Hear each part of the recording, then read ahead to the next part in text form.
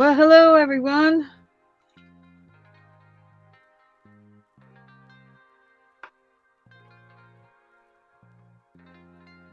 Morning, everyone.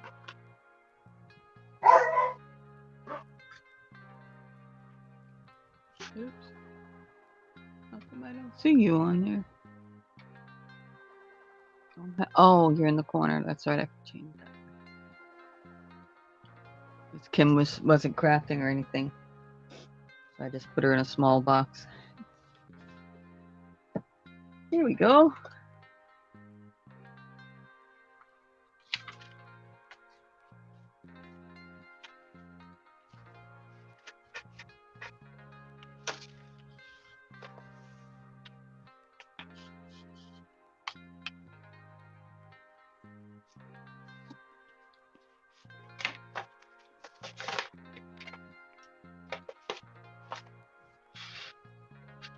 So, what do you think about this idea of having like a set, a round and a straight, in the same color? I gotta see. I gotta look at what.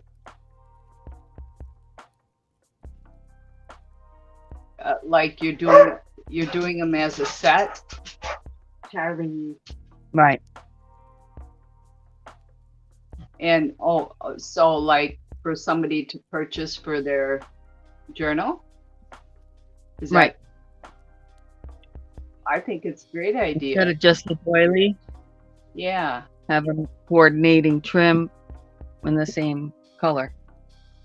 And I think it would be great if you had them on an example for an idea for somebody. Mm-hmm. Well, I have, like, I just use this particular trim on the. That's here. right. Yep. I just happen to use it here. Like this one isn't, I think would be quite, well, it almost makes it. That's about a ½ inch short on each side. I can only do what the thread lets me do. Yeah, right. You bet. If I do another whole set, it would be very long, you know. That could be used in a variety of ways, that trim. Oh, yeah. Well, you could actually use it at the top, bottom, side edge. You can use it across the middle of a page as a border because it has the one side, I won't say flat, but basically flat. Yeah. But the thing with this is you can't cut this unless you glue the heck, you know, like dip it in glue and water or whatever. Uh-huh. You're saying because it would unravel. Oh, yeah. Yeah. Yeah, I know I've cut vintage trim before and apart. Yeah, it'll unravel. And this is fresh, even though it's vintage thread. Seal the edge. It's right. You'd have to, at the very least, glue right where you're gonna cut really well before you cut. Mm-hmm. Or dip the whole thing in a glue or glue water combo, whatever. Soak it really well. But then it becomes very, very stiff. Yeah. But then you wouldn't be able to cut it. Mm-hmm. That's the only thing. And I'd have to kind of tell folks this is not something you can just cut. Well, it depends on what they're using it in, but I wouldn't want to cut it after you made it. You know, I've cut a lot of vintage trims, but well, let's say they wanted to do something where they wanted to use 3 there and then they wanted to put 2 above it and layer it down, or use it in another location on the page or whatever. Oh, yeah, there's a lot of ways they can use it. You can use it on a tag, on a marker, all sorts of things. Well, it's longer than 6 inches just because of the design. And this one is even though it's the same design, I don't know why it came up bigger. Same design, same thickness of thread. Don't ask me. But you know how when you dye stuff, especially cotton, the more colors you add to it, or the darker the color gets, it like shrinks. Hmm. Yeah, I wouldn't worry about the fact that one of They those hate to is see shorter somebody than get, the oh, other. this is great, and they just go, and the thing goes falling apart. Uh-huh. Yeah. I mean, I could Yeah. just say none of these are sealed.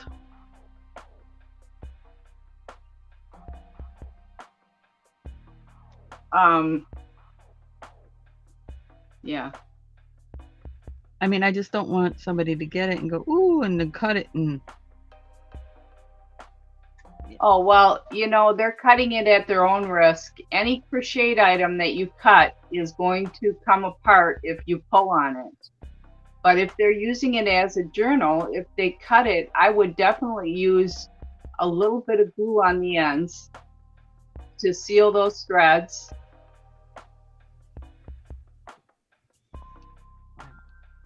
oh, well, I mean, I'm sealing my threads with glue. No, I mean, like if you're worried about them cutting it and then using it and then it falling apart, they just glue the ends on it. Is that what? Yeah, I'm just Am worried I about following? somebody getting it and then just chomping on into it. And Oh, because you used older thread, is that it? no, it has nothing to do with the thread. It's crochet. Oh, okay. Okay, yeah, well, It's not. Well, even lace will unravel, but it's not as bad as this. You know what I'm saying? This, because it's fresh, unsealed, whatever, yeah. no sizing, nothing's on it. You know what I mean? It hasn't been starched to death. It's raw. Yeah, well, Oh, that's why I could I put guess it raw. I think you're worrying about something that you don't need to worry about. I don't know about that. I don't know. Because like I said, people, because they're so used to just cutting into these trims and laces and stuff. Yeah. Well, cut at your own risk is what it is. Any crocheted item that you cut is going to fray if you don't seal the ends. And if it's going on a journal, somewhere along the line, it's going to be glued. Well, yeah, but you're not going to initially, well, even if you put glue down and you put this on your thing and you go to cut it, now the other end isn't glued. Yeah, you just seal it with a little bit of glue if you're worried about it. If it's a junk journal, that fray looks nice on there. Yeah, but it will totally. Well, then they just seal it, I guess. Yeah, they're going to have to seal it somehow if they want to chop it up to use it. Yeah. But some people may say, okay, I want to cut it here and here and here and here and use this section in 5 places on my journal, or use it on a twin sheet, or. Right. So I would explain that to the fact that any kind of crocheted item that you cut, no matter what, is going to do that. Even if it's knit, it'll fray at your own risk. Yeah, because these are raw items. They've not been treated, sealed. Right. Yeah. I guess if I ordered a handmade item from you, I wouldn't want to cut it. You know what I'm saying? Yeah, but like I said, somebody may be thinking, oh, they want to use these 5 sections on 5 different things. Right. Yep. And that, and you can, any crocheted item, and you can, as long as you at least glue where you're cutting and then cut. Glue, let it dry, and then cut it. You're okay, because then you're going to glue it down or whatever you're doing in your journal. Yeah, I wouldn't even fuss with gluing it ahead of time. I cut it, Oh put it no. on, and then glue it. Okay. Well, the whole thing is when you cut, as soon as you cut this, because it's never been starched or treated or anything. There's no thing to keep it together. I understand what you're saying, but I guess. Yeah. Hi, Chu. Hi, Sue. Hi, Ashley. I just don't want anybody thinking that it's a bad product or an inferior product because they can't just cut into it. No, it's not inferior. It's not like store-bought trim that you can cut by far. It's handmade. I love that color, Stacey. This orange, burnt orange. Yeah, I love it. Yeah, there was somebody else that said they liked it too. I think it was Kim Polton. Yeah, I like your variegated stuff too. Yeah. I would have thought this would have been a little more along your vintage lines when it came to color. The kind of tan peach kind of. Yeah. Pink. Yeah, it varies so much according to what kind of vintage you're making or what era. You bet.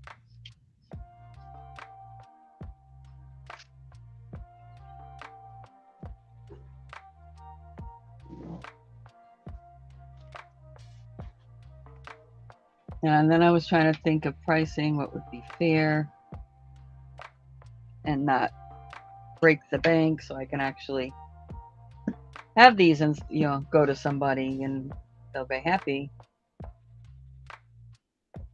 Rather than making a pile of these things and having them sit here. For me, I wouldn't want to cut it if I ordered it from you for handmade. I just wouldn't, I wouldn't hesitate cutting some vintage trim that I got in a box lot that's,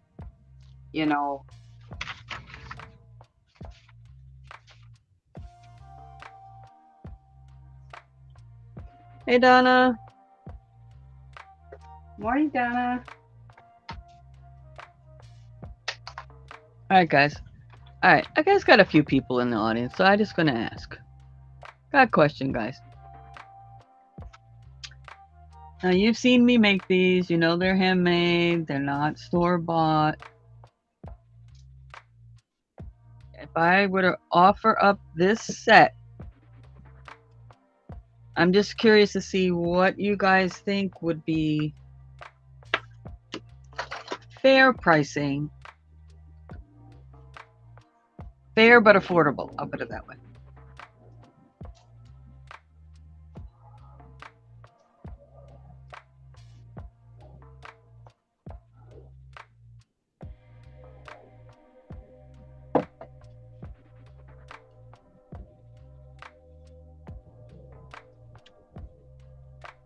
Anybody could give me an idea, it would be appreciated.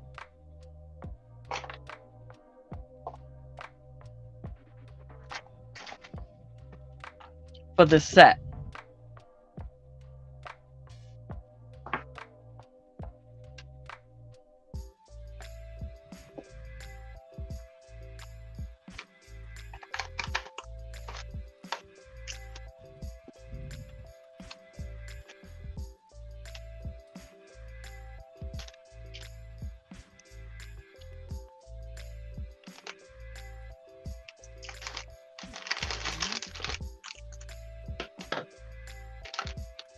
Donna's saying 7 to 10.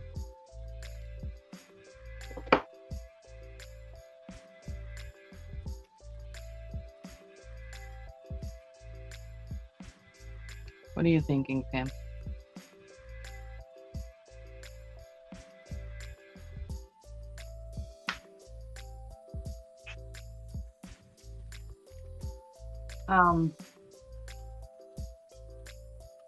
Going back to your work, remember when you talked on your one video about your work and times your labor and Correct.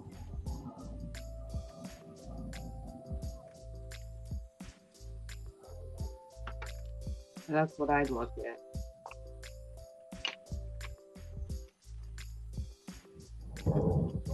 So if you're saying based on minimum wage alone, not materials or anything, let's say this takes me about 2 hours to do, a little less, a little more, depending on the day. 2 hours.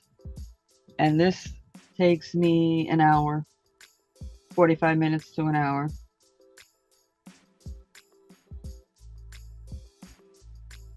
I mean, because there's a lot of stuff going on, even though this is a small section of. Oh, yeah. Yes. Okay, so then we're talking at least 3, up to 4, let's say, hours. Minimum wage in Florida is $11 an hour. It's $44 for the set. Nobody's going to pay $44. So Right. even if I half it at 22,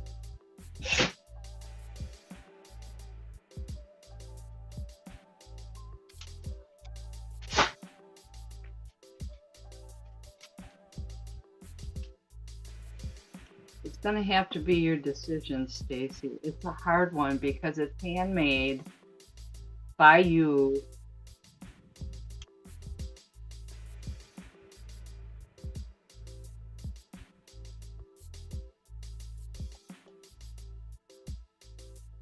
now it don't matter whether this is bigger, because if I do it in this material, the same pattern exactly, this 5 points, it would be bigger. It's not size, because it's the same stitches. Mm-hmm. So whether it's small or it's big, it's the same amount of stitches. It's just the material and the hook that's making it bigger and smaller. Right. And So, I wouldn't even compare it. That's a different piece. Even people that list their hats for sale online or anything similar, I've seen listings on Etsy where they say may vary a little bit in size because each piece is handmade individually. It's not a machine-made piece. right. See, but when it comes to overall ease in making it, it's harder to work with thinner threads. Oh, by far. Than it is thicker thread. So does that come into consideration even though it's the same exact pattern? So let's say it takes me 2 hours to complete the small one, just say. But it takes me an hour and a half to complete a bigger one because it's a little more, I guess, flowing. Although I find it personally easier to work with small. That's just me. But most people don't. It's either you got this ability or you don't. It's one of those things when you go 30 thread or more. Yeah, you just don't undercut yourself. But here's a prime example. Donna gives an idea that she would, let's say she walked into a show and she would expect to pay $7 to $10. Mm-hmm.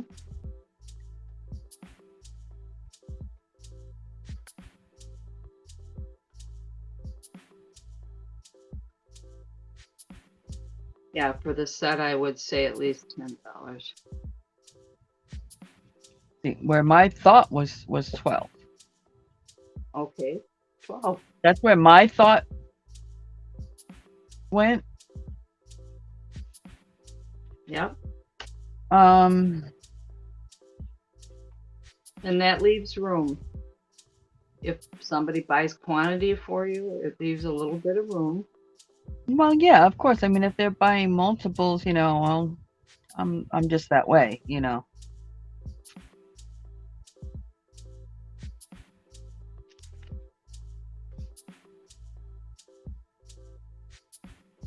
But like you said, I don't want to sit there and say $7. Well, it doesn't really matter, honey, where it is. That's the point. He's saying because it's in Illinois. She's in Illinois. Oh yeah, It doesn't matter that whether is a it's good New point. York or this is it's being sold in Illinois. It should not be sold less because it was sold in Illinois. But Girl, why income level and stuff like that? I'm gonna say from a standpoint of being an online seller for 20 plus years, if you're selling it online, it does make a difference. My biggest sales go to Illinois, New York, California. So that is definitely a valid point.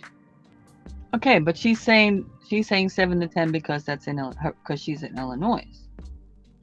Okay. But yours putting Illinois in the same boat with as volume of people who buy your handmade item is New York, California, Illinois. So the pricing obviously isn't the issue because it's the person in California and the person in New York and the person in Illinois are all paying the same price. Another point is if you're selling it on YouTube to resellers, it's a different market. Well, no, I get that. But yes and no. If you're selling it in an auction where you are selling with pure resellers, yep, that audience, unless they are crafters themselves, serious crafters, right, they know you're getting your product for anywhere from pennies to a couple of bucks, reselling it. You didn't create the product, make the product, you source the product. Right, and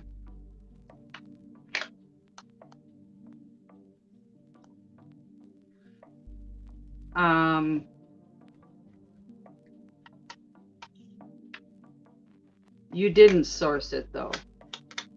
No. So for me, if I was going to sell on an online, per se, YouTube auction, it would have to be with other handmade items. Not yeah, no. That's what I'm saying. That's why we were talking, and I've talked about it on here, that right. I want to do sales on my channel once a month maybe.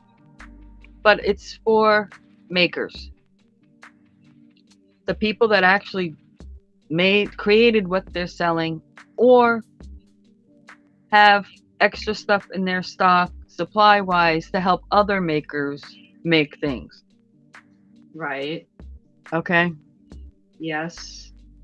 Not sourced items, not you went to an estate and that person did all this crochet work, 75 years ago, and you bought a stack of stuff because the person had no clue what they had. You bought a huge stack of these doilies for pennies on the dollar. Right. There you're going to have to really define your rules. Well, that's why I wanted to be makers only. I'm not... handmade items only. Well, no. Because I really don't want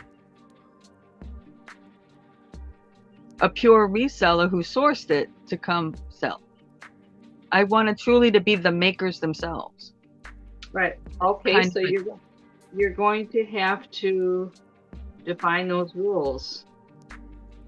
So, for example, if a person was on your auction and let's say they handmade this item right here.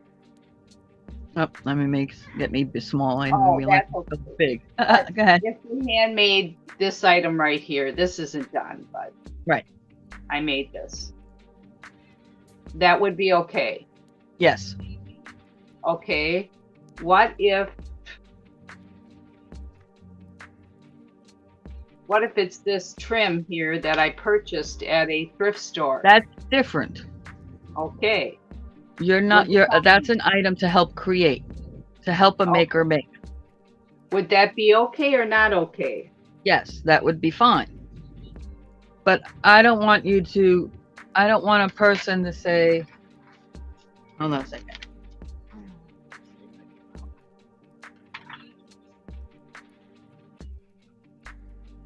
Give me a moment.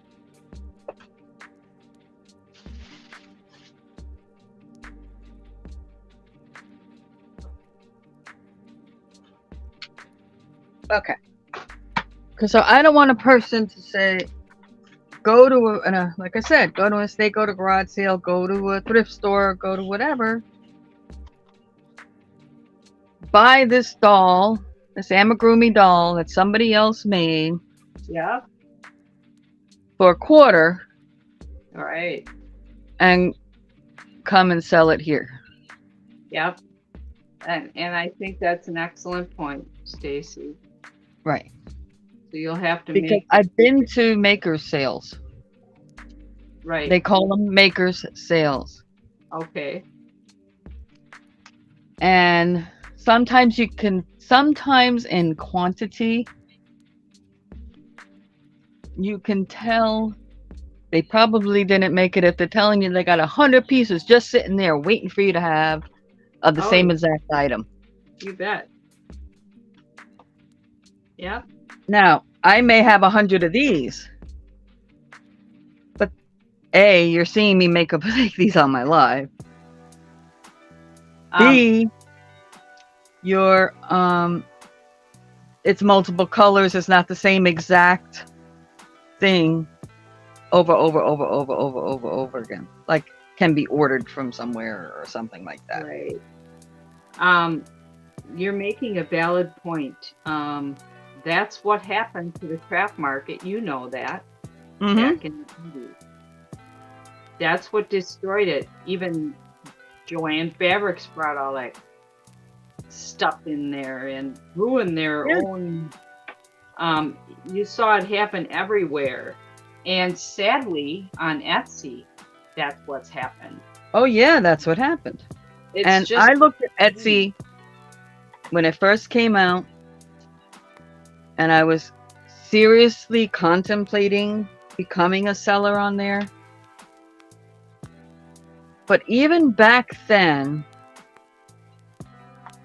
there's just certain things. I mean, especially the person has their picture or whatever in their stuff up there, and you look at them and they're a younger person.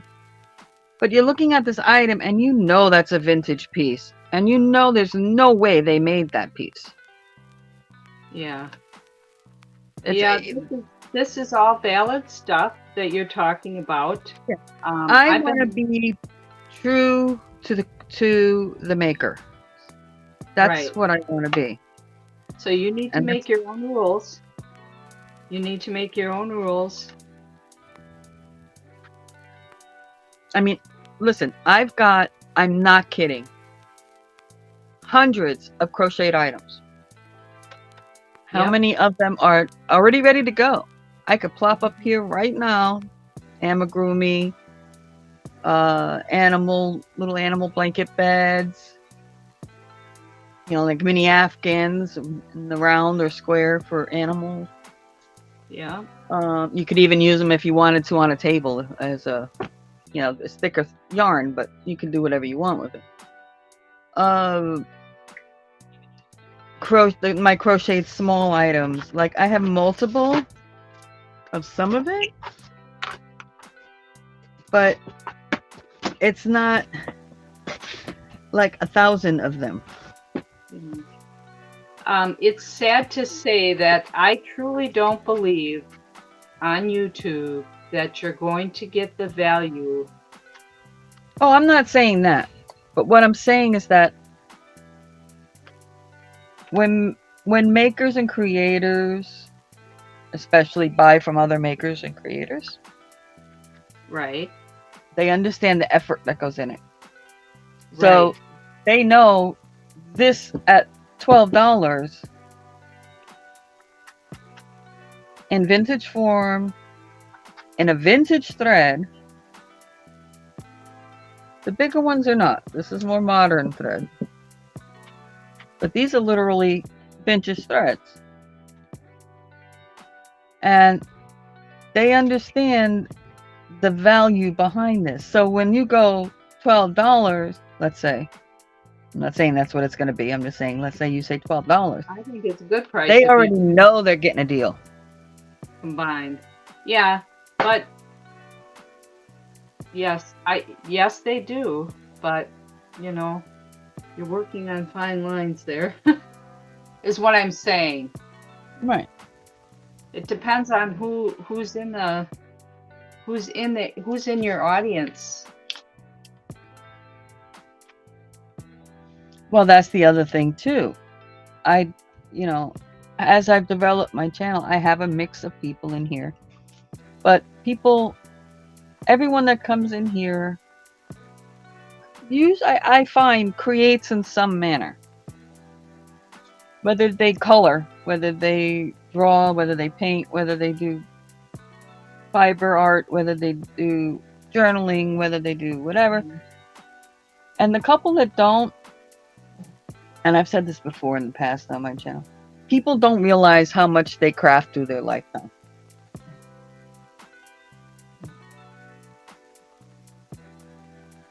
Some of the things that they do that they don't understand is considered a craft. Right. So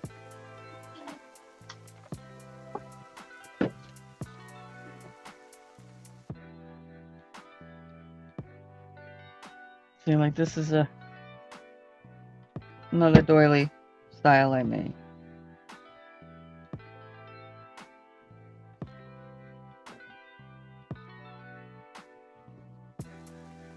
And how I determined this was, it was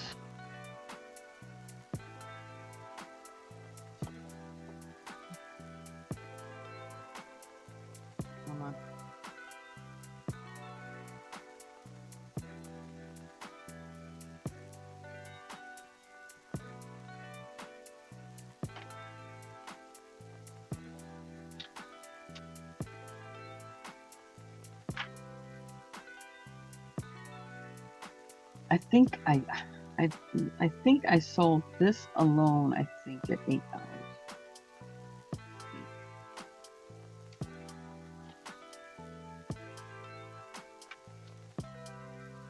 So 8 and then 4, let's say,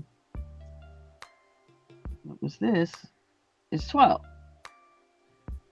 8 and 2, 10, or if you want to look at it, 6 and 4. Or 3 and 5, whatever way you want to look at it to get to 8. I think you came up with a good price at 12. Yeah, that's what I'm thinking.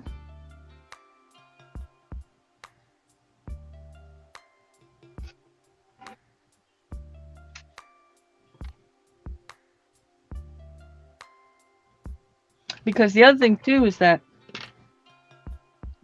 this is special in a sense also because it's going to be a matching thing.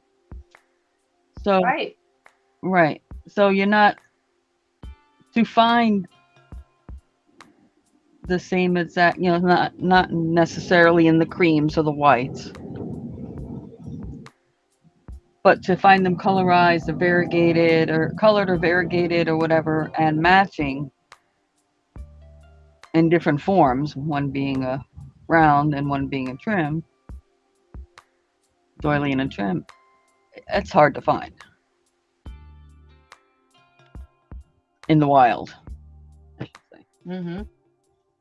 Unless you just happen to come across a person who did that on purpose in their lifetime and had some of it where everything matches. That's not just white or cream. You definitely have a heart for handmade. I do. I mean, because I find myself, I say from birth, it actually was in the womb through osmosis with my mother I've been Yes. crafting. Because as soon as I was able to do anything, pick up the ball of yarn and or hold my hands out with the skein on it to the hank on it for her to roll up into a ball, Yeah. I was doing it with her. I don't know. Yeah, I have a love for this. It's a love, it's Um, passion of mine. It's not just a hobby to me. You know, my it's not my passion on that end was when I'm at an auction or estate sale, and even though I crochet, I would find things that are handmade like doilies and whatnot, and I just buy them every time. you broke up. You That's could not at what? home. The stock at home of handmade because I know the work that goes into it.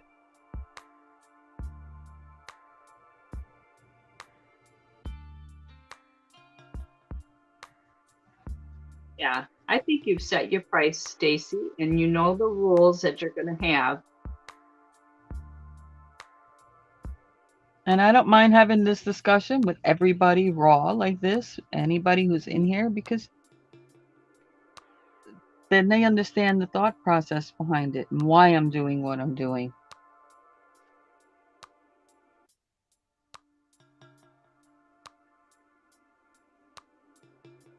You know, and so many of us in this community that are,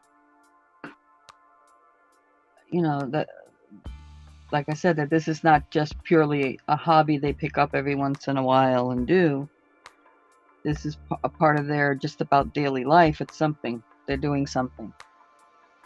Even if Right, it's, you know, 4 or 5 days a week, they're doing a couple of stitches in a blanket, you know, it just, right. it's not, and no offense to those who do this. I mean, listen, everybody is different and I don't want to offend anybody in this manner, but you know, it's not the person who goes out, learns how to do straight loom knitting with a big plastic loom, you know, that you can buy, and goes out and for a period of time they make, you know, hats or scarves, and they may sell a few, and they're doing it purely because they want to turn $5 into 20.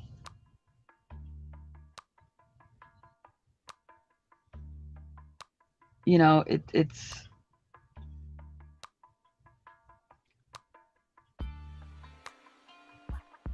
a different thought from in process for me in the way I look at crafting and creating. I don't know. Maybe I'm babbling too much, but No, I look at the same way as you do with reselling. That's why I sell vintage online instead of I'm not on Amazon selling a cartload of $10 phone cases or whatever you want to call it. right. It's just not me. Because it's more about it's less about turning the, like I said, the $5 into 20. It to me it's more about I like seeing people obtain my items and enjoy them and utilize them, and now whether they use their creativity, put these into journals and sell, that's up to them. You know, but again, it's still handmade, going into a handmade process, creating another handmade product, you know. Right. So then and there, if they decide to cut the piece, cut at your own risk.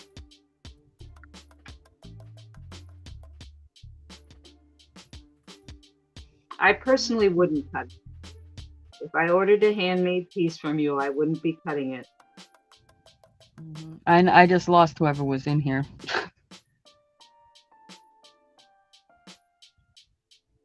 But I think these are discussions that people have behind the scenes, but don't really talk about much in public Oh yeah, definitely. because they're afraid of, like, I'm looking now at my people, and I lost a few people out of here. Yeah, well, it's early in the morning, so.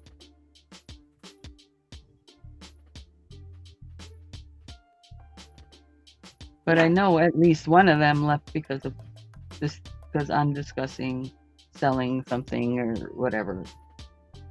And that's not what they're here about or for, which is why Right. I did not want, like, if somebody sees something that somebody's doing up here or even what I'm doing and they want to have a discussion about it, cool. I don't care about that. But that's why I want that to be a separate event. I don't want to start out doing this and go into a D-stash event, or start out doing a D-stash event and just go into crafting. You know, it would be a separate event. Yeah. Well, you'll just have to make that clear.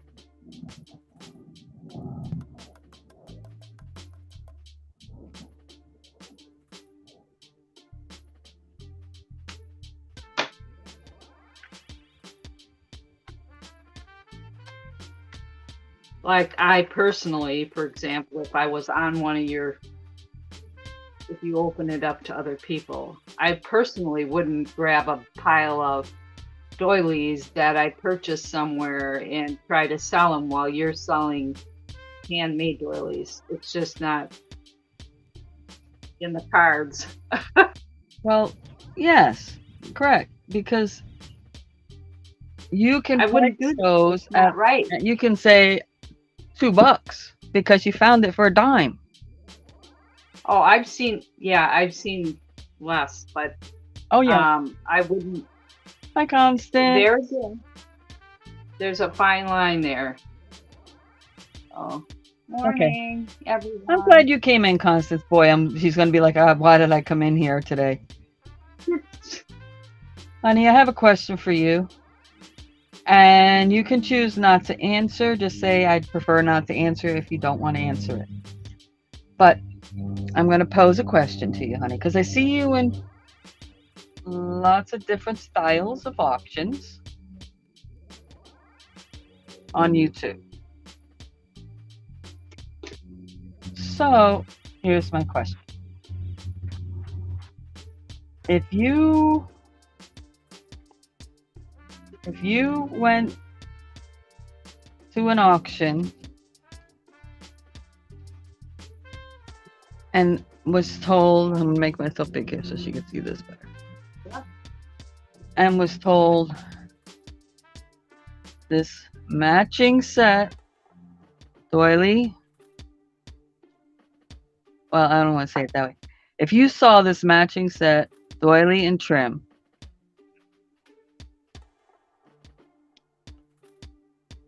what do you think would be a easy price for you to pick these up as a set?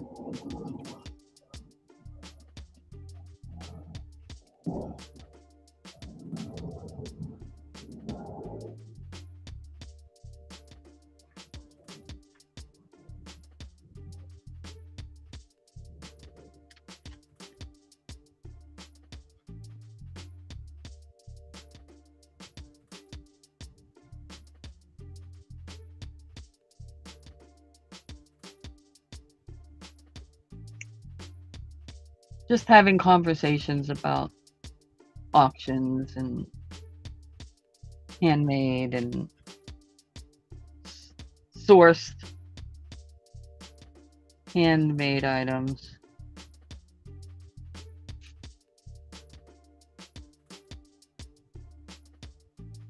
Okay, so would you, okay, non-machine produced doily somebody found in the wild. Okay. It was handmade by somebody. Would you, as a consumer on YouTube, because you know this kind of stuff, you know what this stuff is. Hi, Irene. That you would say, I know the difference between somebody selling it who picked it up for a dime and somebody who actually made it, and understand, even if it could be the exact same size, the exact same pattern. And these smaller ones are being made with vintage crochet, vintage thread. So it's the same thread, let's say.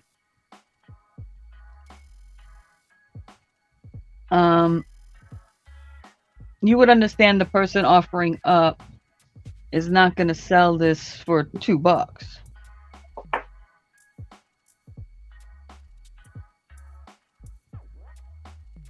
As long as you know the kind of auction you came in, that it was a maker's auction or a maker's sale.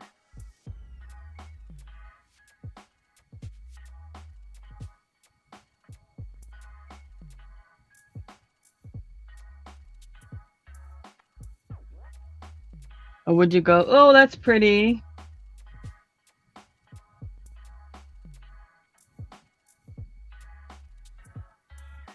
and pass on it because you're going to wait for the next pretty thing that you can get for $2?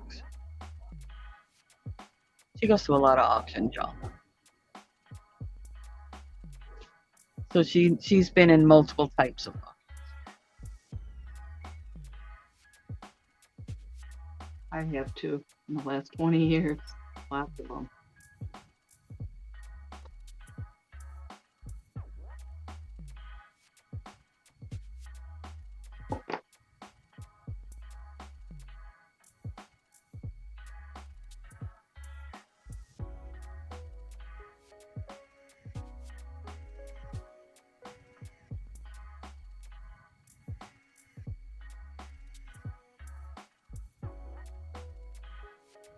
Okay. Well, like I said, Constance, let's say I did an event on my channel. And I say it's a maker's event. In other words, the people that are offering products either made the product or sourced a product that could be made into another product, like a roll of trim or lace or whatever that they got in the wild that can be made into a product for a maker. They're not, and they don't sell that lace as I made this lace. They're selling it as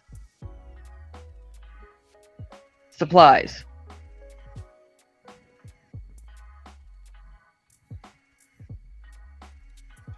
Do you look at that auction differently than an auction where, see, because this is my thing. I sell on a couple of auctions. I've sold on a couple of auctions. And I noticed that people, when I show my handmade items, in some auctions, I do not believe, I mean, I could be wrong, if they're not a crafter or creator of some kind, effort that goes into these things. I mean, not saying that sourcing doesn't require effort. It does. You got to go to where it is, you got to hunt it down, you got to find it, you got to negotiate, you got to do all that kind of stuff.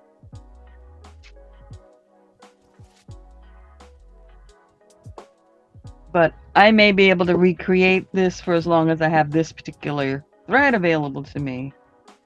And unless I ever find it again, which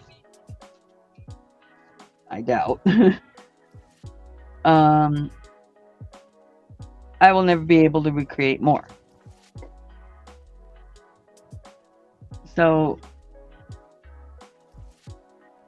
other than, ecru's and whites and black, let's say, any other color thread, you're going to run out of being able to get it at some point, if it's vintage. I don't know. I know I'm babbling here. I'm just babbling. I mean, my brain has been strange this past week. It's okay, Stacey. We're working through it here. Scarlett, you go to auctions, but you're not a purchaser because a lot of people don't ship over to the UK. I don't know how long you've been in here, but Irene too. You hold auctions. You do make. You're a creator. You're a maker. I mean, if anybody wants to come up here and talk about this, I am willing to do that, because I think these are things that I think YouTube has gone the way of every other place that a creator can sell. More and more and more as I've been on here for the past year, where handmade means zero to a lot of people. All they care about is how inexpensive it is.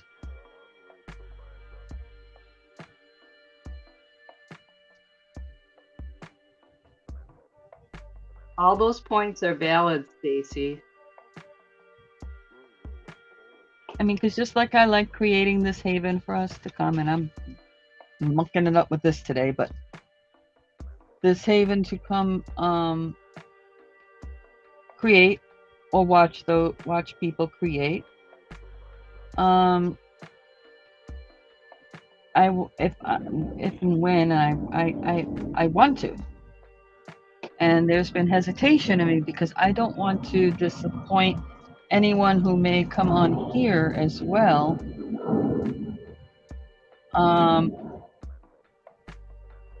To try to recoup and for most of us, it's about recouping a little money to keep going in crafting. It's really not about becoming a millionaire. You know what I mean? It's not.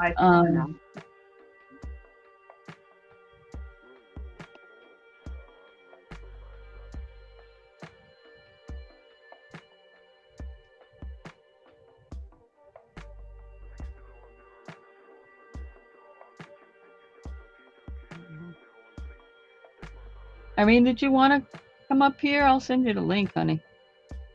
We'll talk about this a little bit, since seems to be the theme at the moment. I got into this, and now. That's why I have two Etsy shops. One that I sell vintage in, and one that I sell personal handmade items. And there's a lot of people on Etsy that'll sell a hat for $4. I got $40 on my hats. I don't sell as many hats as they do because I refuse to lower my price. But I do sell hats on there. I haven't lately because I've just let it go by the wayside. I would never sell a handmade item on eBay. Never.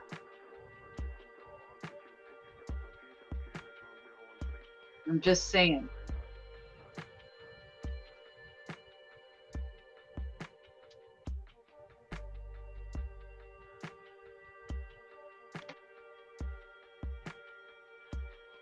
Right. But Irene, it's like, but I don't want to sit here and sell this for $2. No.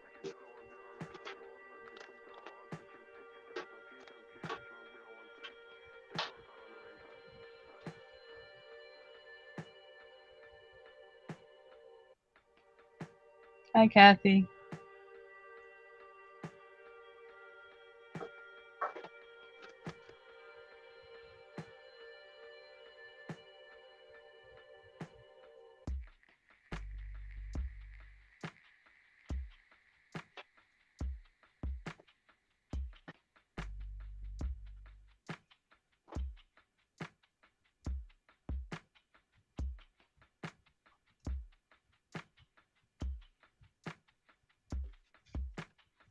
I don't think some even understand the time that goes into it, especially the younger they are,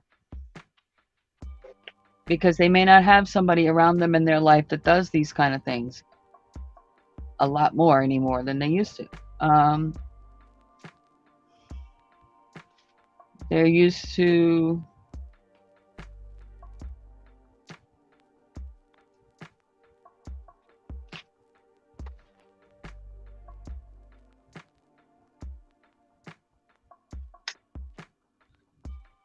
throwaway society, as I call it. Yep.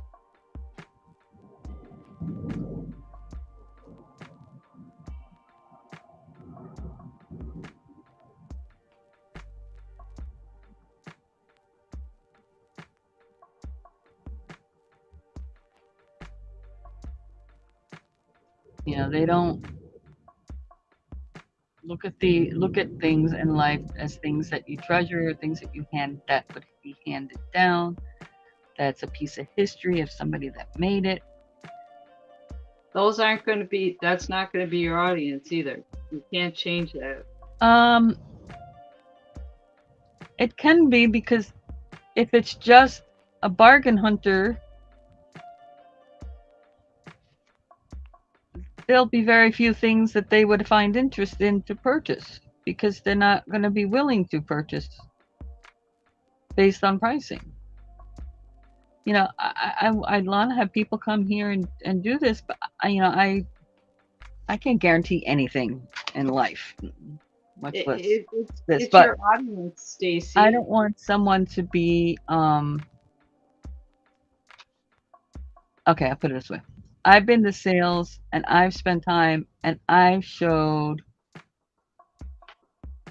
no lie, I think the most I showed was 96 items one time or something like that. You know how many items I sold? Right. 0.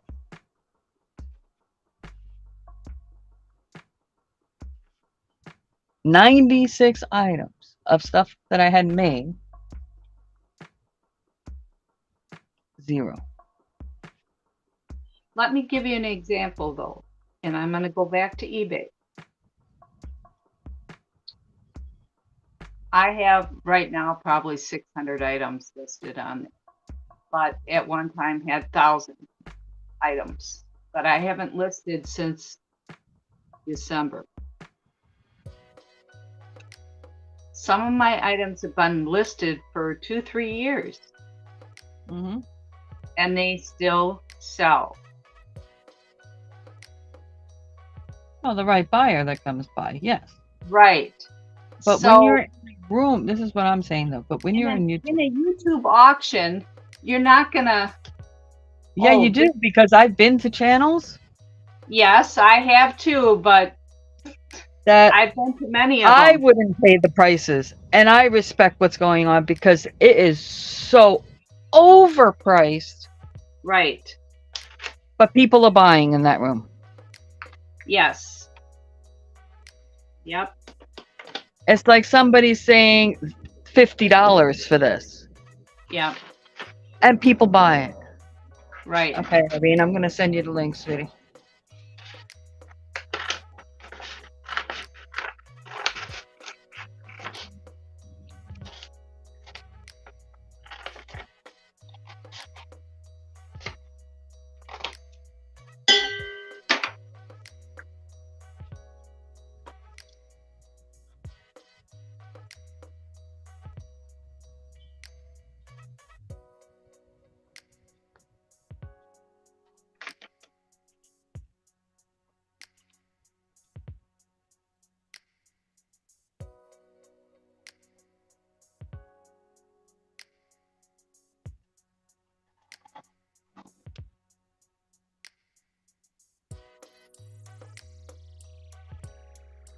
Via email, honey.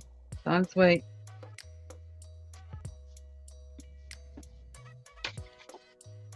I mean, Irene does beautiful work with paper, quilling. Yep. Unbelievable stuff. Yep. And it's insane.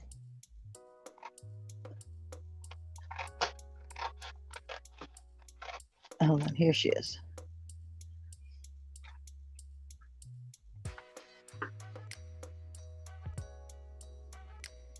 Hi, honey. Okay. How are you? I got this little kitty cat from her. Yeah, that's a lot of paper. And she was started. She said one thing, and I said, no, I think I doubled it or added a couple of bucks to your price or whatever when I got it from you. Yeah, I try to keep my, because it depends on the thing that I am making. Now, I put everything I do, I put all my heart into it. I really do. And if I don't think it's right, then I'm not going to sell it. But then when I do it right, it's like I put twice the amount of work, which is okay. I don't mind doing that. I don't add my work time into anything I sell. I just sell what I made. That's it. And I mean, I can sell, well, her little kitty that I made, I don't even know how much I sold it for, to be honest. But I try to keep them lower so that they do sell. But I'm still losing money. I think you said 6 or something, and I said, no, I'm going to pay 8. And you were like, oh, that's not. I said, no, I'm paying 8. Yeah, it all depends on whatever it was. Yeah, I added a couple bucks because there's no. I was like, no. I like to keep it lower because I know I'd rather have you enjoy my things as much as I enjoy them than you sit there and say, oh, I can't afford that. So I don't want you to feel like you can't afford to get something. Okay, but that's where a maker has a variety of types of things, sizes, and different price points. And so I somebody always, really I'm wants doing to my enjoy paper. something that you paper, I made, always have. they can afford the little tiny turtle. Right. They may not be able to afford the cat. But they afforded something. So I try to put a variety of prices from an easy, I mean, it takes me 3 minutes to make a little fish, if that. You know what I'm saying? But then it depends on what I'm making. That's quick and easy, so I can sell those for $2 a piece and make money off them. Right. You know? But if I You're not making $1 million, but yeah. And I'm not here to make $1 million. To be honest, I'm not here for that. I'm here for everybody to enjoy the things I make and love them as much as I do. I mean, I seriously take my time. I could do these wood burnings. I do these. They're $10 for this size. $10. I have other ones that I have that are $60 and $70. Yes. That's because I spend a lot of time making sure every detail Findell, right? You know what I mean? So if you look, I sold one with the lighthouse. You could see every single brick in that lighthouse. So I got to make sure that it's worth your money, my time, and I make something. And if it depends on the crowd. Now, I can show these every auction I do for a month and not sell a dang one. But that one person comes in and buys 2 or 3 of them. Right. So you never, ever know. The people that come into your auctions or any other auctions are always changing. So you never know. You never know. That one person doing a live craft sale, you know? It's like doing a live craft sale in a building, you know? I've done those. I did the circuit for a long time. I was doing. I did a little bit of time in that. I wasn't making crap. And I was crafting there at the, you know. Everybody did, I think. Because you craft, so they see you making these items. Mm-hmm. I never made money on those. Never. Until I switched over to my candy. And then, of course, everybody likes candy. Actually, I didn't do awfully bad in most I mean, I cases. survived, obviously, but it wasn't enough for me to say that I made good money at it. Oh, yeah, no. Hi, everybody. Hi, my Constance. Yeah, but Constance, people buy throughout the year. These, when it comes to homemade things, sometimes it's when you see it, you know it's for the certain person. Right. Yep, absolutely. It doesn't matter whether it's close to a holiday or not. That's the difference with handmade and mass produced. Yeah, oh, absolutely. I mean, I could come in here and say, oh, I made this. And you know somebody that would love this because it's them. It's who they are. You could sell 15 turtles. Yep. And you made a blue one instead of a pink or a green or a red one or whatever. And the person goes, oh my God, that's the perfect one. And it's July. And then if you're me, you put it away and you never remember where you put it. Oh yeah, and then it winds up being a Christmas gift 5 years down the road when you find it again. But I'm doing it every year. I seem to put something away and find it a year later. I do it all the time. My kids think it's funny. Hi, Linda. Hi, Pam. Sorry. But yeah, I try to keep my things affordable. But now it's more I'm keeping them affordable, but affordable where I make something off everything. There's no more, I'm going to give it to you and lose money. I can't do it. Thank you. Because for a little while there, I was about ready to lose through the screen and give you what for with that. Yeah. Because that, for example, if somebody bought something from you, a real nice item, let's say you sold it for $4, but it's worth 15. That same person could try to take advantage of you and say, well, can you make me 10 more? And they turn around and sell it, Most of my stuff, other than paper, like wood burnings, are more of a one of a kind. I will not duplicate them. Right. I won't. It's because, it's something you're getting from me that I want you to treasure. And you're the only one on whole YouTube or wherever you are that has that one. Right. Nobody else has it. And then I give them a game to play with it. I put my initials inside of every burning. That's my signature. My initials are in my wood burnings. Mm-hmm. So this way I know what's mine. Right. You know what I mean? I know there's a lot of people who like to do wood burning and but I want my stuff labeled mine. Right. Enjoy it, please. But have fun. I have one I shipped to the UK and it's been over a year and he still can't find my initials. Can't find the initials. No, that's awesome. I know where they are, but I'm not going to tell him. It's what makes it fun. It makes you look at it a lot more and you appreciate it a lot more. Yeah. So that's how I think. Lots of things are safe places in my home. Well, Kathy, what I'm doing here is a living legacy of my talent. Amen. My hair's still wet. As long as YouTube exists and these videos exist in some form, whether they're taken out of YouTube and they're put as backdrop long after I'm gone into some other thing that comes out on the web, and they utilize these old pieces of footage because the people are long gone, so they can show them from whenever they want for whatever. It's a part of my legacy. Yep, absolutely. Yeah. And I like doing this. I like doing it because I meet so many new people and I made so many amazing friends. But I'm leaving a legacy for my grandchildren to look back on and say, that's my Mimi. She made those things. You know what I mean? And that means more to me than anything. Oh, I just got I'm passing this on.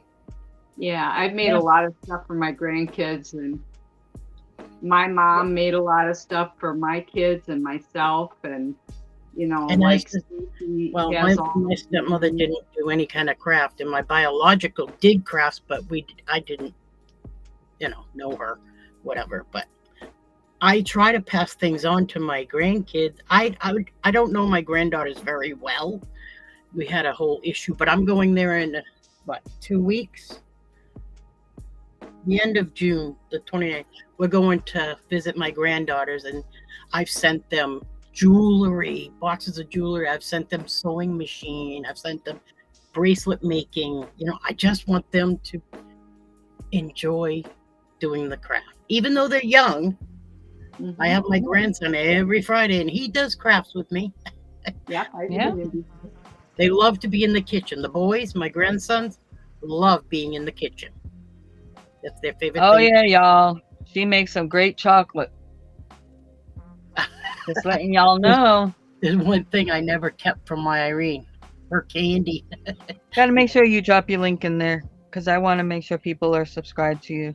I don't know how Very to do talented that. lady. It's all different for me, this restream. I've never seen this before, so I don't know how to do that. Okay, I'll get I you. can do it on my phone. Find you up here. But yeah. So I just want to pass things down for my family and my grandkids to enjoy and remember that I was there and this is who I am. And that's my Mimi. You know what I mean? That's just that's just my thingy. Very talented. Quilling, Oh, thank you. wood burning, a few other things. I do Multiple things, multi-talent. I do a Like little that bit of lady everything. Come up here. And yeah. I don't Even hold some myself back sexy on chocolate if you want that. I'm sorry. That's about all I'll say about it. Is what? You do some sexy chocolate if people Yeah, want. I don't make the sexy chocolate right now because it didn't sell very well. I had all these people, I'll buy some, and I made all kinds of it and it didn't go over very well. Oh. I only do that as a I thought it was funny. It was, Carol bought all of the rest, every bit of it. Oh, I'm sure. She has some in her freezer. Hi, English Rose. Hi, Huawei. Huawei. I miss anybody else? And I don't hold back on crafts. If I don't know how to make it, I'm going to learn how to make it. I will teach myself how to make it. And I haven't crafted in months. To be honest, I have done no crafts in months because I do my lives every day, every Monday and Wednesday. I do auctions Tuesdays and Thursdays.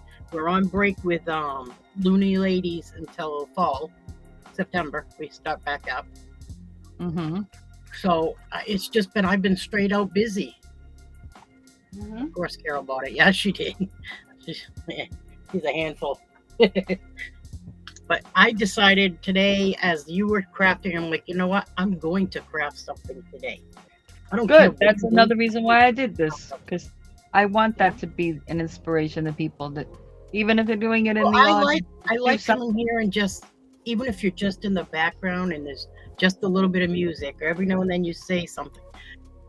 I don't know. It's very calming. And I like that, especially if I'm crafting. I like to be very mellow and calm. So I decided I was going to craft today. What I'm going to make, I never know. Thank everyone else who dropped the link for me. Oh, you dropped it. Oh, thank you. Picked it out. I mean, it was dropped like 4 or 5 times there. Okay.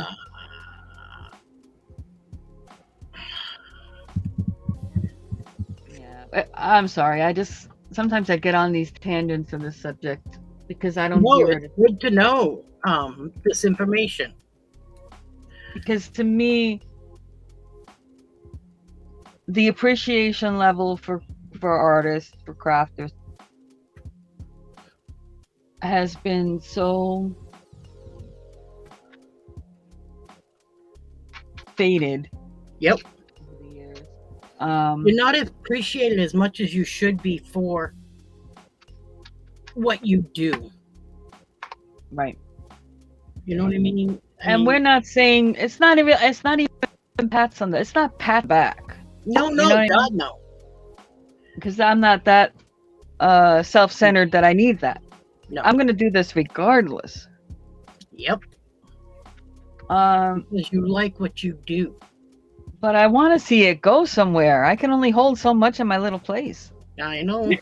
That's why I say I love when people enjoy my stuff, because one, it gets out, like you said, it gets out of the house. But a lot of my stuff is more small things. I work with paper a lot. A handmade artist should not have to sit there and toil so hard over what to charge somebody. Yep. You are so right. I mean, it's a process. I mean, it's kind of, that's why when I was talking about maybe doing a once a month event on my channel, that I wanted it to be makers. Yeah. Sell items you physically made or supplies to help other people make. That's okay for me as well. Because you're adding to the maker's process. Damn paper. I started packing some up and selling it. You know the old saying, starving artists? Oh, yeah. Yep. And parents out there that say, oh, you can't, go to school to be an art or, music or thing like that. You're not going to make enough money. You can't make a living on it. You can if you do the right thing. Right. Well, you can if you invest a lot of time. And we do looking, that. No, looking at trend. Force yourself to learn whatever the new trend is and run until it's not a trend anymore, and find the next trend. I mean, no offense to Martha Stewart, whatever. No, I'm not a fan of her, but go ahead. Martha Stewart has a lot of money and a lot of people working for her. Yep. Yeah. What I'm saying with Martha Stewart is that she created this empire. One of the first people to actually sell stuff in stores and things like this with her name on it. That was truly a big name in the craft world at the time she started doing that. Yeah. And you go down the line and now you look at Pioneer Woman and I'm laughing. Yep. At least Martha Stewart actually, when she first started out, she had a base, a knowledge,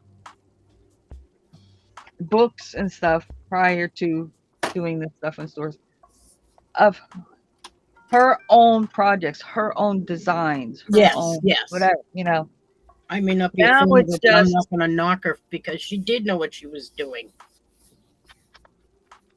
It's not nowadays where it's just slap a name. Nope. And there's a whole like Pam just said about the whole team of people are doing everything, and all you're doing is collecting the paycheck and taking some pictures and making a few appearances. When she first started out, she was doing the work. Yeah. And that's I'm going to make a point about Etsy. I've never been on Etsy.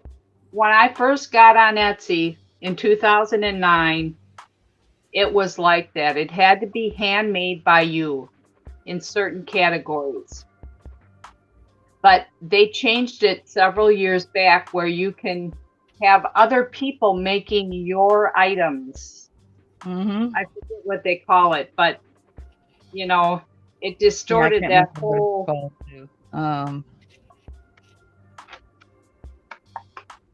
Like it's your design, and you have a company actually mass producing. Like you have 5 different friends making your crochet pattern for you, right? Because you have somebody ordering multiple quantities of. But selling it under your name. Yeah. Right. Even though you didn't physically do it. Okay, I missed something here. Gotta love it.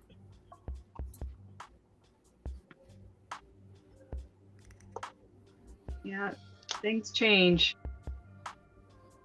Yes, Not Kimmy, I always for the agree. better, though.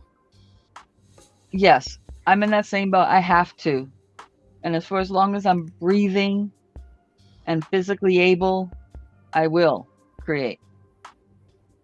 It's not a choice for me. Even when I was working a full-time job, even when I was working a part-time job and had my own business, I still at least was crocheting. Before I fell asleep, I had a crochet project in my hand. Yeah. Yeah, I do the same. If I'm laid up in my room or whatever, I have beads down there that I could just sit and just bead for hours, making little characters and all that kind of things. I mean, everywhere in my house, I have something I can be doing, Kathy, your headbands are amazing, guys. I've never seen them. She sent me this video. She sent some to somebody. I can't remember the channel right now. She sent me this link. Oh my God, they're so cute. But she puts a lot of work in it. It's a lot of supplies in it. I mean, these are not chintzy. I mean, these are fancy, crazy, wonderful, wonderful headbands she makes. Fun and whimsy, and she'd never. Pam, No, say never. It would be hard for her to get what they're worth. Yep. So we all sacrifice that part of it when you're a creator. Yep. But you can only sacrifice so far. So you can't get back less than what you put out because that doesn't keep you going. Nope. Pam? Yes. What are you making? I am doing a tag right now. Thing? Yeah. I'm at my cabin, so I don't have all my supplies. Oh. These are tags to put in. She brought some stuff up so she can still go. She got tired of doing diamond. I'm in art down a while ago for a while. I did so many for so long. I'm done with that. Yeah. Got to take a break. That's how I was with the crocheted items. But, I found Stacey's channel and gave me a break from reselling and listing vintage and stuff that I love to do. But yep. Gave me a break from crocheting hats and mittens and scarves and green socks. Green socks? Oh. Yes. I was making them before the... Oh, were you? Teenagers came into style. Oh, okay. PG says they're so cool. That's cool. They are. Oh my God. Kathy, I wish you'd come up here and show. If you have a couple, if you would show them, that'd be awesome. So people can see what I'm talking about. That I'm not crazy. Do you have a couple of them? Do you? I'll send you the link. I don't have to show your face. I just want to see the beautiful pieces.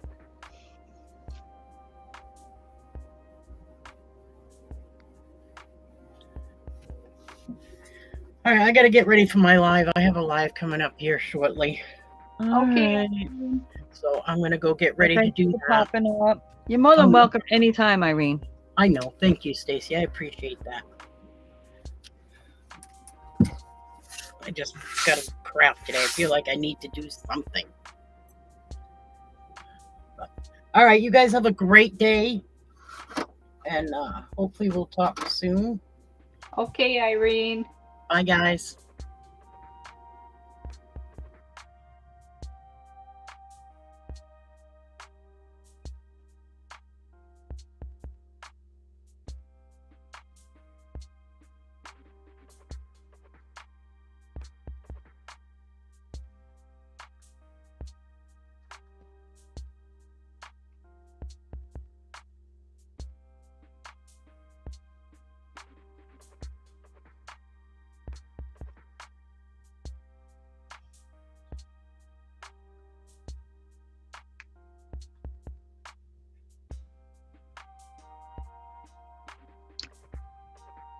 Well, the thing is, fads repeat themselves.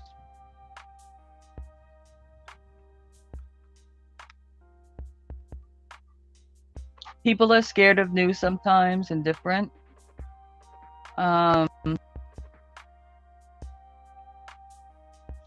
I think the fascinator thing became super big when not Harry, oh gosh, who's the other brother? Got married. Prince. He's going to be the next king, and I can't remember his name. Whatever. It became a huge thing.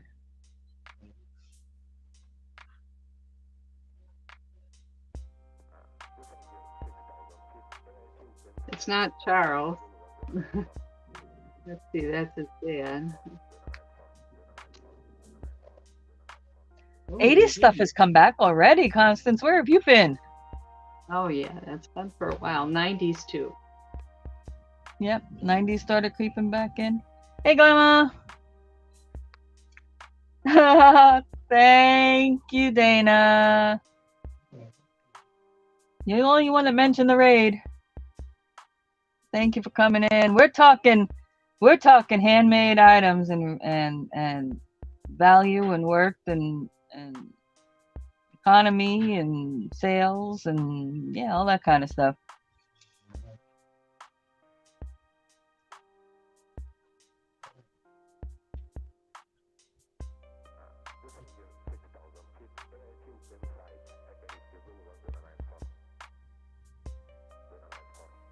Fascinators?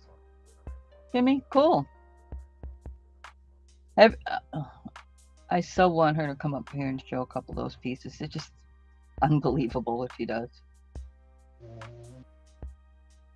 They're like special. They're the kinds of things that she makes. They're the kinds of things you put back in how she presents them in boxes. She wraps them in boxes. It's crazy. But anyway, in boxes, and you put in the closet, and it's something that you might wear every year at your birthday, or you pass that thing down to your child. I mean, they're beautiful and fun.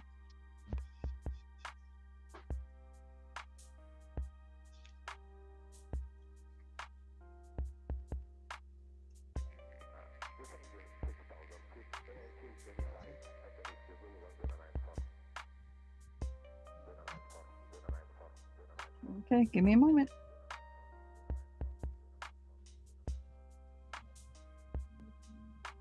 The only thing is when you come up, you got to make sure your volume is turned down if you have a secondary device.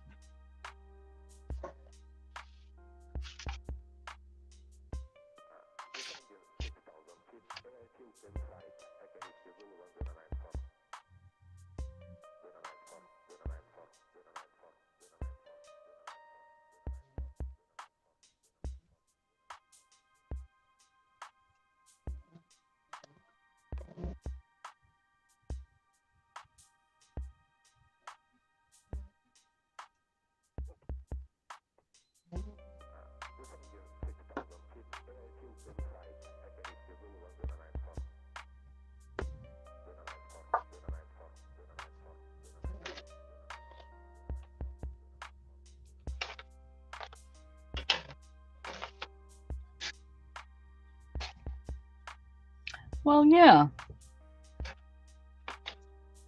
But you understand and appreciate it, and you're not trying to sell it for pennies on the dollar of its value, Dana. You know that thing's worth $150. You list it at $150, and you don't list it at $25.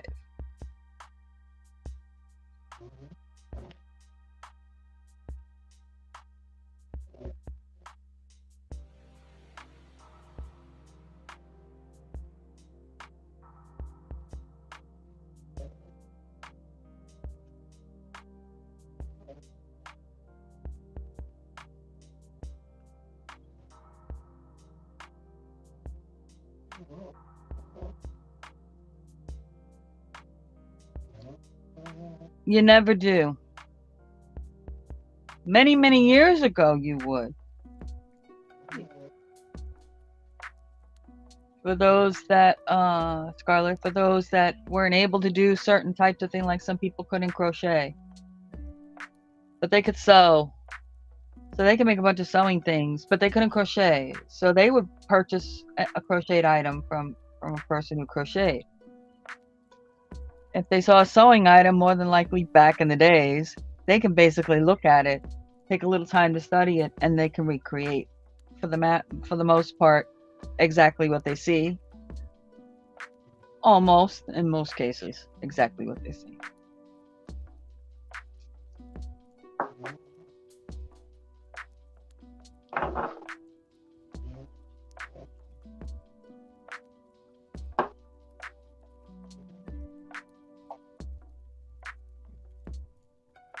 I mean, but I've even like bit my tongue almost because I have stuff here that I really need to get out of my house, guys. Just nope. I need room. That I made, like my amigurumi, and I have this. I have smaller pieces. I have really big pieces I've made. I have videos. Anyway, that I've gone on and said, okay, I'm going to sell this size amigurumi for, let's say, $10 at an auction. And it's crickets. And I can have 15 totally different things. All the same size range. Crickets. I can go back and say, okay, I'm going to sell this amigurumi for $5. Crickets. And it's like, y'all, seriously? My mind goes.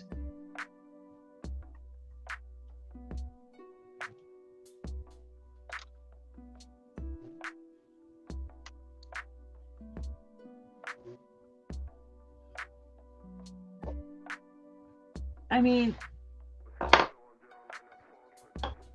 and it's just gotten progressively worse over the years. I'm not an old woman trying to, it's like, oh my gosh, back in my day. But I used to do, I did the circuit of craft stuff a little while. I sold on eBay back in the day. That was back in the day. For some time. And I sold more. One of the items I sold on eBay way back when was when purse charms were popular. Putting little charms on a little holder, like a mini keychain holder that had a string. It had like a key ring type of ring on it. Just putting a charm on it. Took me what? And the way I would get it, an investment would be, not crazy. I would sell them for $3 a piece forever. I sold so many of those things. I put one of these on there, and it would sit and sit and sit and sit and sit and sit. It's like, of course, back then, something this size was more like $18. And then I watched some of the videos on here. Y'all, I don't know what to believe anymore because I haven't been in the circuit, in the craft show circuit in a long time. I watched some of the videos on here. I can't believe people are paying what they're selling, what they're saying they're selling this stuff for. I don't believe it.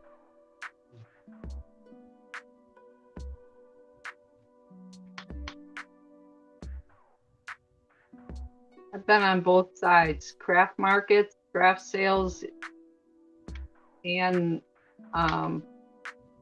vintage sales, flea markets, online auctions, selling both online. I've done the whole market. Seen a variety of changes. Dana, thanks for popping in. Variety of changes.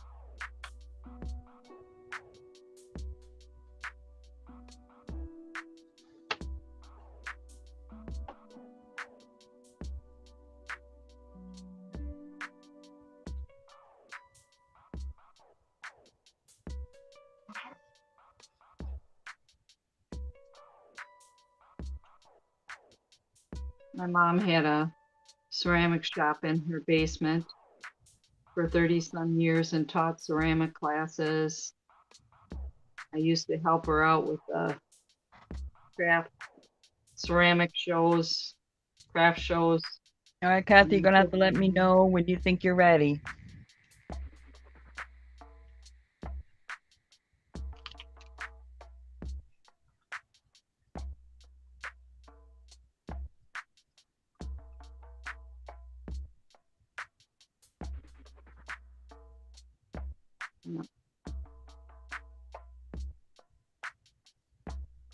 Lots of changes. When you think you're set up, Kathy, give me a thumbs up.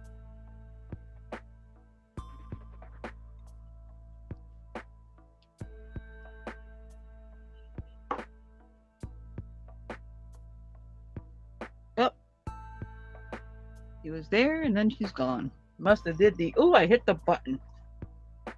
It happens to all of us.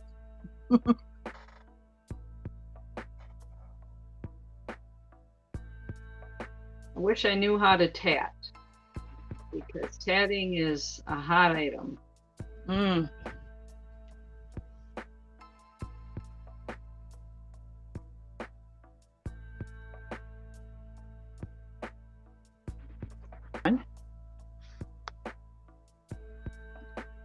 Now, Kathy, I can't hear you until you're up here. So you got to give me hand signals. Thumbs up if you're good and ready to go. Are you trying to turn the camera to face the other direction?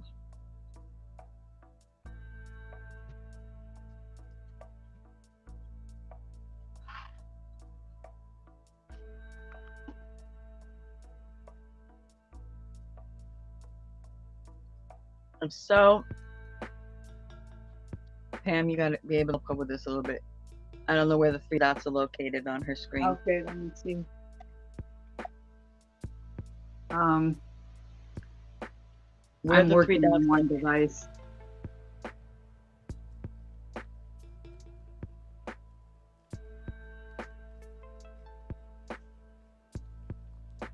I just have my phone, so I'm not much help today. She is on a phone. Okay, and she's trying to come onto the screen? She's backstage. I think you want to flip the camera, right? To face the other direction, Kathy? Or she's going to physically turn it? Okay, she's physically turning it. Never mind. Yeah, you want front view. Front view on the settings.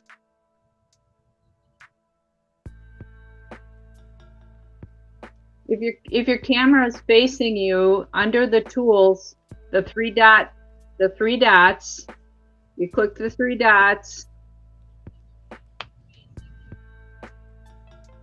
Under the settings, in video input, then there's camera. I have camera 2 facing front.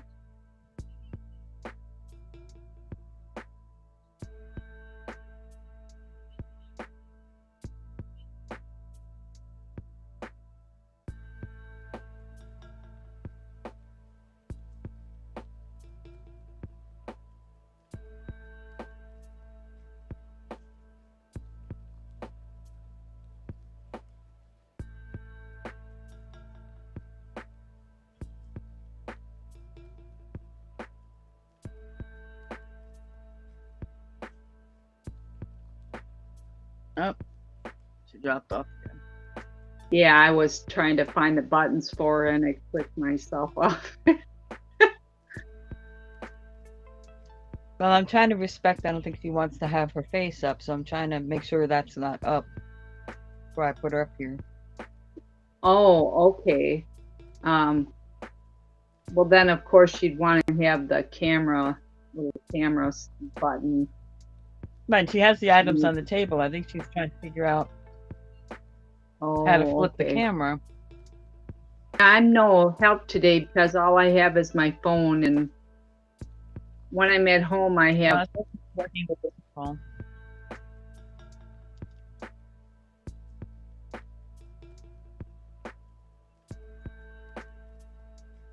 Oh, there she is again. I can't hear you, honey.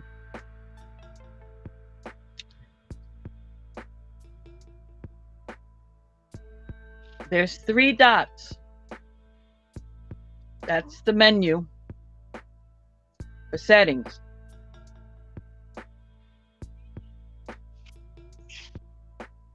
Under that, should say settings.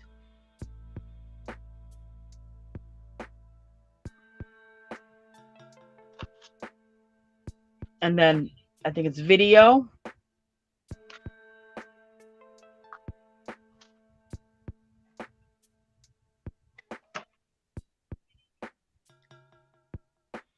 And under the image, there should be a couple of things that you can click. The top one has back facing or front facing. Whatever it is, you pick the opposite one. And your camera will still be in the position you have it, but the opposite side of it will be taking the picture. In other words, it'll point at your table rather than at your face.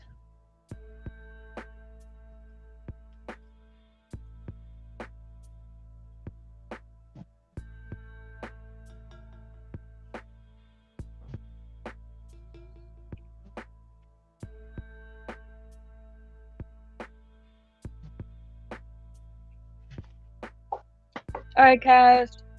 Thanks for popping in, honey.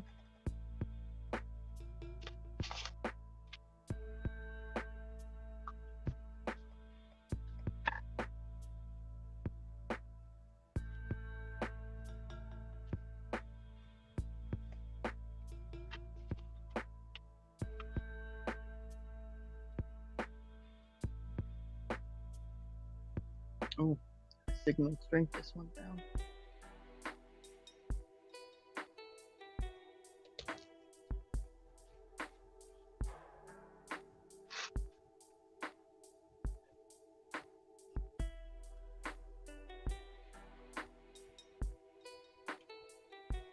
She's frozen. Move her and let her come back in.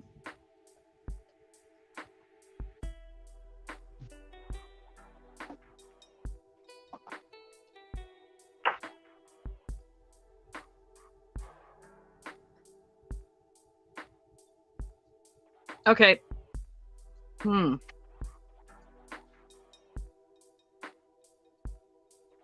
Well, you can just turn the camera around and point it.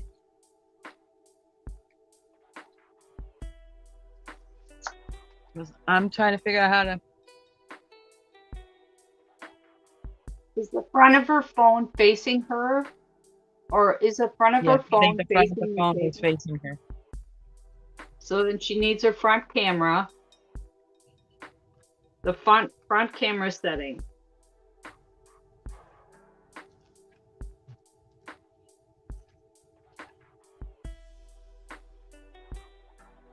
Hey, Ma.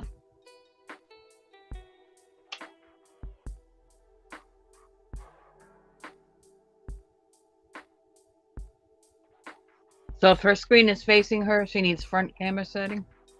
Yes. And she'll find that under the tools.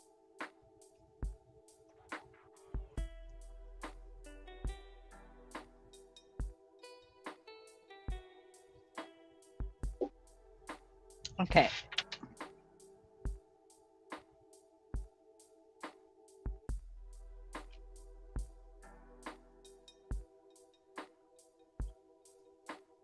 Cat fact of the day. In 2015, Treetop Cat Rescue debuted on Animal Planet. The reality show featured two brothers-in-law and certified tree climbers from Seattle rescuing distressed kittens trapped in towering trees. Together, they have rescued over 3,500 cats. Wow. That's a lot of rescued cats. Yep, we got it. I can see this. I can see your stuff on the table.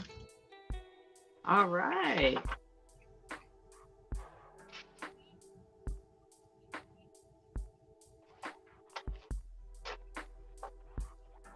Okay. Just go like this if you're good. All right. Here we go.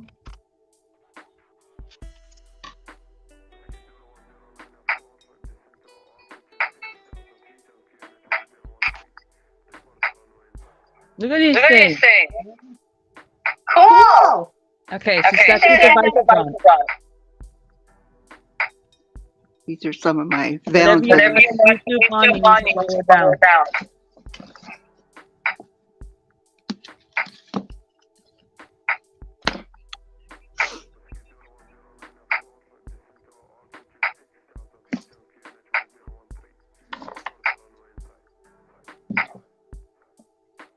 These are some of them I didn't like. What? How cute. That's vintage vibe. Yep. That's what I was trying for. Yeah. Have a second device on? Pardon me? Do you have something on your phone? Do you have YouTube and Restream open on your phone? No, I think I got two windows open now. So close the YouTube screen.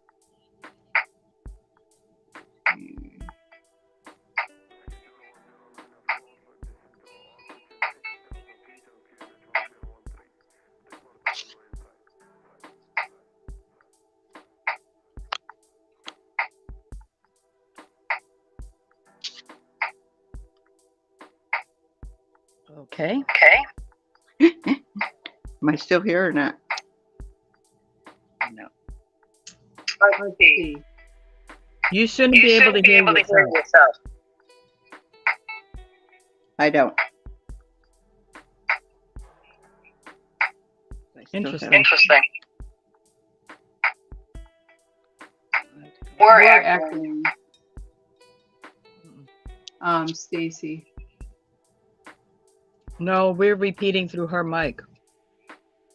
Okay. I She see. has to have two windows or another device open, like her phone and her TV, or her phone and her computer. I only have one.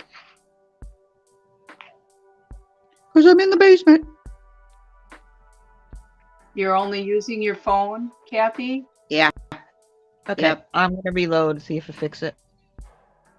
Oh, wait, did it go away? Oh, you're not echoing now, Stacey. Okay, it went away. Good. You got Look it. at these things, guys. Wow, is that cool? Aren't they the cutest thing? And the ones that she had sent me the link to, I mean, were so... It was like these on steroids. You think these are cute? Oh my god. These are cute.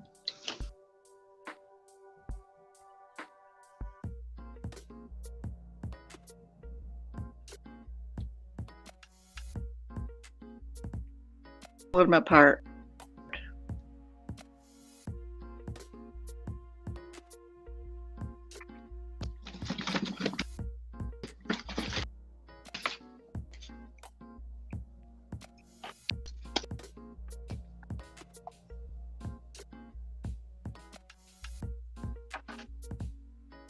Cute.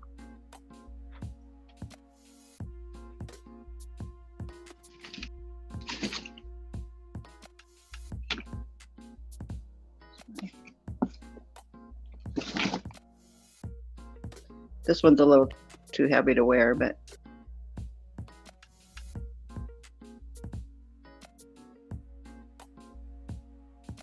Oh, look at the ducky.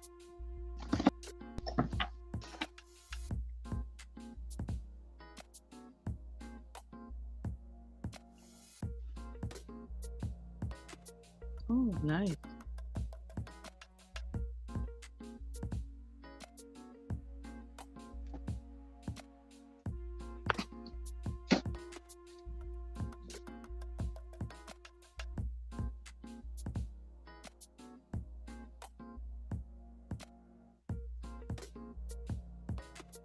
That pretty much.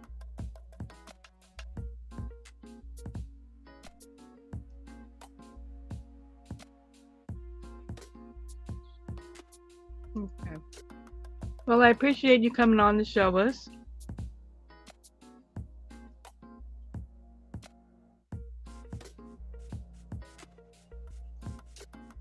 I don't know if you froze or not just now. You're not moving. I can't hear you. So what I'm going to do is I'm going to boot this image of you out, and you'll just be back in the chat if you just open up, close this and open up YouTube. Yeah, she lost signal.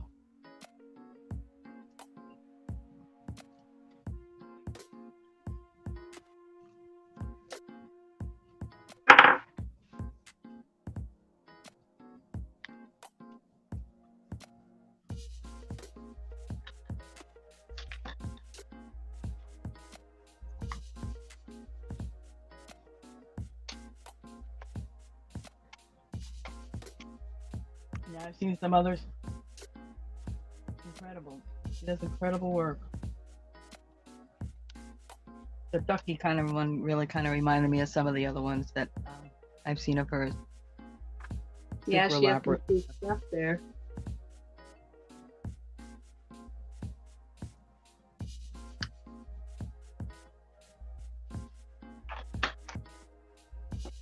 Hi, Austin.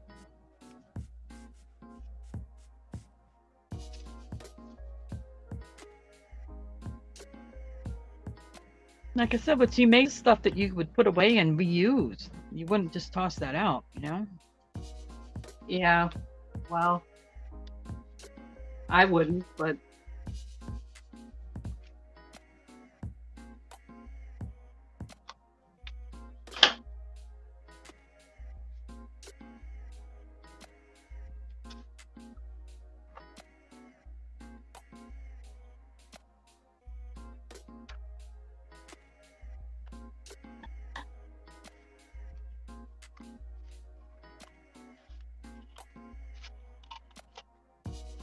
We'd have to give you a chin strap, Ma, that's all.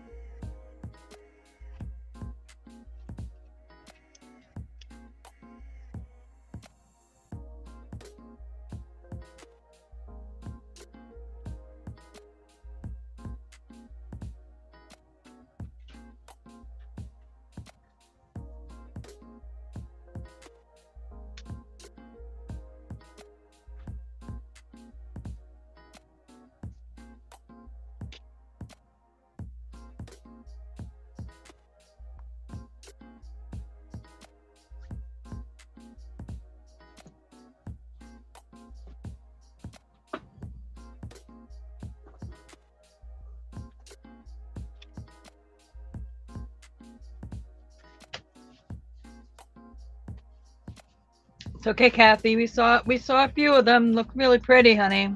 I thank you for coming up and showing us.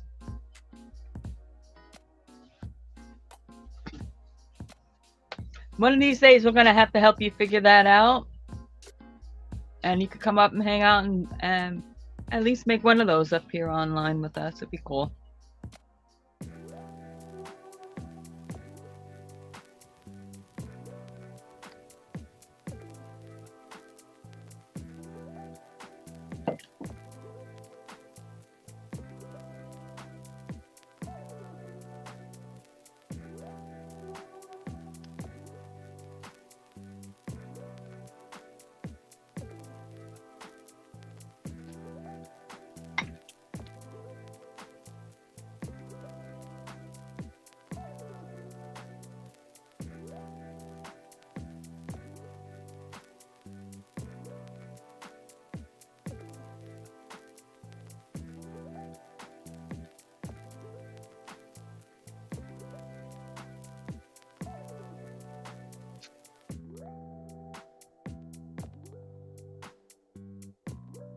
Well, I mean, what else could we do?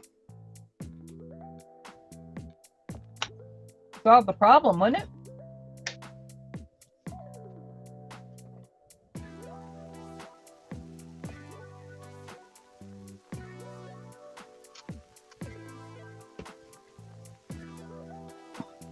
All right, I'll be right back.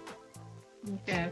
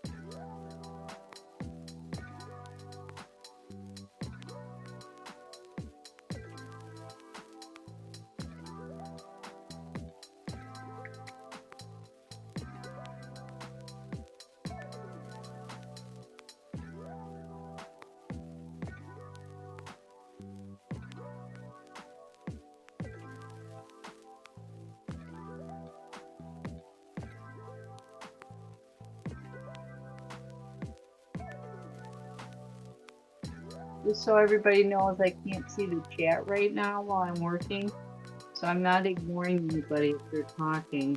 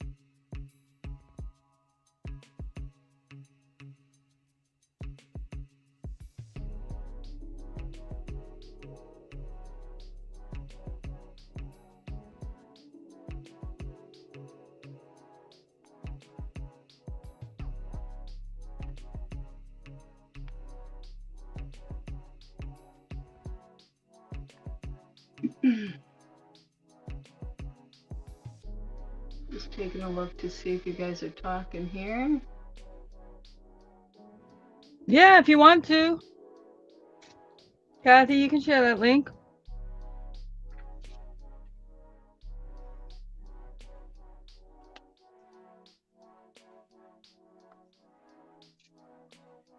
Also, if you want to share your IG link, go ahead and do that.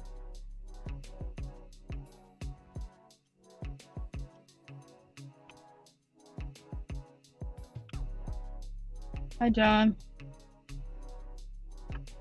Hi, John.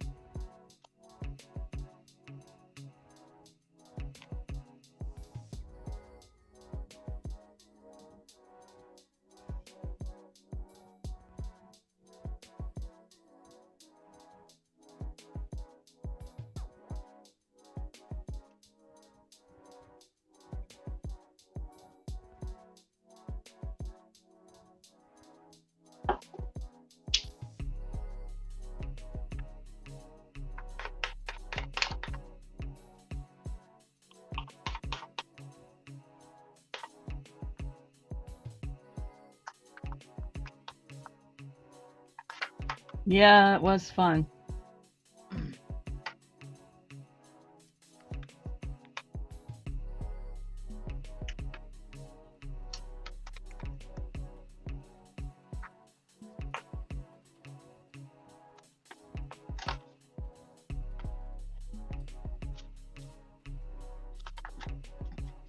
That is funny. Yeah, I got on there a couple times. I was in and out.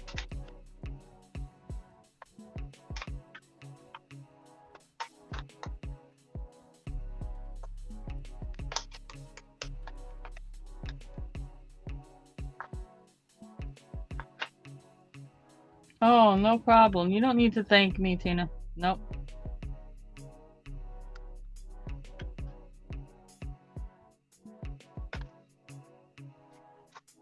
Howdy ho. Hi, Kim. Hey Pam. Hey Stacy. Did you hear Pam? I heard a little bit yesterday that the puppy passed away. Yep.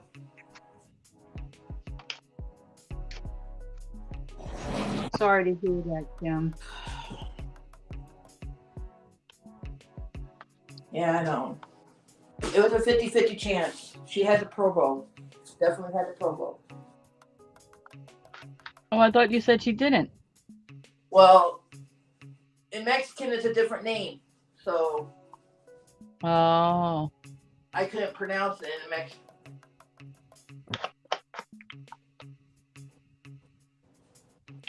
Around the mud. In the house.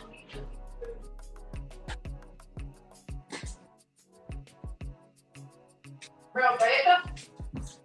Galleta? Want your galleta? Let's go. What?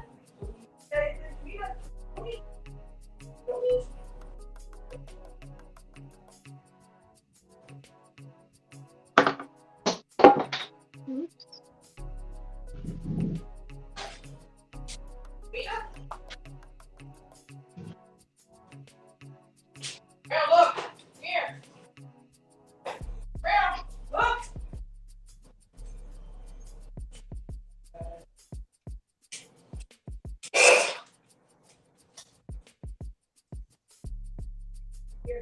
Okay. Thanks for hanging out, Kim. Kimmy. Get it! Get it! No. Here.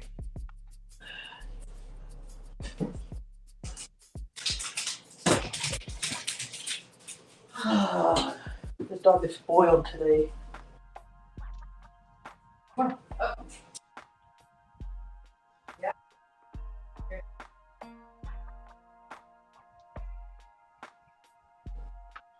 Oh no.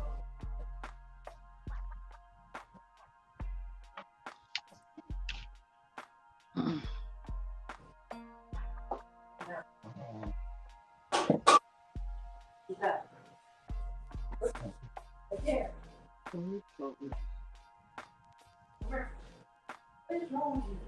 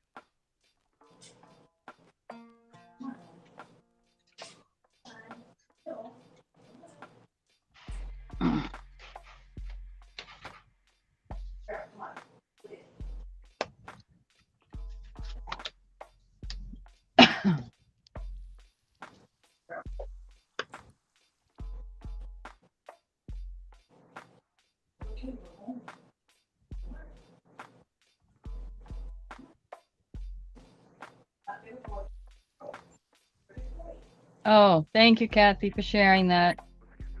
That's the link Kathy had sent me of the first ones I've seen of what she made of the fascinators. And it's the last 20 minutes of the show that the lady opens up her box with the fascinators in it. They're amazing. Hey, Kathy. Hey, Ma.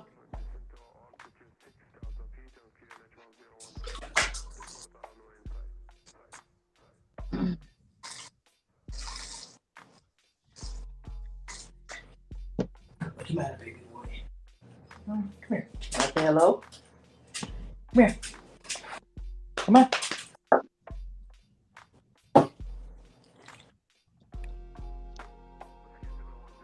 There he is, you guys. There's Romero. Hi, Romero. Hey. Hi, Romero. Oh, you see? Yeah, you got lovely boy. You got people that love you. Yeah, baby boy. My fur babies are sleeping. Good boy.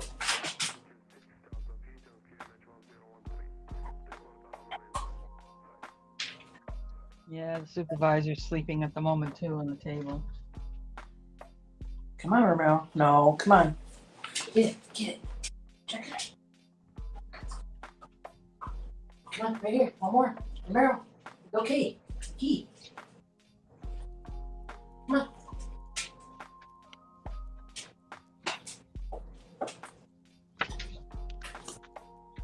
Here, Romero. Look. There you go, big boy. Come on, baby. What's the matter?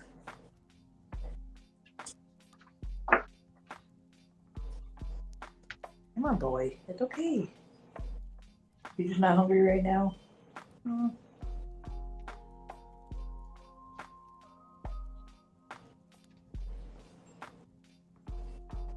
I know you miss Daisy, Romero, but she's gone.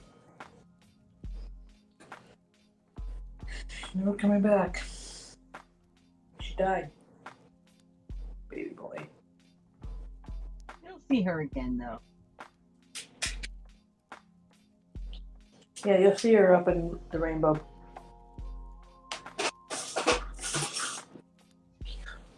Be right there. You can be right by Mama. It's okay. You can be right by Mama. Yeah.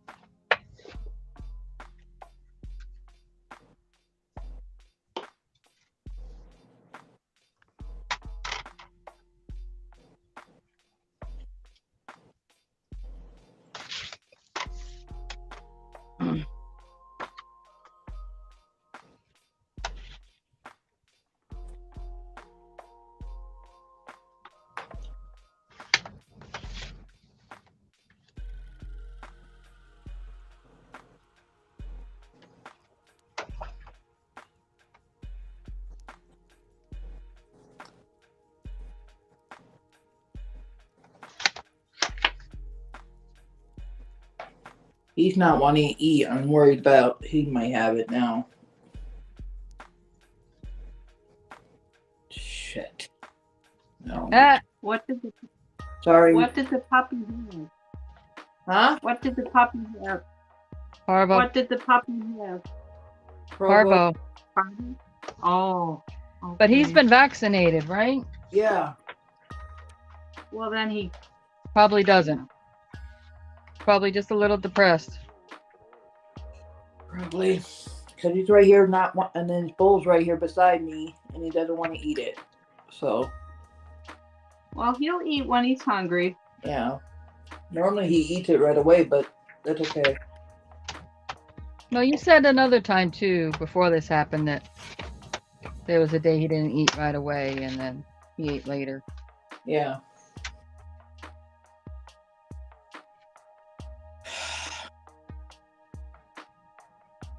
Not too worried about it. Not too worried about it. No, he's been vaccinated. He should be fine, honey. Yep, he had all his vaccinations in April. The beginning of April.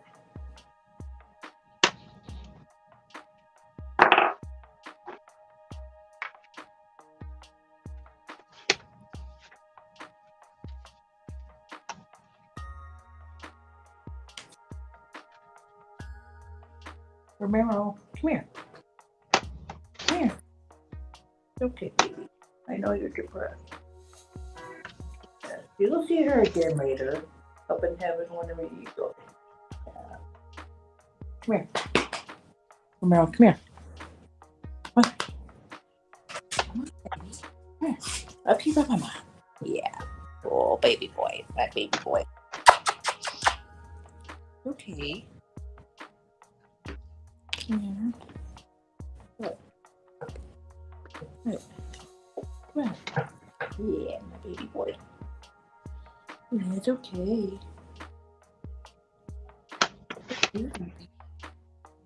Hey, I just woke up with Mama. That's probably not real. Just woke up with Mama, huh? Like Mama did. Yeah.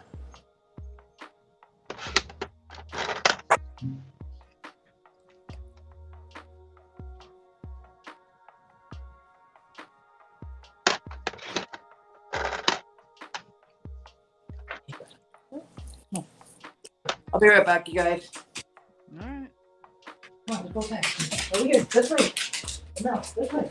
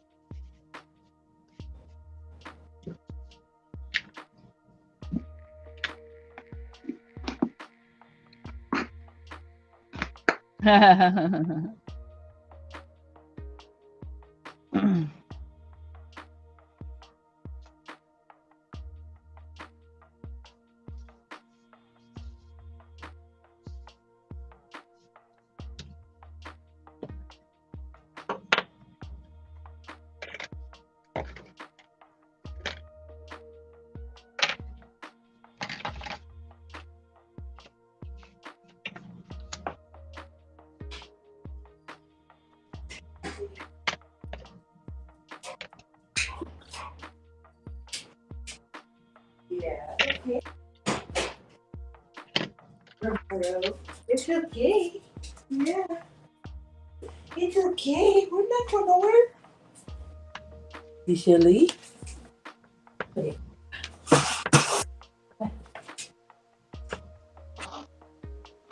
There you go. Good boy.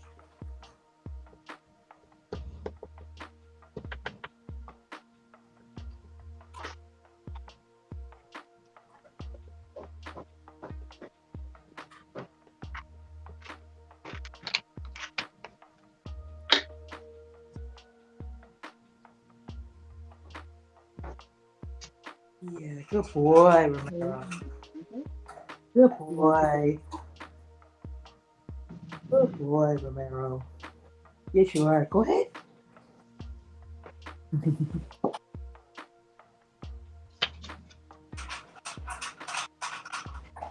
Did you hear that? He's eating. He had to go potty one more time. He had to go potty one more time. Mm-hmm. So now he's eating.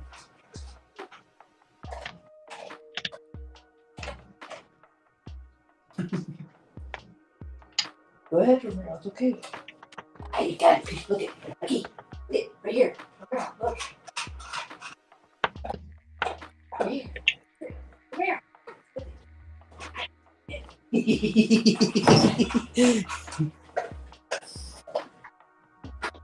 What? Oh, you're stretching now? Come on. Over here, then. Put it right here. Okay. Okay, baby. Oh, good boy. Good boy. There. You can lay down if you want. Neat. There you go. Go ahead. There you go. Good. Go ahead. Yeah.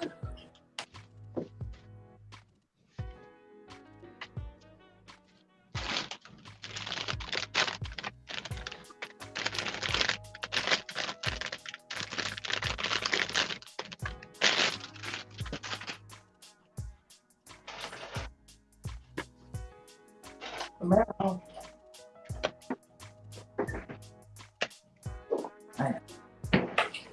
Hold on. No. No. Right there.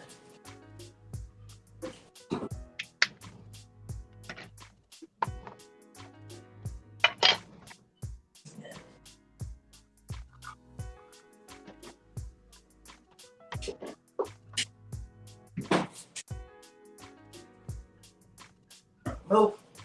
Gotta move, baby. Look at this. There we go. Just right here. There you go. Better? Yeah, see, Mama got. There you go. Okay, you're drinking and eating, so I'm not worried about it.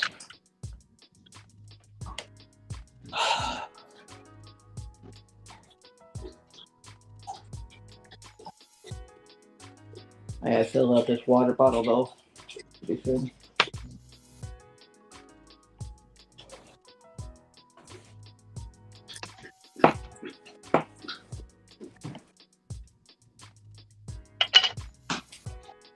Come on, come here. Look it. Look right there. Baby. You can be right by Mama. Yes.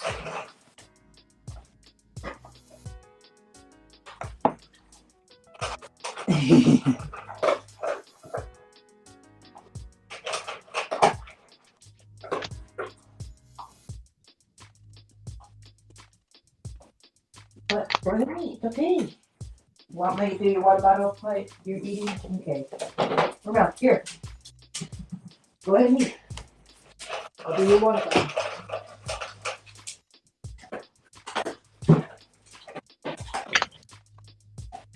All right, Kathy, thanks for hanging out, showing us your wonderful work.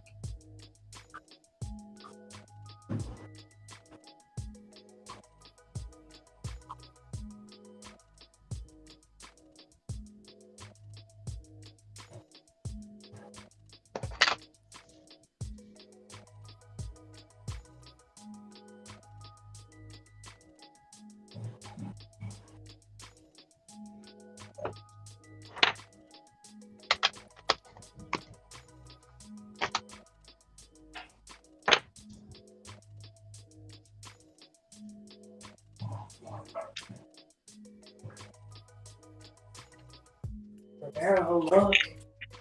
Look what Mama's doing for you. Yeah, she's doing it for you, big boy. There you go. Okay, come on. Come on, baby. There you go. There we go. Now I hope he has everything he needs. Oh, lad. Go ahead. Get it. Can we get it, Romero? Yes, you will. I'll help you.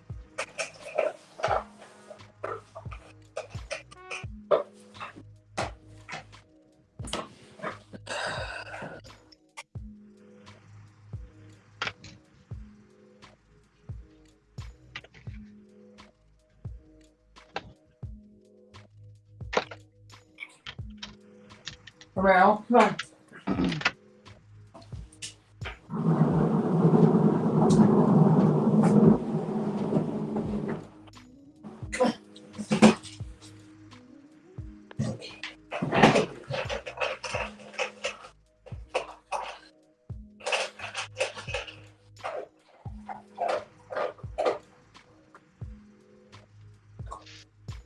It's okay. There's nothing outside. Eat. It's okay, baby. Really? Here, Romero. Come on. Okay. Okay. There you go. There you go. Yeah, it's better. Oh. That. Ready? There. There you go. Romero. Okay. Mama did it for you. Like I always do. Like I always do for you, baby boy.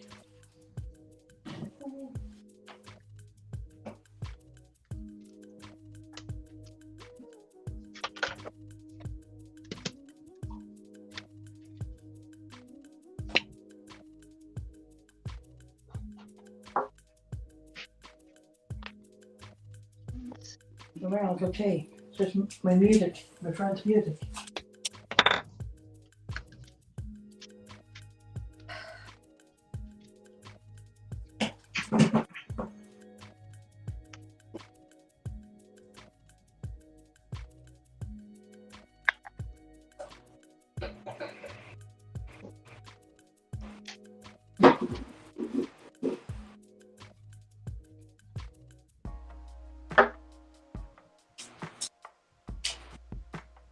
Hang on, you guys.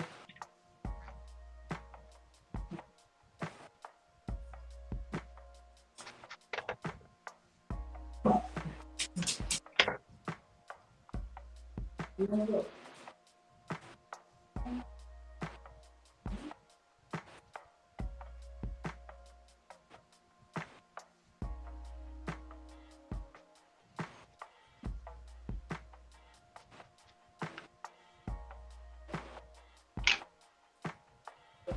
Oh.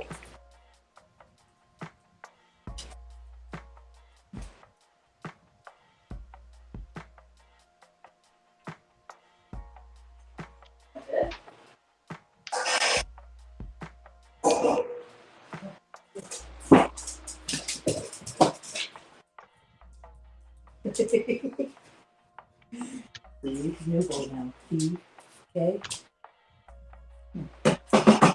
There you go. Checka, checka.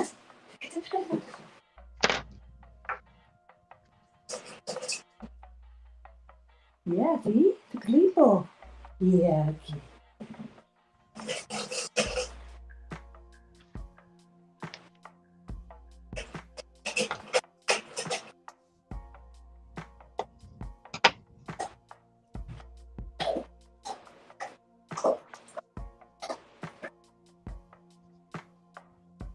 This dog is spoiled. He has to have a clean bowl to eat.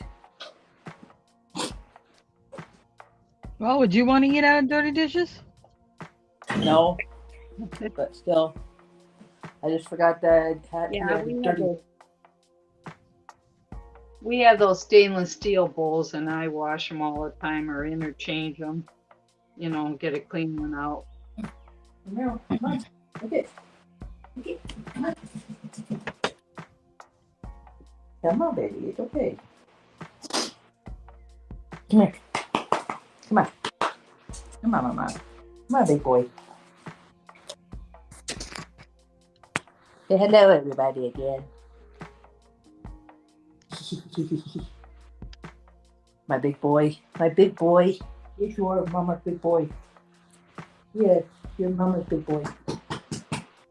You know that? You're still in Mexico then, Kim? Nope. Got back late last night. My friend Kim got me. Okay. Well, welcome home. Yeah. Welcome home. My friend Kim got me late last night after she went to her doctor appointment or the hospital. Her other person, her other wife. Hey, Meryl, stay over here. Keep an eye on your baby.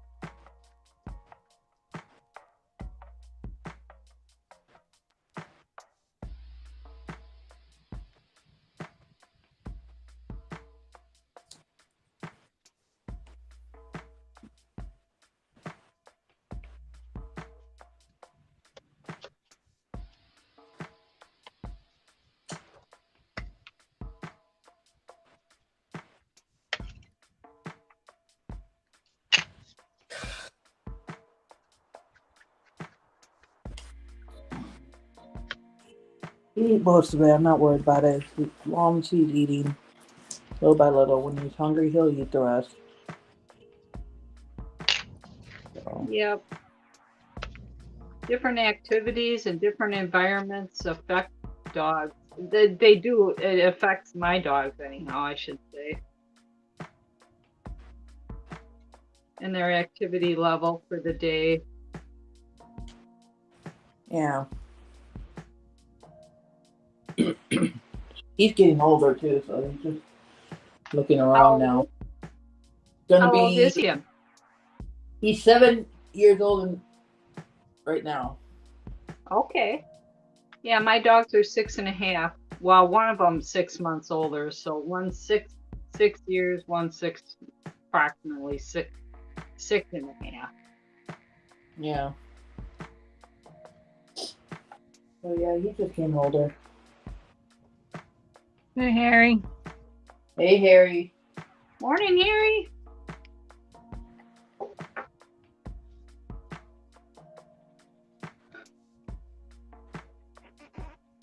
Yes, I am home too, and I will be going to do your thing later today.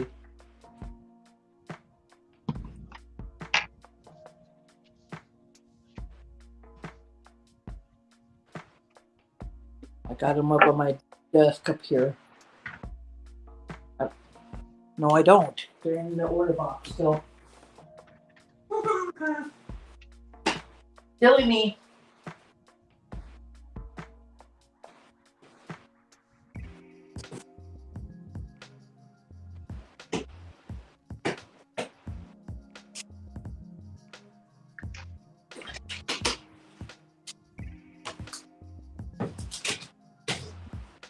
Now they are up on my desk, so I can do it. Reminds me to do it.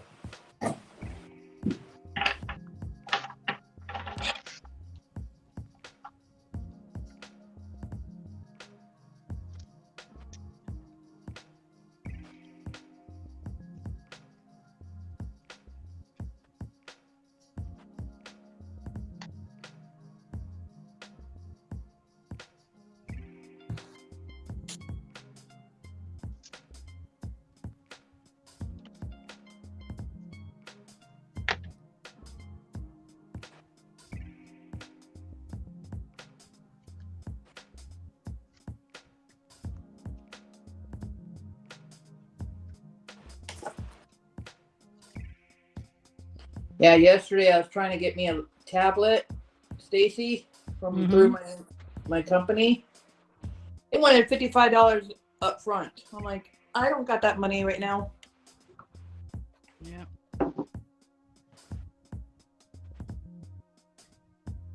Can't even pay off Barbara all the way.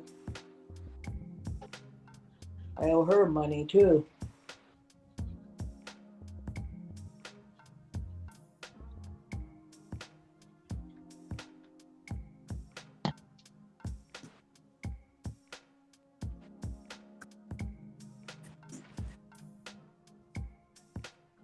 I really wanted to get a tablet so I could leave this one my phone right here, right like you have the phone right here and then have another thing, but I can't afford it right now.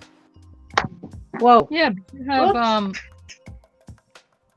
don't you have like connection on your television to look at Yeah. chat? Yeah. I could do that too. But I would have to turn this around where it doesn't get a lot of light though. I wouldn't mind doing it, but I'm just saying.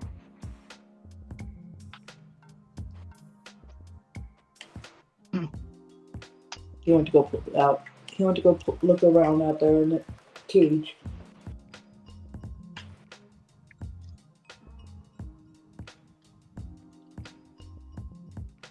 Because we're going to waive the insurance, not the insurance, but the activation fee for me. But the insurance one, I would still have to pay, but I can't afford it. No, $55 right now. Just lost a dog. Yep, 2 days ago, so can't do it. Can't do it. Yeah. Yeah, she's going back on today too.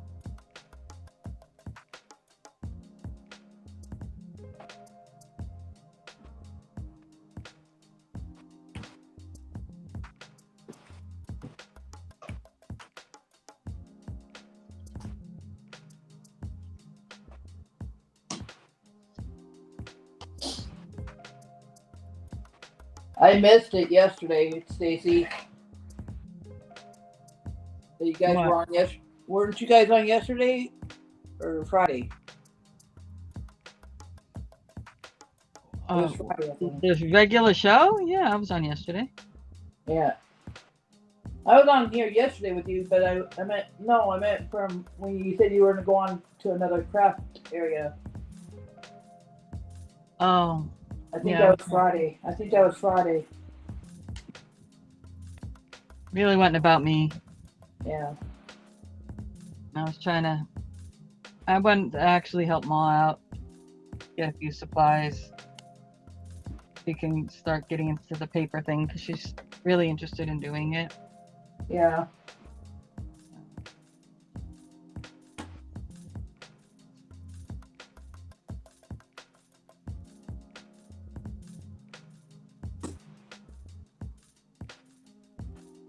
That's good at least.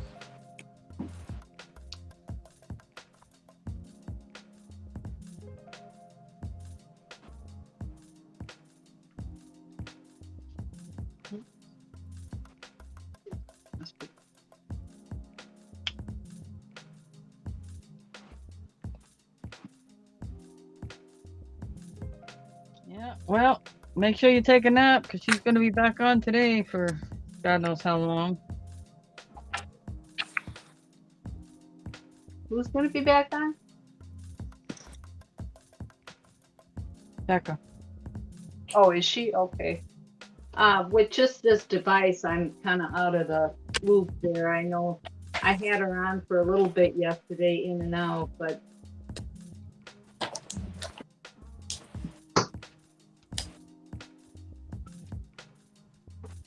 a continued D-stash, Stacy? Yeah. Okay.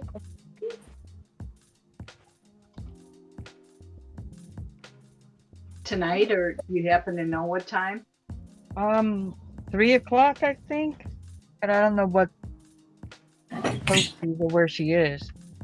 Okay. All I heard her say was something about 3 o'clock. She probably has a thumbnail up. I'll have to look and see. But I'll be just watching, not doing anything because I can't afford it. So.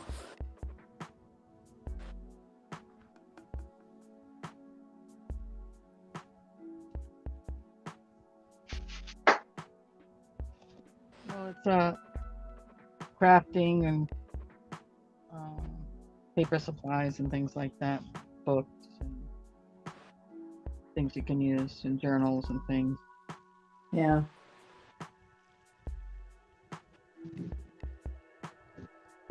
Kind of spoiled at home because I got 3 devices I can. I have 2 right now. I have my phone, and then I have my TV that I could be using. But I leave that on for Romero with music, but I don't even have that on. So.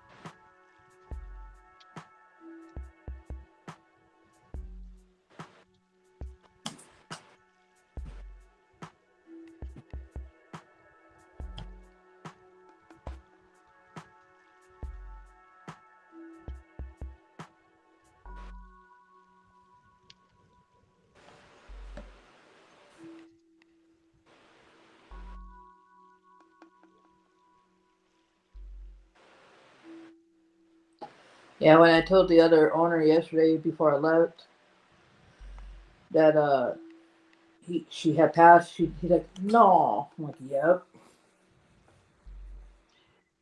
Yeah. Man should not be allowed to have another dog. He's got one. Not already, but he has another one, but it's over with his sister or daughter's house, I think. I don't know. Somewhere over there. I don't know where. Oh, so there's somebody else actually taking care of it than him. Yeah, not him. No, I wouldn't let him have another dog either. 2 dogs that he had, I took over, and in months they yesterday was a couple days ago for Davey, but I had another dog of his, and it did the same thing. It died. Could have had a big old gouge right here, and he didn't take it to the vet or anything. So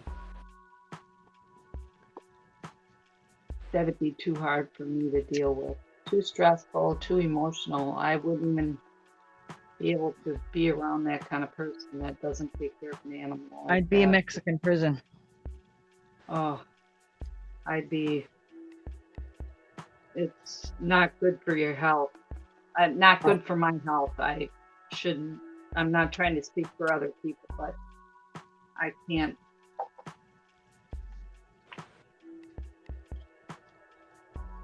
if he ever gets caught doing it himself and the cops go by, yeah, he'll get put in prison. They gotta catch him to do it by doing that. Can't go and just call and say, hey, this guy's killing dog or getting dogs and letting them die. Can't just say that. They have to see proof. Okay, so it's 3 Central, 4 Eastern. Okay, thank you.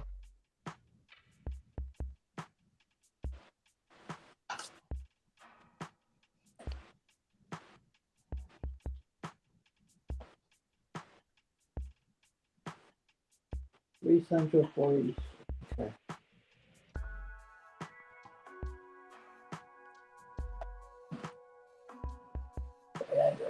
One thing I gotta do today is definitely get Harry rubber bands sent out to him.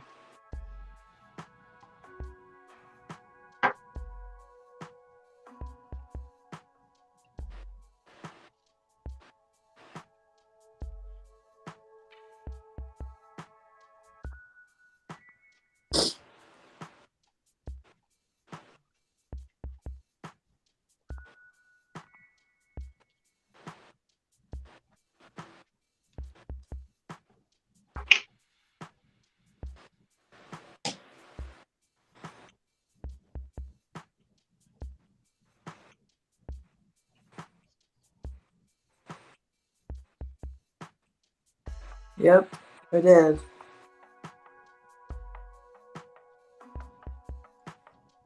Pam, Harry's asking you what you're making. Just something for a scrap journal. I don't know if I'm going to use it for a belly band or just an insert. Just using the materials that I have here. I have more stuff at home. I'm kind of limited here. So just kind of creating here. This is bigger than a tag. It's bigger than these tags that I'm making.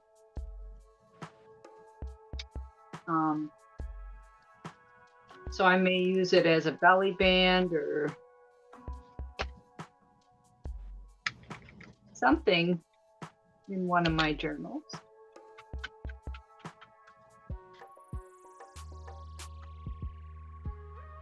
Just kind of creating with what I have here instead of having a set pattern or a set design to follow. Mm-hmm. Yep.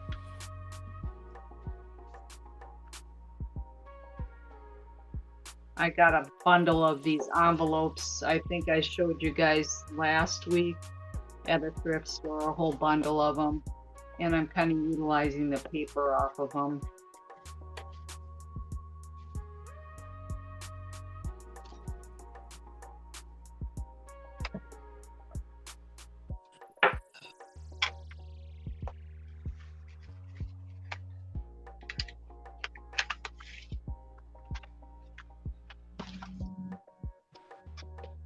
I know that, Harry, for a fact. Good. In 2 more months, it'll be a year for my mother.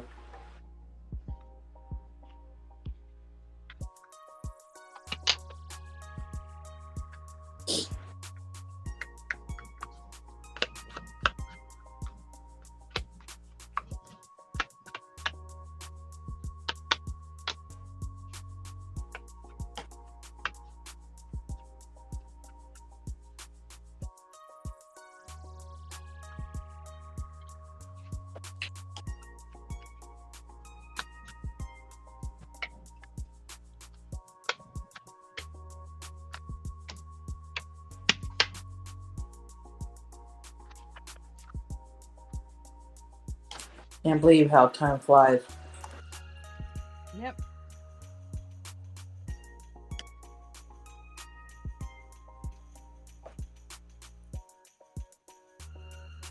Time flies so dang fast.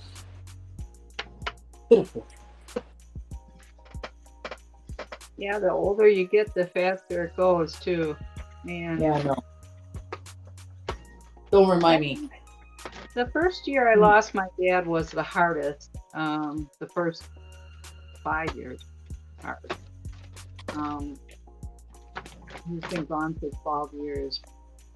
There's not a day that goes by I don't think about him.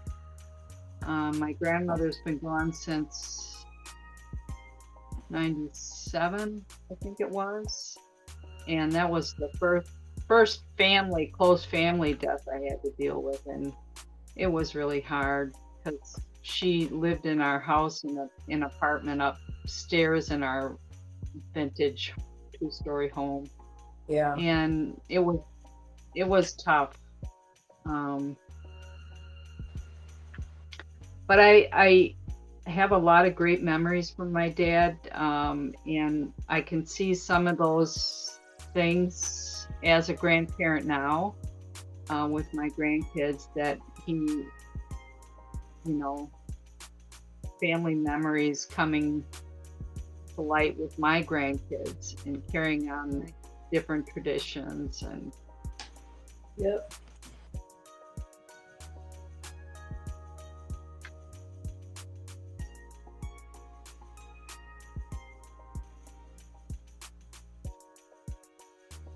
And as my mother ages and her health kind of deteriorates here,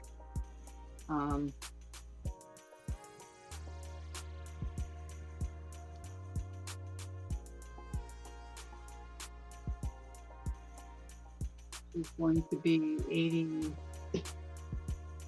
82 on Sunday. Wow.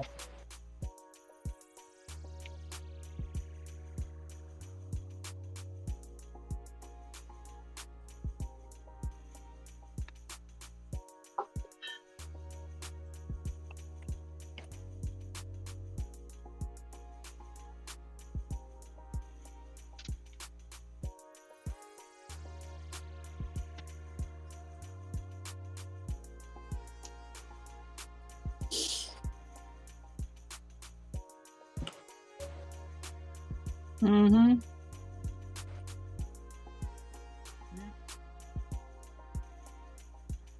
It's great when you're not thinking about adult responsibilities in life, and that hits all over from there.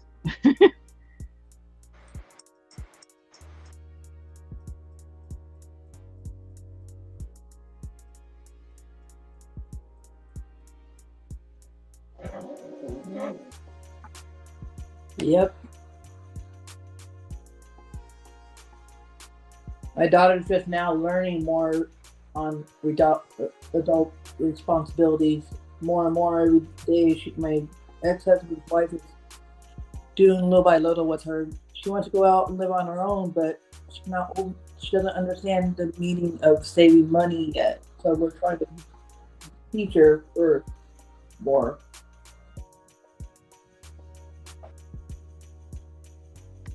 Because she wants to just go out and blow everything every time she gets a check from work.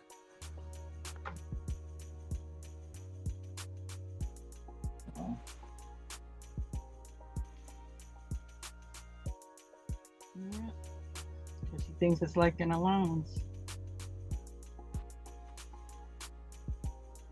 Mm-hmm.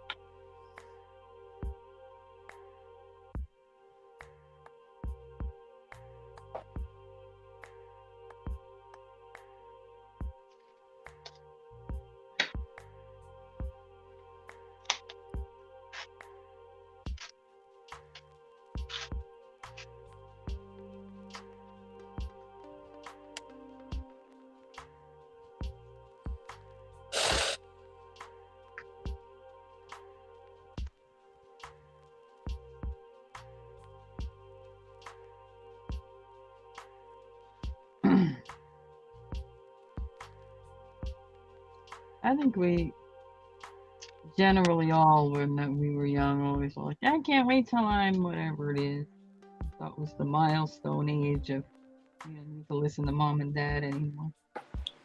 Mm-hmm.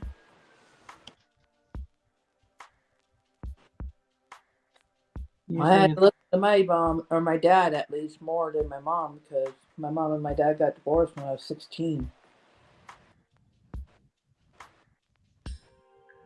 Yeah, it's usually about that time, about 16 years old.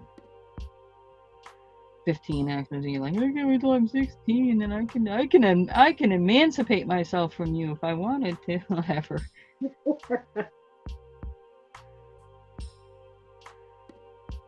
When I first moved out on my own, I was 18 years old. I had to. I just couldn't deal with it anymore. I was living on my own with my so-called girlfriend of mine that took advantage of me by making me pay for everything. Yep.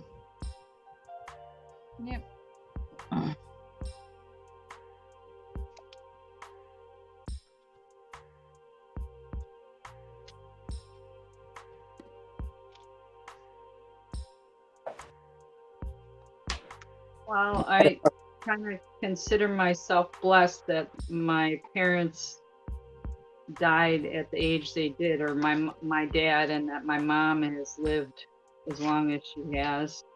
You know,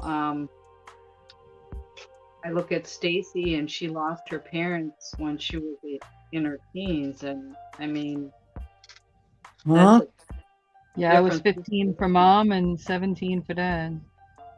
Yeah, that's wow. And then lost the only grandparent I knew right in between there. Wow. So you know what I'm going through then, for sure. Oh, honey, yeah. It's a thing. For everybody, it's a little bit different. Mm-hmm. No, the stages are there, but when you go through the stages, it's different for everybody. Yep.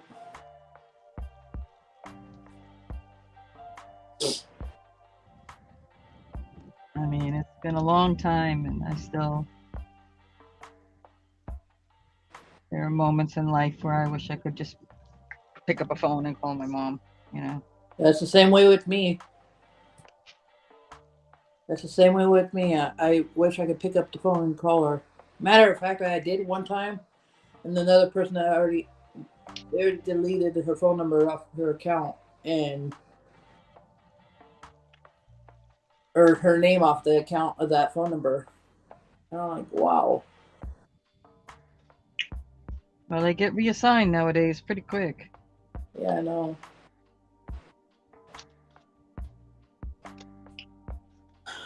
So I deleted her phone number finally, and because I didn't want to keep on having to call that number anymore because it's not her anymore. It's someone else's. So.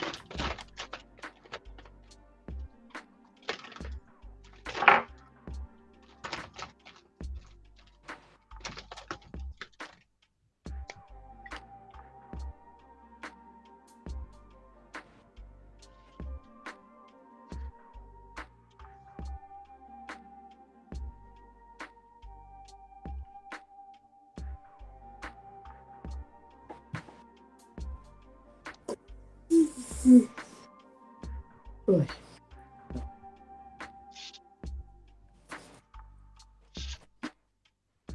I don't yet.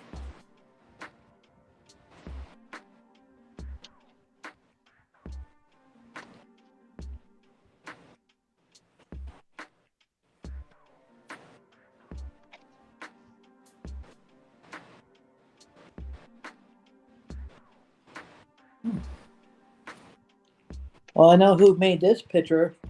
They got the name on the bottom right corner. The Todd Baylock puzzle.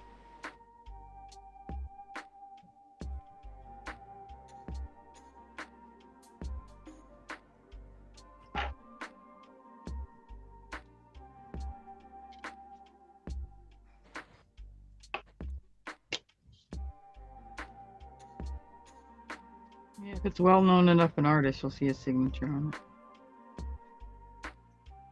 This is the first scene to see him signature. It's right there.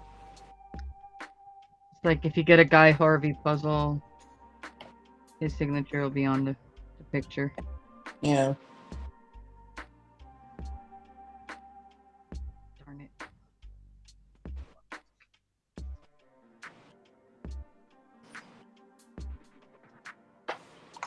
I still have 1, 2, 3, 4, 5, 6 more puzzles to do after this one. And I still have to do the one I had to glue yet but I haven't gotten the other poster board yet. Dogs? Huh? Doggy one? Yeah, they're all dog ones. The ones I have 6 more of the puzzle ones of dogs, and then the one I just finished before I started this one. I still haven't gotten the poster board for the one I had to put glue on it and put it up in my room.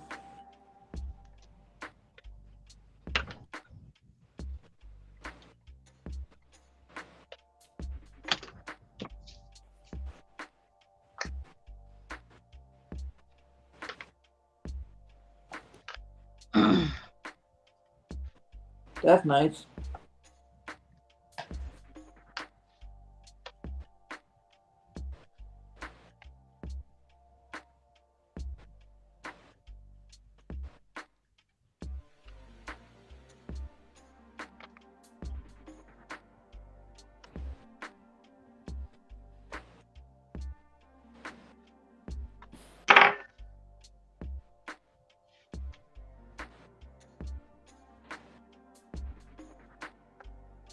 Hey, Willow. Hey, Willow. Howdy, Willow. Put that in.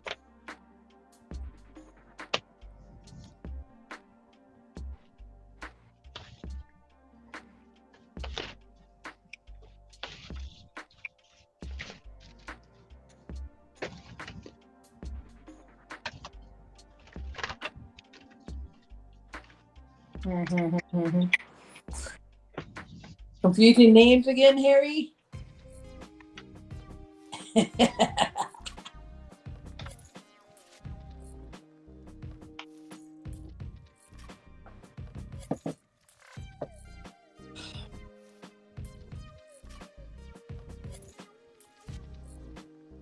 Well, unfortunately, Harry, honoring thy mother and father is probably the biggest broken commandment.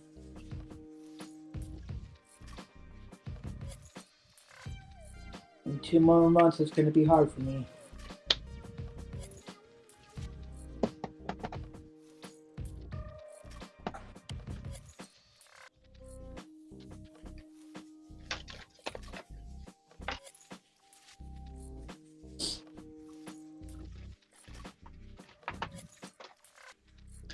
But I know she wouldn't want me to be upset. She knows that. I know that she knows that she's safe up there now with Harry. Late husband.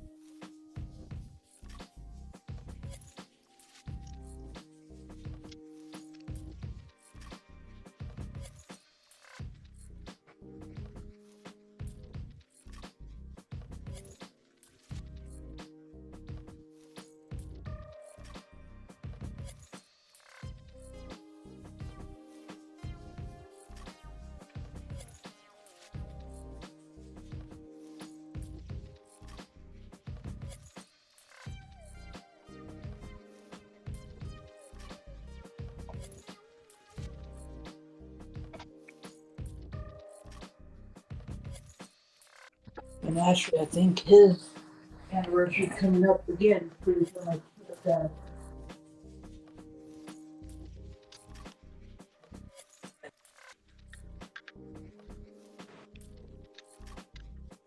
Oh yeah.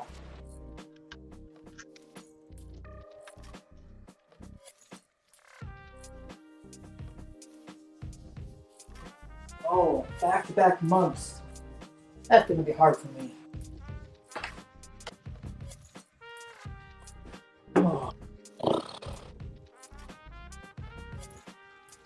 It's gonna be back-to-back months. That's gonna be very, very hard for me. Mm-hmm.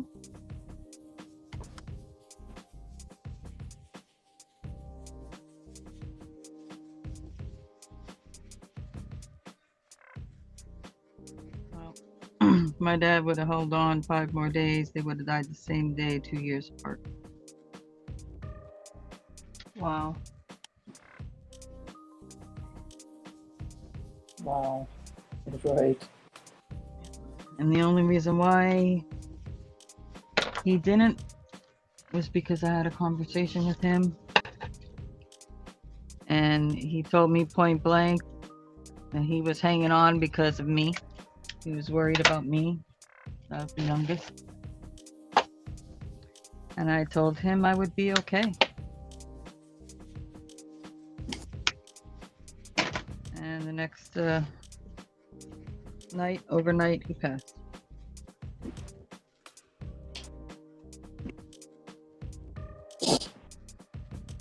I knew he'd want to be with my mom anyway.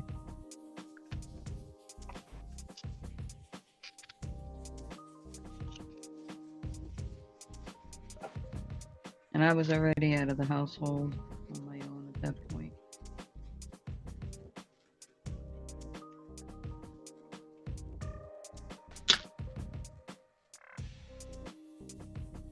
Jeez.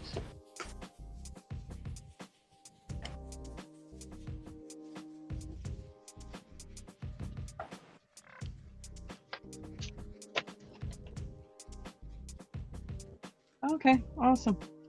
Just a moment.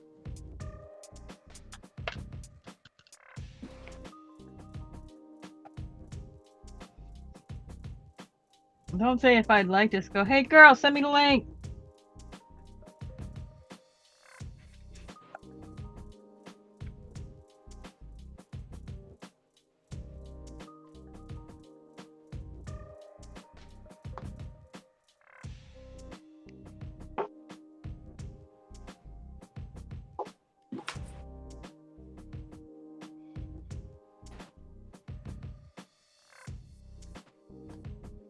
Girl, coming over here to start trouble. You were just napping. Come on.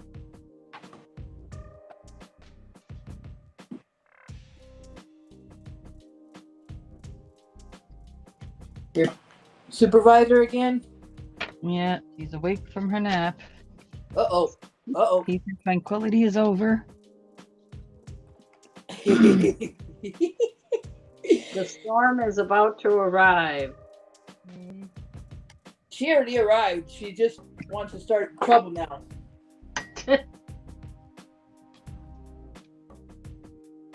She just wants to start trouble with Mama.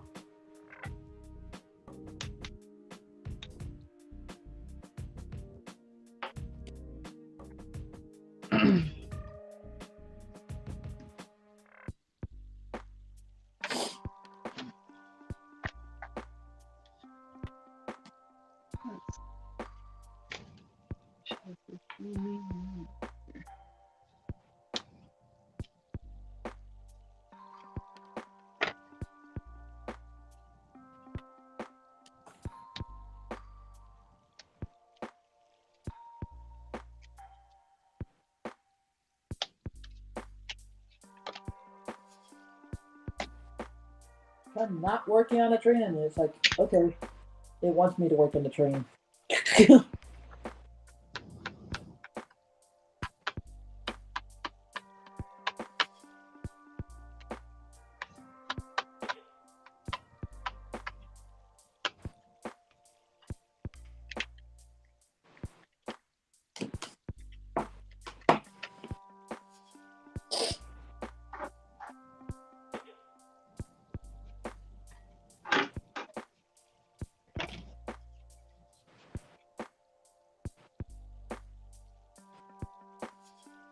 thing is, I would have been a good mother for that puppy, though.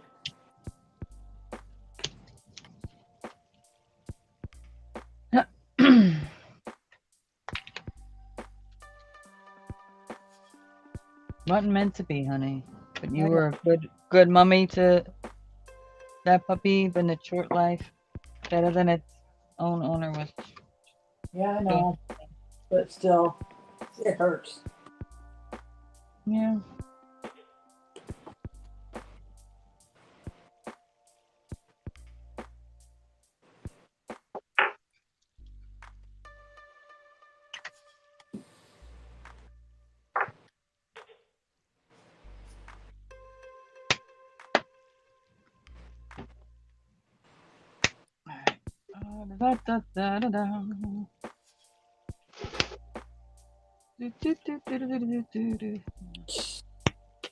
Are we seeing now?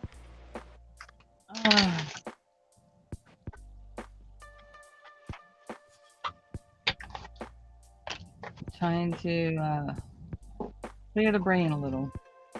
Nah.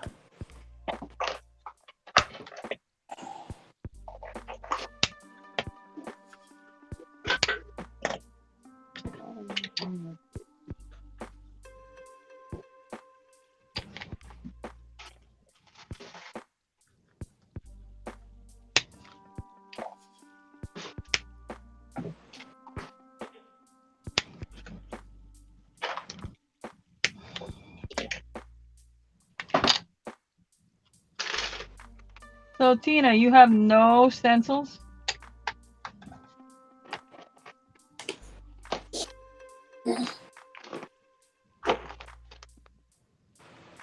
Hello. Hello, Willow. Hi, Hi, Kim. Willow. And yes, I heard about your baby. I'm so sorry to hear that. At least she died in loving arms instead of where she was. Yep. You gave her that. She actually died on my chest.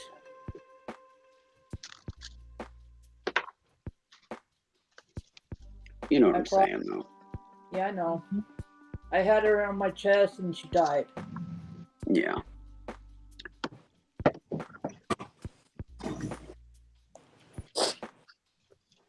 Maybe she felt like she was in a safe place and didn't have to fight anymore, you know? Yeah. I mean, that's like a huge gift. Just giving her that that freedom.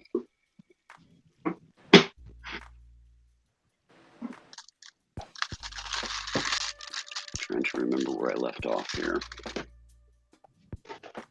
I could have swore I had another glue stick here, but I guess I don't. Oh no. Yes. A paper crafter that runs out of glue sticks. So I'll have to. I got lots of them at home, but I use the ones I had here. I'll have to make a run to the store later. I Yeah. can use this as a glue. Now you have to go old school and use the bottled stuff. Oh no. I don't even have bottled stuff here. Oh, that's right. You're in your cabin, aren't you? Yeah, I do have this tape glue runner thing here that's permanent. I'll use that. Oh, the roller, yeah. So. Oh, yeah. I think I had one of those sometime at some point, and I was like, this is awkward. Walmart sells them pretty reasonable if you want to have one for doing different parts of making things. It's not too badly priced for a box of them.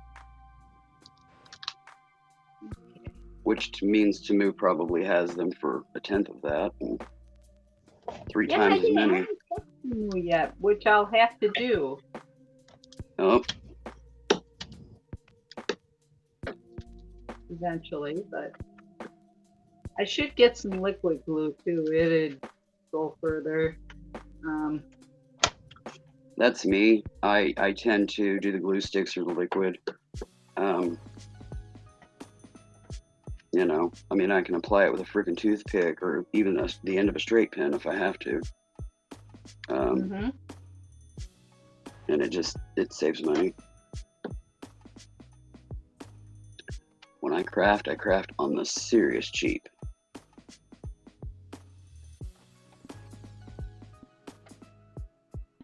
But that's just me. You know, it's just the way I am. Try to try as much as I can too. I don't know, I've always been that way. I've always been uber thrifty. I was thrifty even before Mom knew the degrees of thrifty that existed. Same with my sis. Now she's all about thrifty. You know? Isn't that something? Yeah. Well, now that for the past 9 years, it's just been me and her. So she's, you know, she's noticed more, and you know, the ways that I go about, the research that I do before I buy something.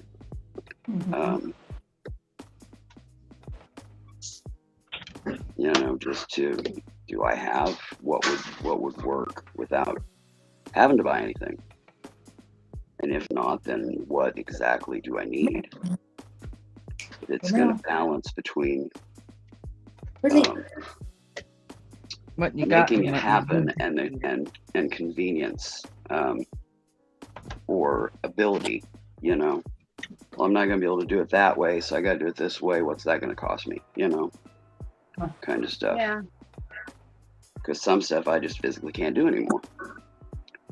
You know, like I don't have a fret saw anymore, and I couldn't use it if I wanted to because they vibrate the hands too much.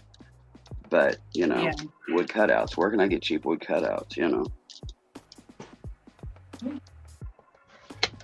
Just different stuff like that, you know? Even my dad learned things from me and my thriftiness to be able to accomplish things for a fraction of the cost. You know, well, I learned how to do it this way. And I'm like, well, yeah, but if you do this, this, and this, which takes, you know, less than 5 minutes, you save $50. And he's like, really? You know?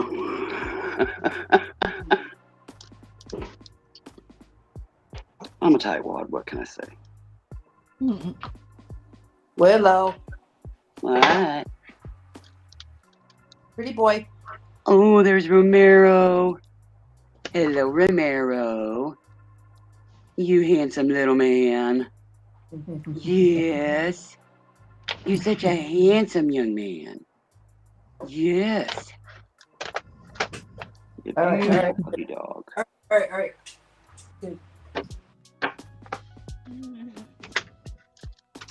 I'm a doggy fix for the day. I miss having a dog. Yeah, definitely different than cats, for sure. Well, I mean, this is the longest in my life that I've ever been without a dog. You know, at most, it was like a year. We always. Well, I went for many years without a pet. Yeah, that drives me crazy. I went through that when I was married.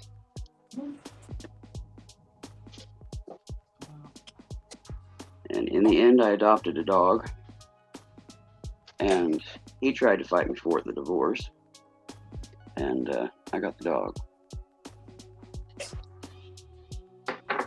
He tried to fight me for my car. He couldn't even drive. Jeez. And I simply explained that to the judge. I said, this car was given to me, Sweet 16, which, you know, and I said, he can't even drive. What does he want my car for? This car came into the marriage through me, and it's going back out with me. Because, you know, he can't even drive. He has no sense of ownership on it because he can't drive. He doesn't have a license. He's never had a license. He couldn't because he was epileptic. Mhm. And he never went the necessary period of time to even be able to apply for a license without having a seizure. So, you know, sorry, dude, but you can't have my car. No, no. Come on. You're almost done. It didn't make sense. It flat didn't make sense. That was just Being a jerk. anything. Anything to mess with you. Mm-hmm. Yeah, which, I mean, I tried to do a very amicable divorce. You know, we separated properties and stuff, and I asked for nothing. No alimony, no nothing. Just what was mine. And, yeah, he was just niggling at me, but he didn't win. And what was funny was I wasn't working at the time, so he did the filing, and he thought that gave him a heads up. Yeah, it didn't help, or a leg up, or I don't know, whatever you call it. All I know is it didn't work. 2 more times, baby boy. You need to go lay down. But I got him in the end because I didn't tell him that I wanted to take my real name back, my given name, and give him back my married name. And I told the judge that while I was sitting there. And because if you get it done by the divorce judge, it doesn't cost extra. But if you get it done after, it costs, you know, hundreds of dollars. lot. Yeah. He didn't know I was going to do that. So after we battled all that stuff out, and I was like, oh, Your Honor, I would like to do this. And I mean, his eyes bugged out, the exes. What are you going to do that for? Because I ain't going to be married to you anymore. Your name came with the marriage. The marriage is being annulled. Don't need it anymore. So, yeah, that one kind of threw him back, but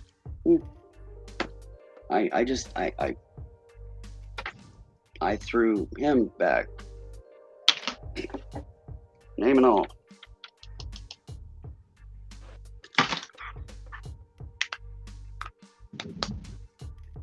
Yeah, for a moment there in time, he thought that, you know, he was going to get to me. Yeah, a twister named RJ. He kind of sort of forgot who he was married to. Durr.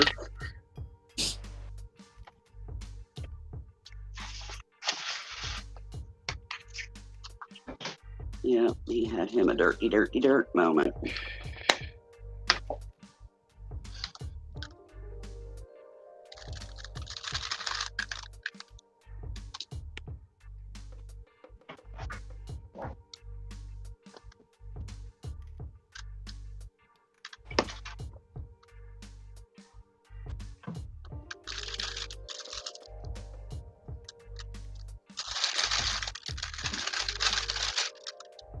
My dog finally ate all his food, Stacey.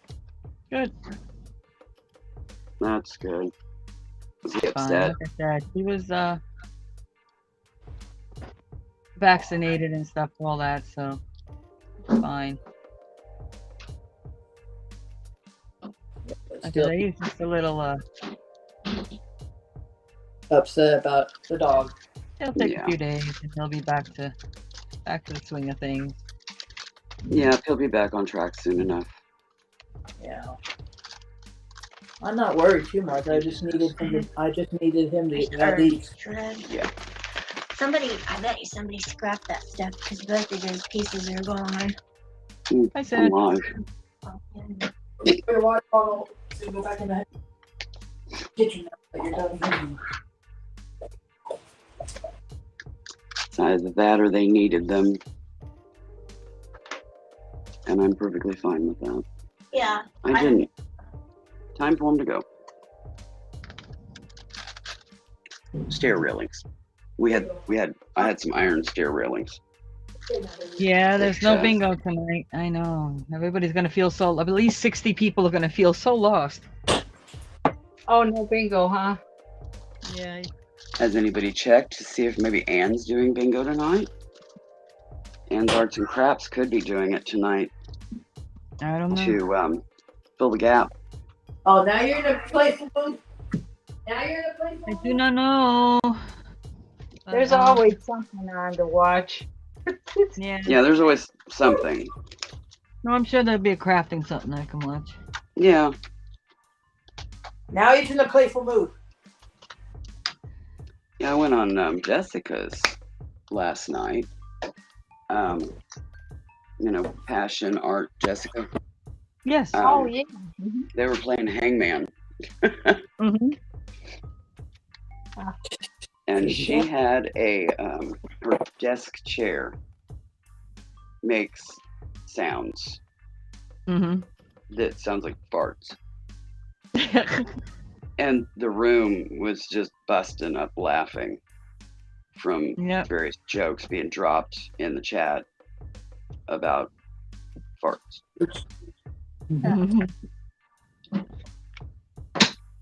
Did you make it the whole 20 minutes, Huawei? Congratulations. Now we're in trouble. Hello, Huawei. Hello, Huawei. Huawei. Yeah, now we're in trouble. I bet that 20 minutes was so painful, Huawei. What happened? They had to be timed out for 20 minutes. Or she. I'm going to sign out for lunch here and watch it from behind the scenes here, everyone. Okie dokie. Okay, Pam. Thanks for hanging out. Take care, honey. Have a great day. Yep. You too. Bye. Huawei, did you get timed out? Timeouts are only 5 minutes, so somebody would have had to have done it, 8 times? No. Mm-hmm. Yeah, 8 times. Wow, I can actually do math and didn't even realize it. 1, 2, 3, 4. Oh my gosh. I ain't no lady here. Sometimes it is amazing because you're not thinking about it when you come up with that number just like that, and you thought I gotta pause just like you did. Yeah, like, then you're like, what? Right? Wait a minute, is that right? Yeah. Harry, Hello, I ain't no lady. I'm a woman, and I can rip them with the best of them. Just saying. Huawei, I'm a woman Oh, too. come on. Enough said. What are you chewing on my thumbnail for? Well, then don't call me lady either. Yeah, ladies have parasols and gloves and fluffy skirts and sit around on picnic And trust me, blankets. underneath those puffy skirts, human beings. Oh, I know. Especially back then, because the food was more, more meats, more whatever. I mean, more, you know what I'm saying? Stuff that produces that kind of stuff. Yeah. Yeah, they'd wear the corset and it would just squish everything down. So a lot of the flounce in the waist of the skirt was just a big old mushroom top that got squished down in there. Well, it was part of it. Yeah. Yeah. Harry Rose. Got a false advertisement. Like push-up padded bras. Oh gosh. I'm glad Stop. I never had to wear one of those. I have never in my life worn Either. underwire or push-up. Oh, I've had underwire, but not for that reason. It was just kind of the bra I could afford at the time and happened to be an underwire one. Yeah, and I slice a hole in the side and slide. Oh the yeah, I wire wound out. up taking mine out too. After about 3 or 4 wearing. Mm-hmm. Yeah, and then you fashion this board that has slots in it, Mm-hmm. and you put those wires in it, sharpen the tips, of course, drill a little hole and run a wire or two through under the grooves. And yeah, makes for an interesting seat attachment for somebody you're pissed off at.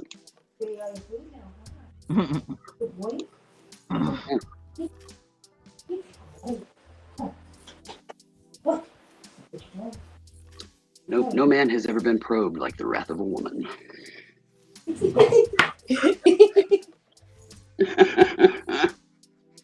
Especially one that knows how to use power tools. Okay, what's the next number? What's this? Let's do the cheese. Number 7. Hey, Mama, give it to me. There you go. There he goes. He's all happy and content now again. Deal with it. Don't have to deal with anything in here. Nope. I don't deal. I don't deal either. Yeah, you never tell a room full of alpha chicks to deal. Deal all right. Give you a hand of cards you'll never forget. Trust me, it ain't actually cards. Torture devices made with power tools. There you go.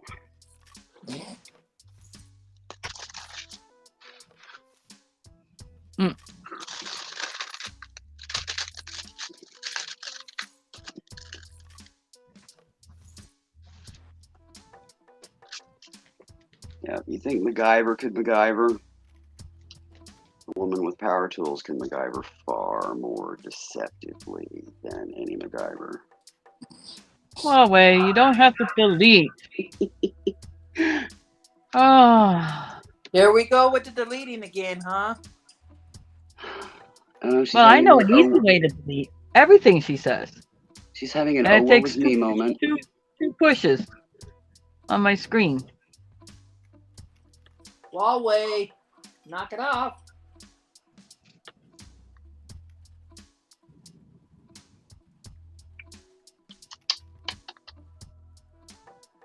Tisk, tisk. You better go in that kitchen. Find yourself something to stuff your face with. Oh, you're gonna blame it on me that I showed you how. Does this only happen when she's hangry?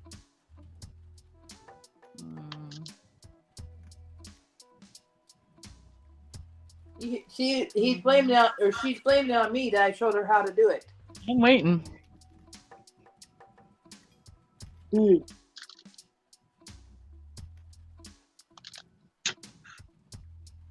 But I told you, if you feel the need to that you have to delete something, don't say it.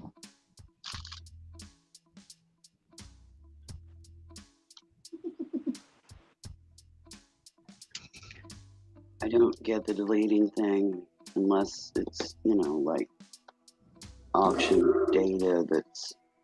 Yeah, but so can I. In the wrong place or something. Otherwise, I leave it out there.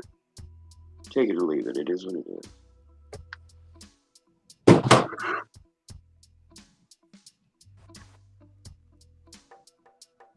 Huawei, don't blame it on me this time, though. Don't blame it on me this time. No trap water. Yep.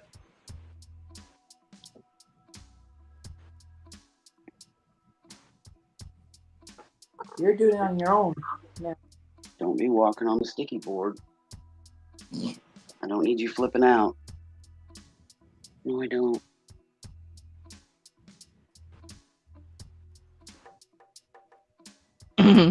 Oh, yeah. Yeah. Tick, tick, tick, tick, tick, Yeah, a tick, cat on a diamond dot is like a mouse on a sticky pad. Yeah. Except, bigger and they flip out. And dump the diamond dots and all that stuff. Would you get off of my table? You do not belong on that table at all. You know that. Back off.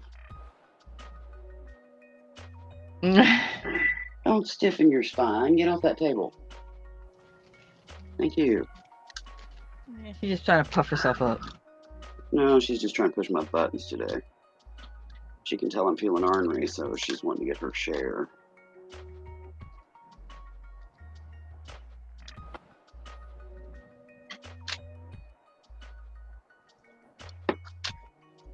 And yes, Tina, that's table.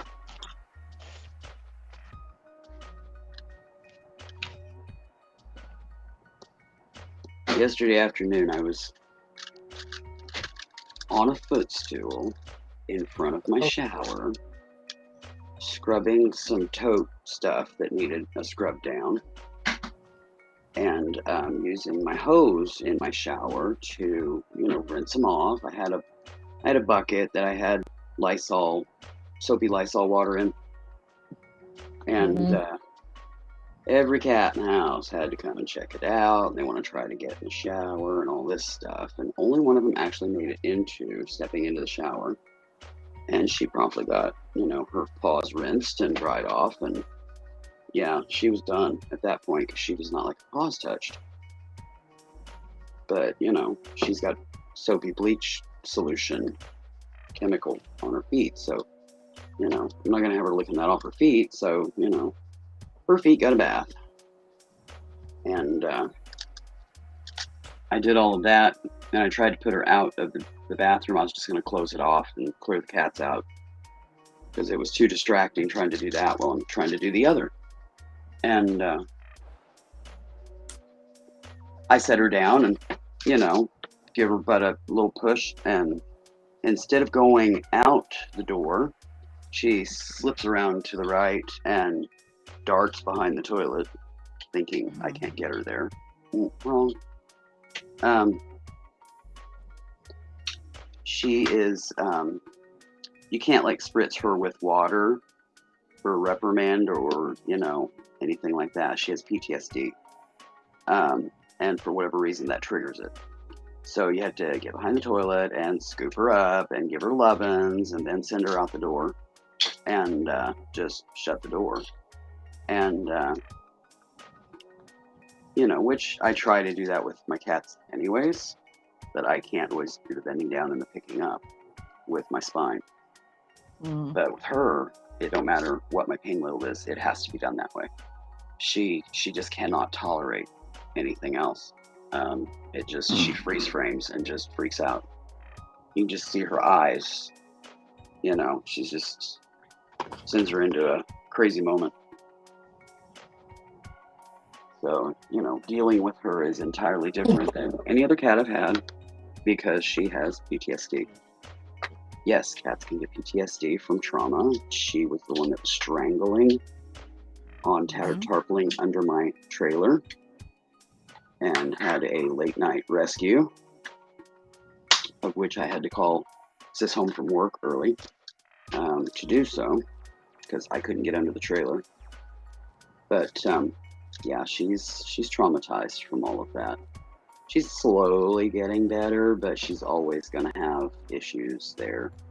It's not like you can send them to therapy and talk them through it and get them past it. And so there's going to be something there probably her whole life. I mean, she's only a year old. It could change. We're trying to give her as stable of as an environment we can and, work with her. I pretty much know her triggers now. So hopefully some time will pass and maybe it'll let go of it. But, yeah. I was going to go there, but Harry just went there for me. I was waiting for you to finish your statement. Chloe says she's painting a guinea pig today. Harry said, if it's a real guinea pig, I'll help you using food-safe color in your painting. If you're painting a guinea pig.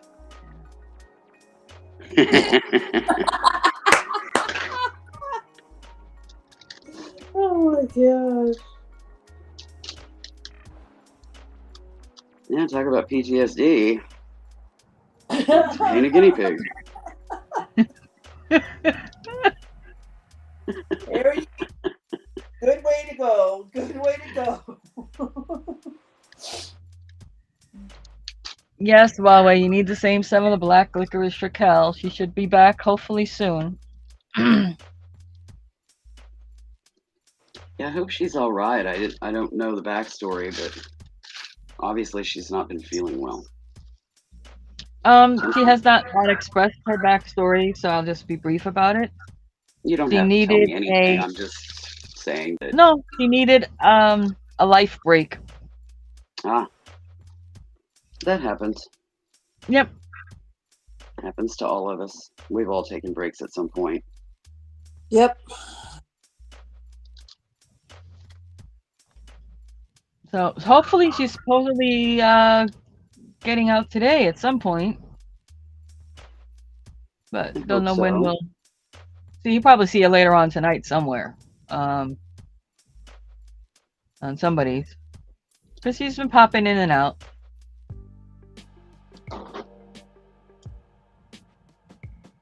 Well, I hope that whatever she's done or wherever she's went or whatever is done the trick for her, and that she comes home in a better place and in her mind and is feeling better. And God, I hope not, Huawei.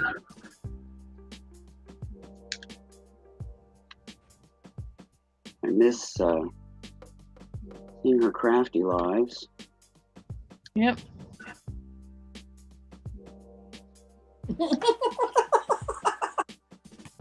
These guys are cracking me up again. Between Harry and Huawei right now. Mm-hmm. Since She's Kellyanne, like, then I'll share because her cheeks won't stretch 5 pounds. And that's when I said, God, I hope not.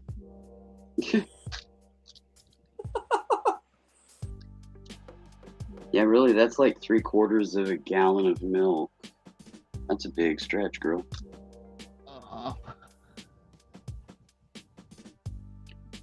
If they stretch like that, you can bet somebody's going to be coming and checking under your tail. mm-hmm. Yeah, but you are not an owl. Huawei, you're human. Yep. Yeah, I'm not an owl either. Neither am I. Maybe you've never seen an owl eat.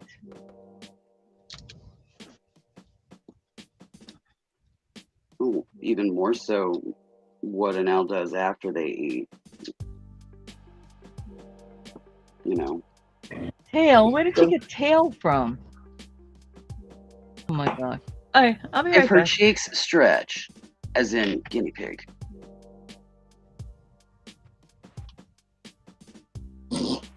Guinea pigs have little nubby tails. Just saying. Mm. I lost Huawei's y'all. Huawei's just being Huawei. Well, she's talking about her cheeks stretching like a guinea pig. You know, they have those little pouches. Yeah, I know. I used to have a guinea pig. I found it interesting when I found out that some primates have cheek pouches, like macaques. Yeah. They have cheek pouches like little guinea pigs. They will cram them full of food and then go climb up in a tree and Eat them all. nibble away, often while nursing their young. Because they wouldn't let them eat while they were collecting the food. Kept pushing them away, and they kept having conniption fits.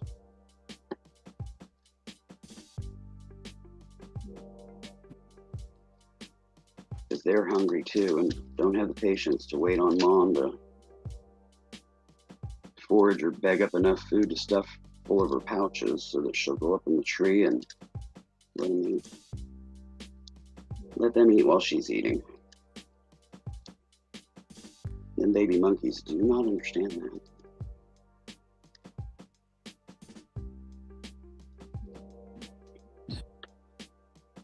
And that it's usually only the higher ranking that do that.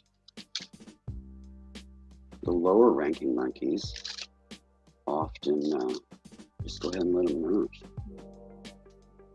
And they're the ones that are hardest, finding food. Yeah.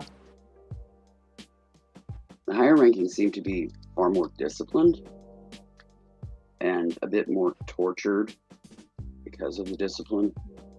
And I think it's to make tougher monkeys so that, they can maintain that rank. Yeah. If they're a skittish monkey, terrified of everything and blah, blah, blah, they're not going to make a good authoritative figure to be able to be high ranking. So I think that they knock the mickey out of them big time and discipline and regulate them a lot to teach them to toughen up. Because if you're higher ranking, you're in the front lines of a fight, Once Stacey gets back, I'm gonna go and get something real quick. Do what, honey? You broke up. Hi. Oh, you're too far away from the mic, probably, for me to make out what you're saying.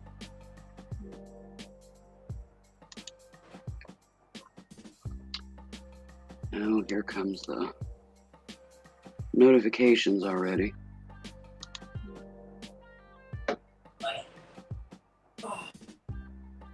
I had to get my socks and shoes. I gotta go walking down by my place that has. I have them right here. I just gotta get them on now. Be lazy, not doing anything other than doing my puzzle. Well, I usually, if I'm able to, I'll come on and work on something for a while, and then I'll head out and be busy with my day. Got some, this helped me get some of those huge bathtub-sized totes out that I had full of, smaller totes that I had been needing to get so that I can do some organizing. And I have a virtual appointment at 3:30, but I have to be available from 2:30 to 4:30 because it's with a doctor. And they need that window of time in case they're ahead of their schedule or behind their schedule or whatever. But this is the doctor's appointment that has the most promise of getting portable oxygen. Yeah. So we'll see how it goes. But hopefully he'll sign off on it since I can't get my local doctors to do it. They keep making me jump through hoops and run around with all their rigmarole, and then it comes out to nothing. And I've been doing this since 2019. Yeah. I'm kind of over it. But last chance. This is final go here. The only time that I would consider it again is traumatic situation, end up in the ER, because my oxygen, and well, kind of hard to keep my oxygen stats up when I don't have portable oxygen and I have to go places. So, but anyways, hopefully this will do the trick. And I will have that so that I can go out and work in the yard or, do other things. I don't always need my oxygen, but when I do, I do. It is what it is. And I have the tank in the little cart that you can drag around, but with my shoulders, I can't drag it around. and hit the potholes and all that and have my shoulders getting jerked and stuff. I am in slings for days, if not weeks, after that kind of thing. I can't do that. I need something that I can carry on my body.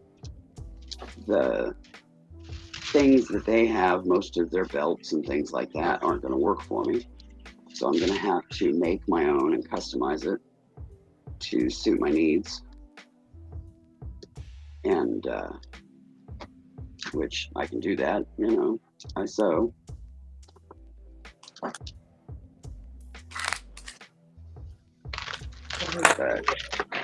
And I explained that to them. They said, well, you'd be surprised what we have available. And I'm like, yeah, but how much of that's approved through the insurance? Because the traditional cheap stuff doesn't work. I've looked at it. I've researched it. It ain't gonna work. And I seriously doubt they're gonna do anything custom. You know, if you're gonna do that, pay me, I'll make my own. Mm-hmm.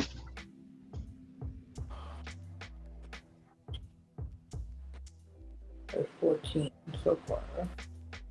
But anyways, we will see how that goes and whether or not I get approved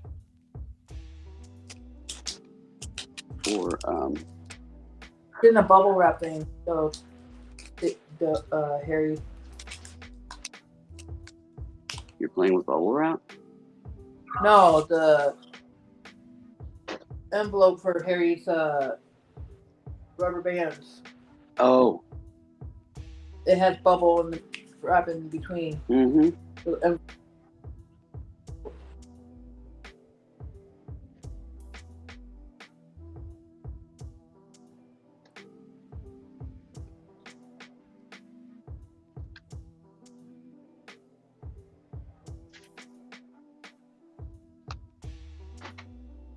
25 altogether, Harry.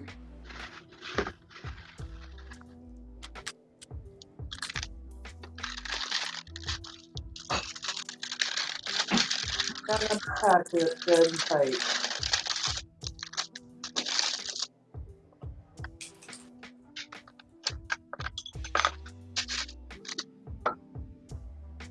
The other ones that you got last time was because there's only 6, I think, you got last time.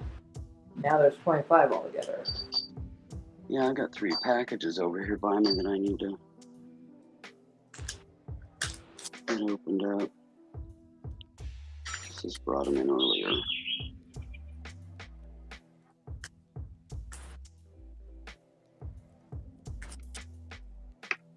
This gun is not lasting long. I think it's time to change it.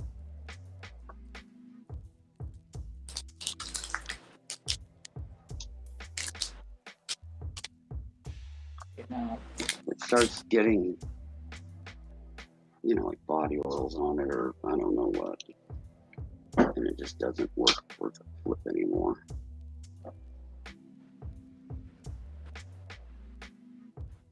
Harry, mess with my puzzle.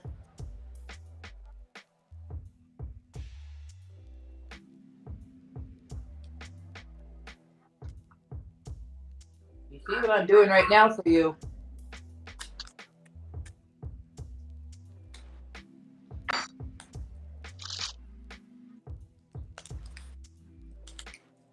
Alright, go in the trash.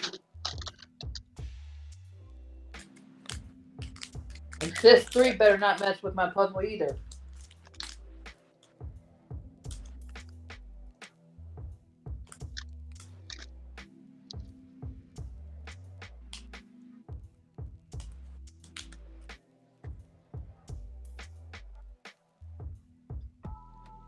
Well, I'm about as coordinated today as it gets, I swear.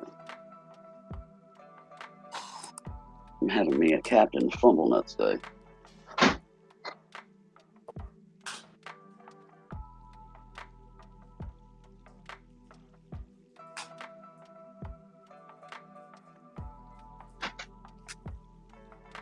Oh, I saw another 2 over here. There it is. Do it next week.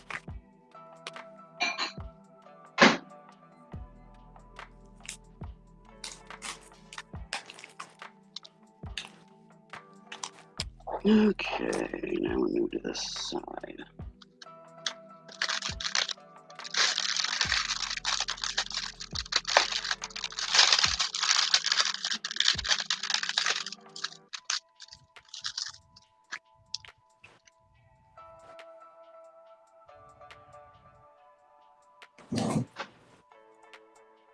Uh-oh. I know. Harry's causing trouble? What is this? I know. What? Harry, you see what I have right here? You want this to come to you? You better tell Huawei to bring that piece of puzzle back. They're hiding puzzle pieces on Kim. Oh, Yeah. And Harry started it. Yep. I see.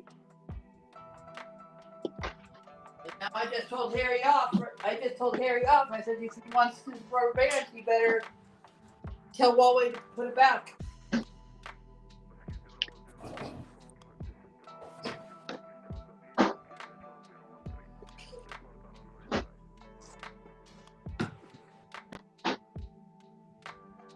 Because some of these are for a little girl over that he's going to be given to, I think, somebody's plucked the rubber bands. I don't know for sure.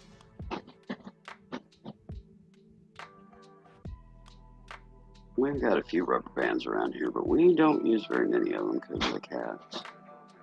Those are twist ties. Carefully kept secured. As well as any snippets of thread. There. Anything else that they could attempt to consume. Because cats, once they get it on their tongue, it's going down.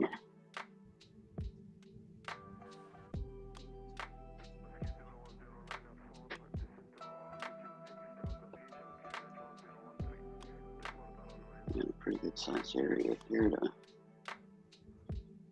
fill in.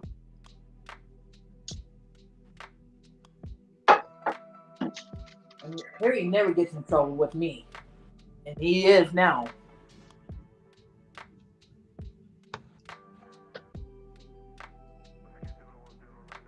But he had to start something with Huawei.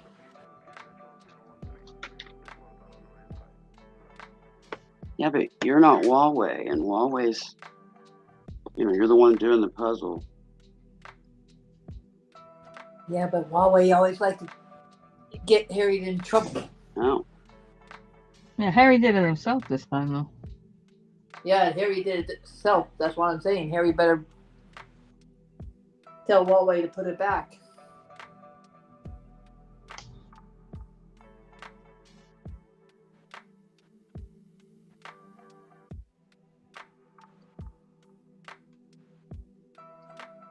Ma found it.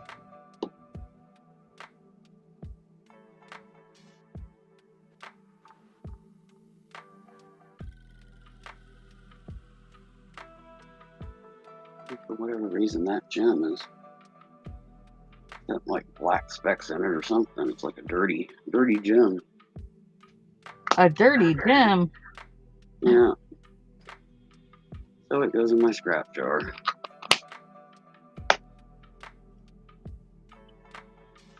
I'll use those for something, I'm sure. Mm-hmm. Also, the little BBs. The little BBs that turn up. Mm-hmm. Yeah, I'd throw those in there too. Those would be good for little mosaics or eyes on a little tiny miniature or something like that. Yeah. Like polyclay or something like that. Create just a tiny dent, and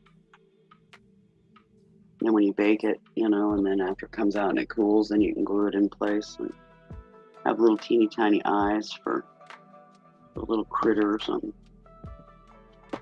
So I keep the BBs.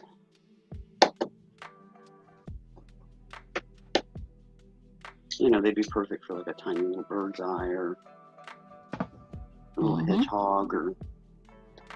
Harry's getting in trouble. He's hiding right now. We have a hiding Harry. Harry's hiding because he doesn't want to hear it from me. So we have a hiding Harry. Yep, we got a hiding Harry right now. Well, that means Harry ain't an alpha, because alphas don't hide. Unless it's a tactful maneuver. Now Huawei's hiding too. They're saying we are hiding from Kim. Hi, Austin. Welcome back in. You're doing all right. We're all doing all right. At Kim's expense, hiding her puzzle piece. Hey, Austin. How you doing? My puzzles, they don't know. Why do I have gems? There we go. Come on. Come out. You're bugging me. There we go. They think they're hiding puzzle pieces from me, but they're not. Because they're all right here. No, because every puzzle piece that they hide from you, I am currently gluing them to their forehead with super glue.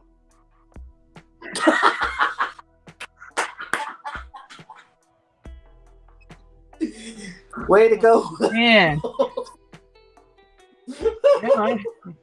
There you go. It's gonna hurt when she needs them. Try explaining to the doctors.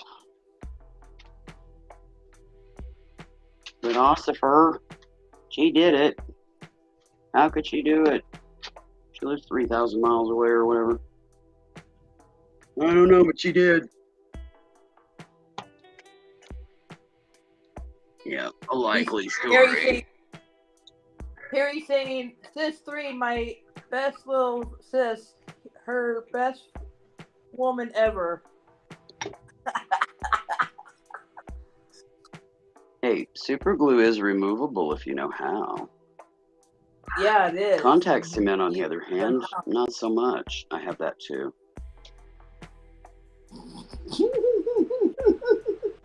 Just saying. So you better be putting the piece back over here and not hiding it.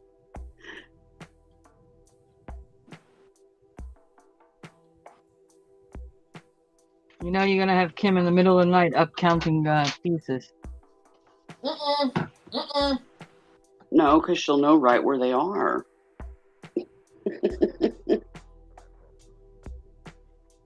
I'm sure she would be happy to miss a few pieces if she knew exactly where they were and exactly where I put them and exactly how I put them there.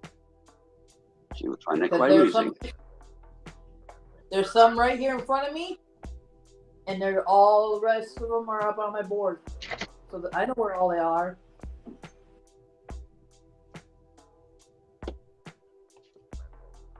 Yeah, but it's the power suggestion, Willow. Okay. Gonna get up in the middle of the night thinking there's a piece missing. I wouldn't be do that. No.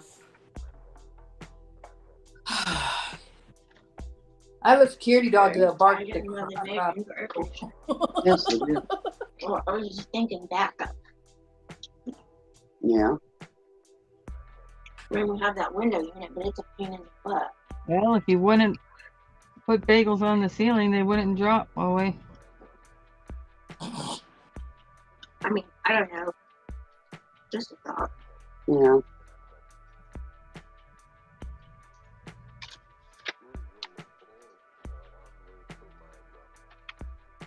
And we just got that one fixed, so it should be good. But who knows? Yeah, but that doesn't stop a power outage.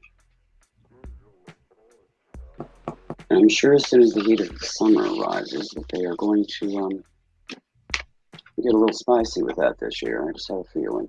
Well, yeah, but that window isn't a good thing because you need power for that too. Exactly, which is what I'm saying. That was kind of the point.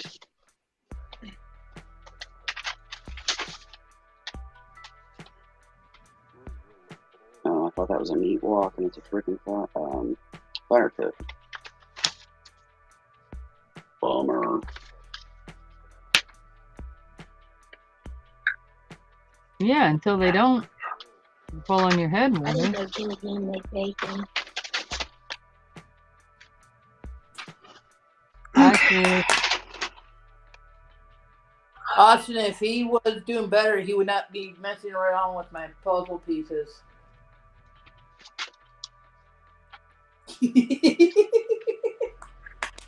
Just saying.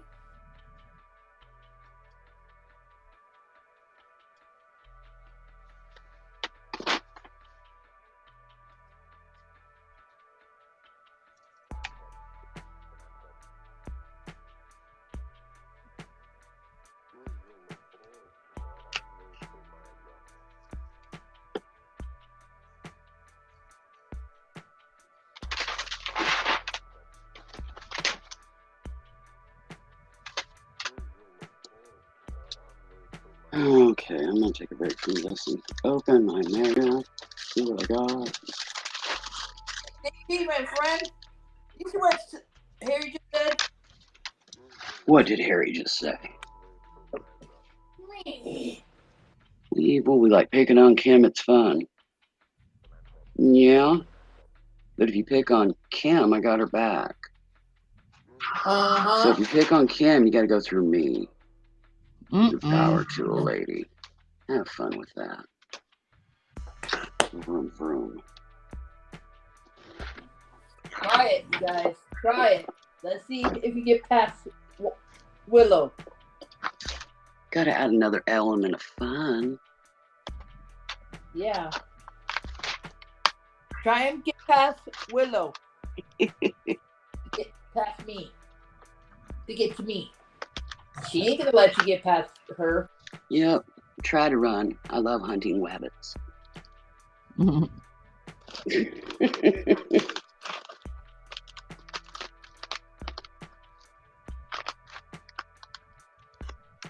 Oh, whatever, Harry.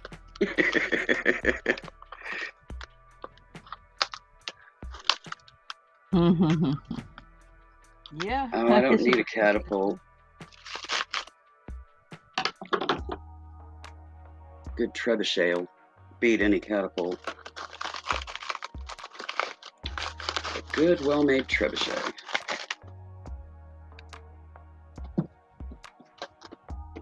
Ha ha, Huawei. I don't think so. If she's protecting me, I don't think so. You gotta get through to her to get to me. I have a lot on my mind that right now I can't deal with anymore.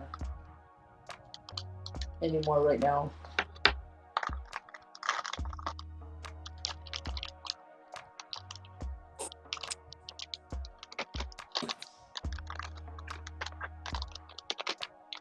Dan never got those messages. Don't know. I rebooted my phone and everything. I should have went. New curtain grabber. Cupboard. Well, it's a It's clamper not bracelet, that. but they generally don't fit me. I don't like them tight like that. Whatever. Oh, don't even go there with Willow. Don't even go there with Willow. What now? See what Huawei said. Yeah, anybody have any underwire bra wires? Because, yeah, I'll make a device. And they will wish they hadn't put thumbtacks. Trust me. I don't know if y'all know how long an underwire bra wire is, but you open both ends and mount them in and yeah, have that on your chair.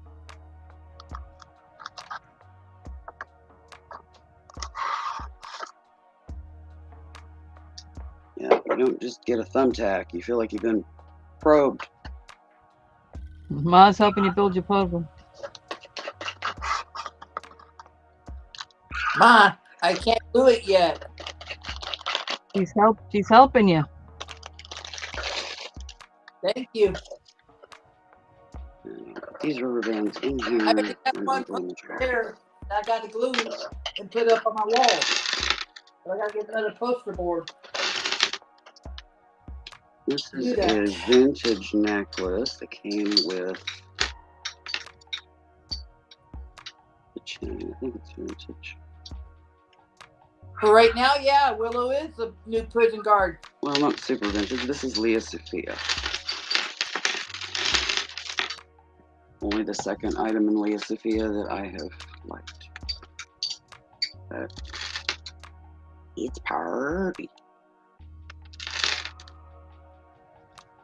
Oh, you got some goodies? And you can change. So This is a double lobster claw. I don't know if y'all have seen those. So you can remove everything off of it.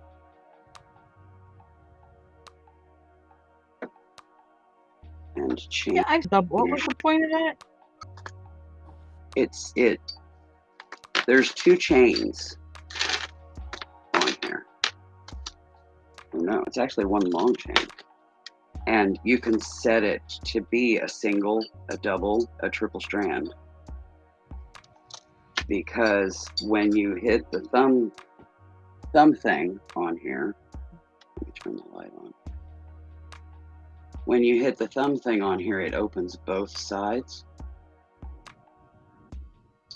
Oh, I see. Okay.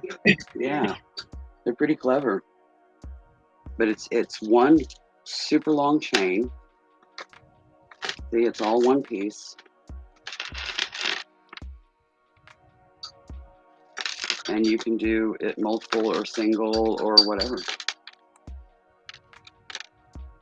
And then there's another lobster claw on this end with an extender that needs to be reattached. It's not attached quite right. But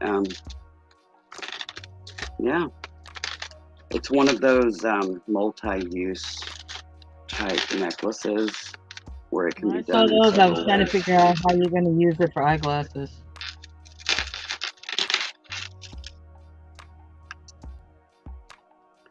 Yeah, I don't know. The double lobster claw. Yeah, it's a double lobster claw. I don't think you should. Willow, take over. You would have to add the eye things to it.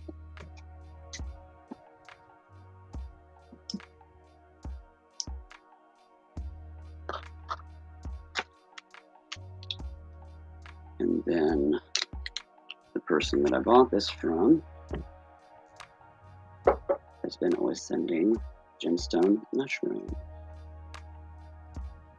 And I'm getting a nice little bowl of gemstone mushroom because there's two sellers on the channel that do the gemstone mushrooms as a gift in your package. And then these were gifted to me by one of the ladies that buys there.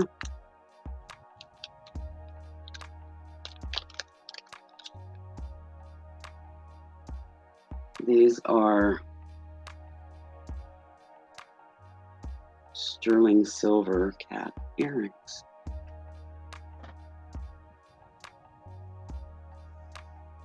It's kitty cats hanging from each other. Oh, But they I are thought they were sterling. kitty. Yeah, they're sterling silver. Those are too cute. Mark 925. And it's got another marking on it, but I can't make out.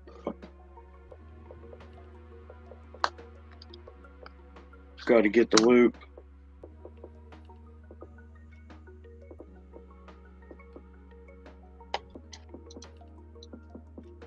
Hold still.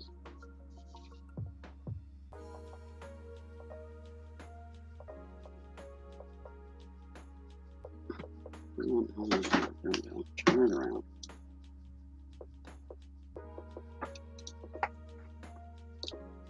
No, I can't do it with the lens on. This cup thing sometimes gets in the way.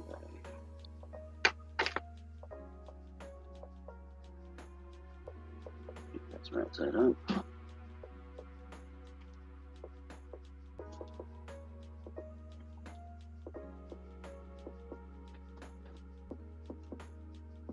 Okay, these are Mexican silver.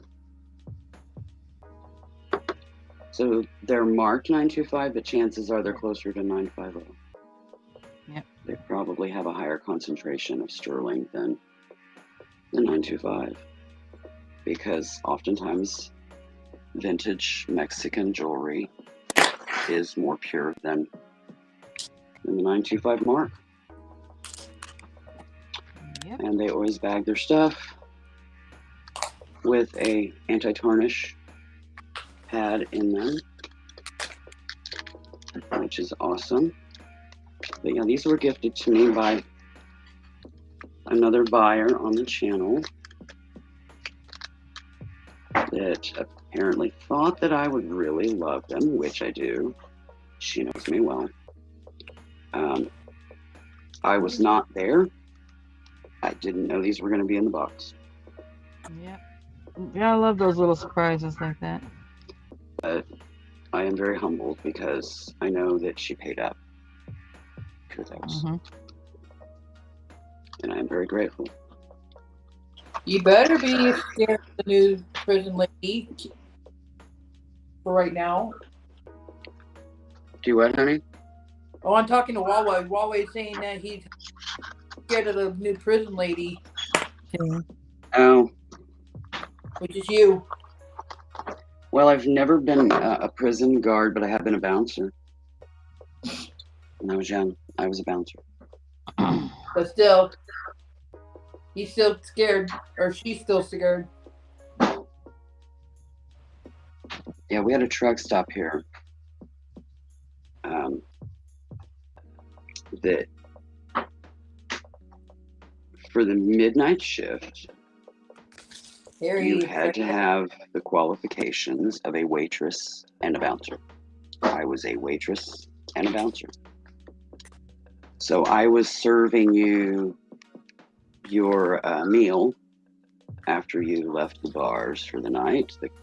We had a place, it was a cowboy bar, just right up the road, around the corner from where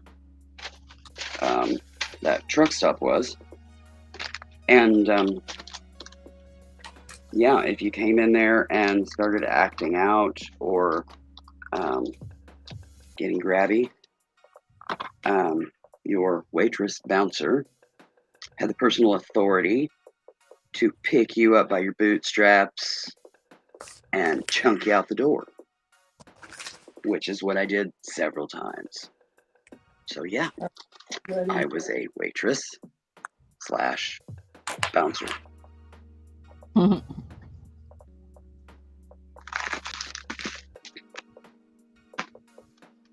Harry, your envelope's ready, so you better have Huawei put those pieces back over here, even though Mom's helping me.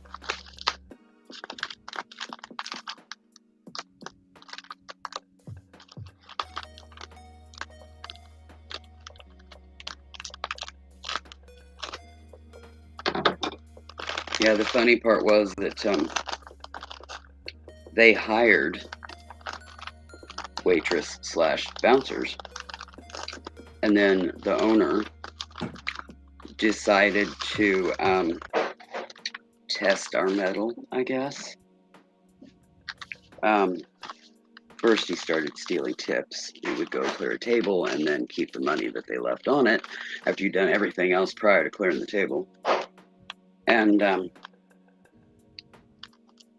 I nailed him for that. When I was done with him, he didn't come near my tables unless instructed, and then he came and handed me my tips. He gave us the authority to frisk, and I told him, I said, I will frisk you to check and make sure you aren't stealing tips. So I would highly recommend not doing that again.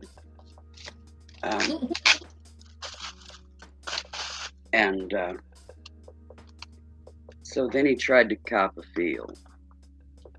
Let's just say he was on the ground, curled up in a fetal position, holding certain parts of his body, and never tried that again either. Said, well, you know, what comes around goes around. Here's my cop, dude.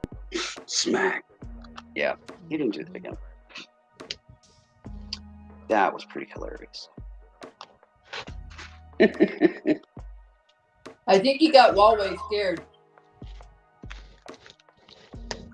It only happens to those who deserve it. Physically, I probably couldn't do a lot of that stuff anymore. But if it was a life or death situation for me, pain or no pain, pain ain't gonna stop Oh me. yeah. Yeah. I will defend myself. I will defend my own. I mean, I've taken electric shocks for over 30 seconds to save a dog. So you can imagine the magnitude or level that I would go to save somebody that I care about.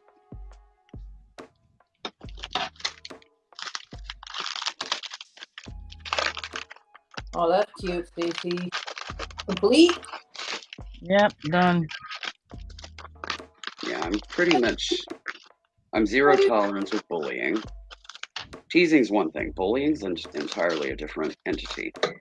And I have zero tolerance for it because it's usually targeted to those that are the most vulnerable. And I know from personal experience what it does to you and the scars that it leaves behind.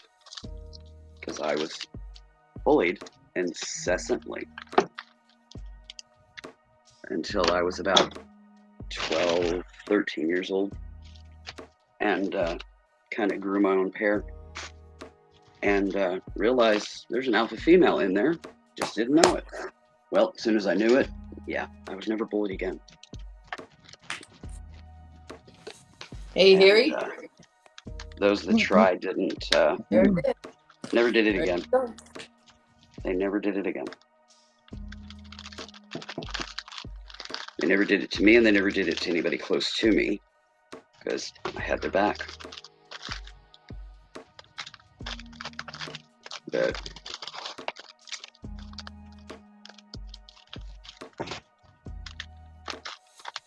yeah, I think maybe there's a kind of a tie there with the research that I have done on macaques, which, yes, I've researched them now for several years. And, you know, those little monkeys getting bullied. I can relate.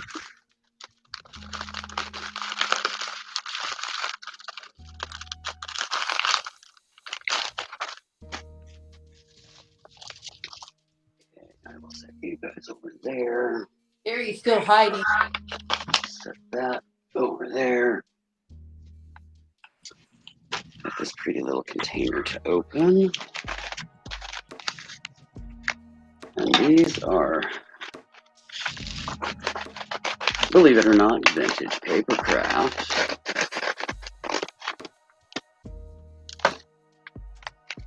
That I had been looking for years, but I could not remember brand names or any of that because I was a very small child when these were in my life.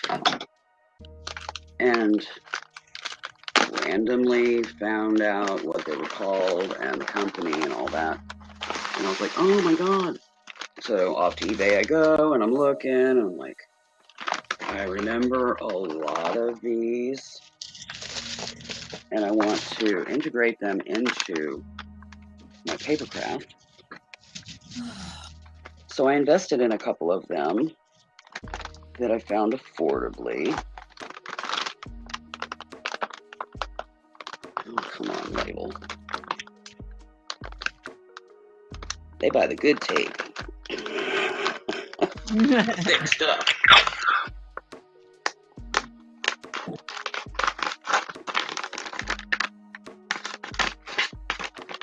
Trying to get the label off of here. Labels are always shredded. I do not leave personal information on anything that goes out the door in the garbage can. Neither do I. They always get shredded. This one's a little tacky still, so we'll remove the tape edge. I always remove the tape edge so that it doesn't gum up my shredder. And I really hate the poly bags. I understand their convenience. I understand their affordability, but I have to hand cut them. They don't go through the shredder because they gum it up. And I find that kind of frustrating. I have a whole basket over there that I need to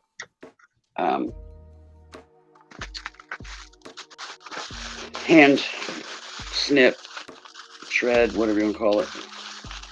I do have those scissors though that they cut like 6 at a time. But here, you better tell Huawei to move between my. Yeah, the thin scissors. Yeah. Yeah, I thought they were probably going to be a joke, and they ended up as a free gift in an order or something from somebody. Really? And, Awesome. So I gave them a whirl, and yeah, they worked pretty good.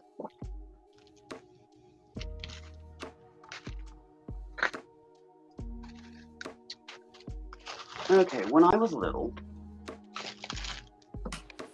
I didn't want a bunch of toys that make noise and blah, blah, blah, blah, blah. I was a paper kid, believe it or not. I loved coloring books, and I loved press out books.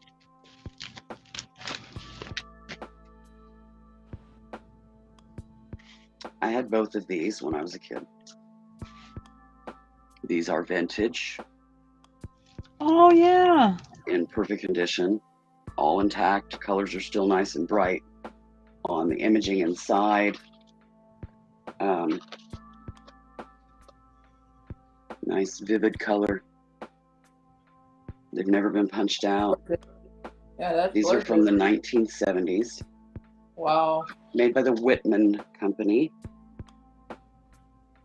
So dude, I remember those. Now that you brought them out, I'm like, yeah, I loved these when I was a kid. I absolutely loved them. I didn't necessarily get them to put them together. I mean, I probably will, but then I'll do it in such a way that I can then reuse the materials in junk journaling. But first, I'll probably put them together and use them as doll props for photo shoots. Yep. Then I will disassemble and use imaging. I'll be right back. I'm gonna get my French fries. These came in a small lot of 2,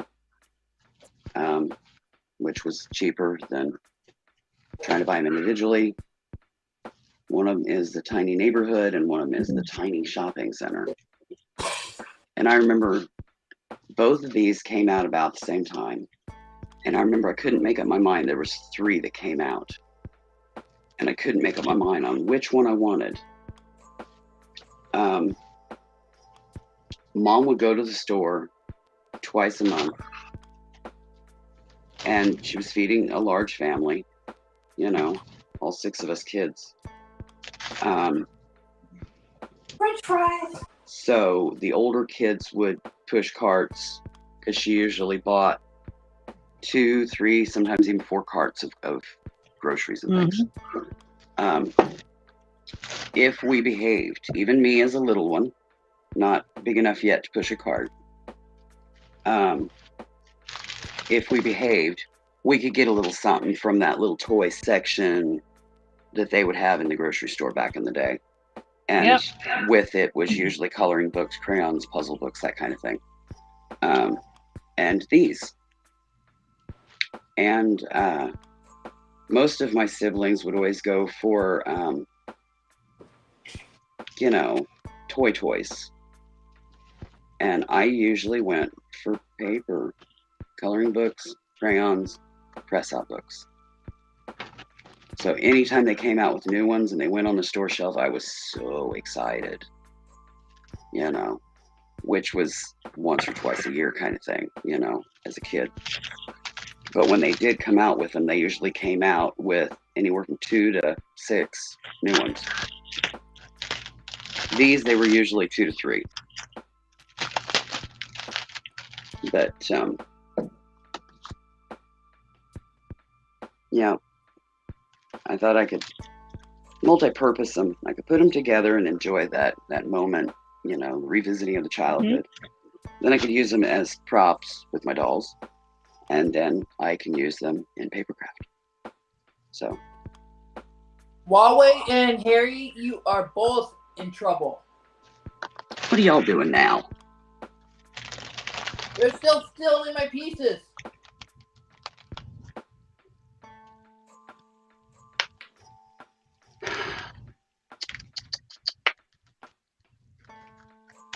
So you might as well just put them all back, Huawei and Harry.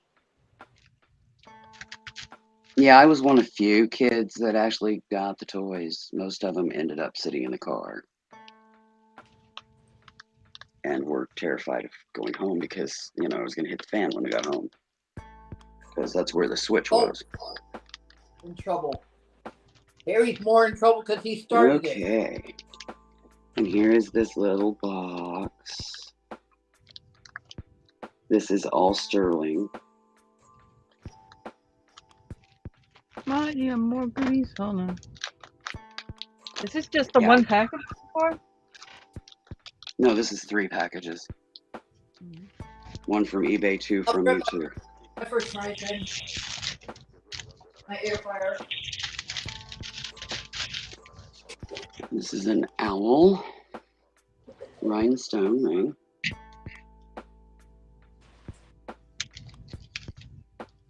The gems are kind of a smoky topaz look.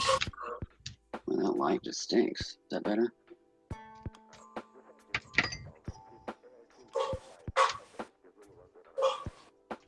Yeah, you've got like a yellow topaz or citrine in the eyes, and then these are kind of a smoky topaz, dark, you know, kind of almost an amber color.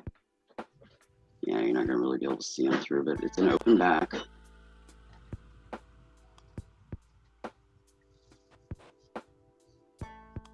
And this is sterling. These are all sterling.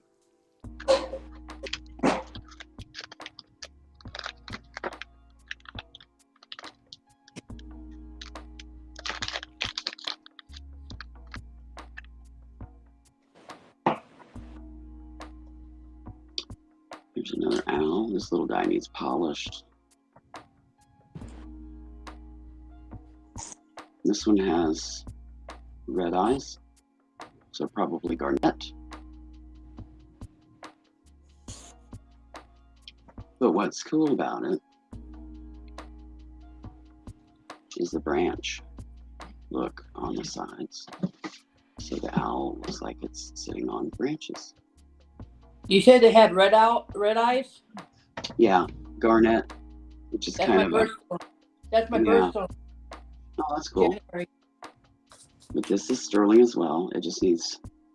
I need to hit it with a polishing cloth. Is it January? I'm January, baby.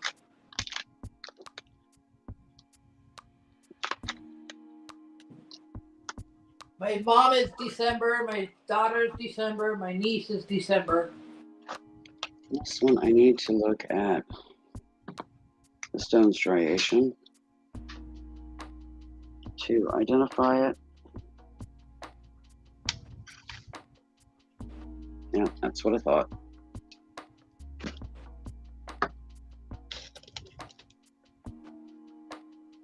This one is jet.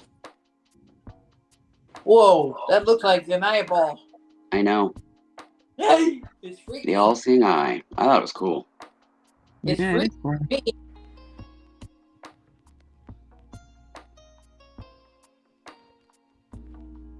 The last day of the month on January. 31st? Yep. Yeah, my dad was January 14th.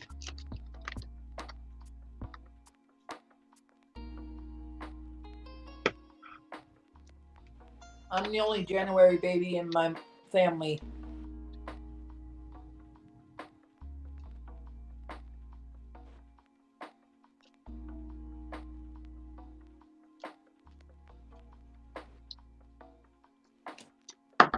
Huawei and Harry, you better. Oh, I guess incest is best. Huh? According to Huawei, Harry and her got married. Who?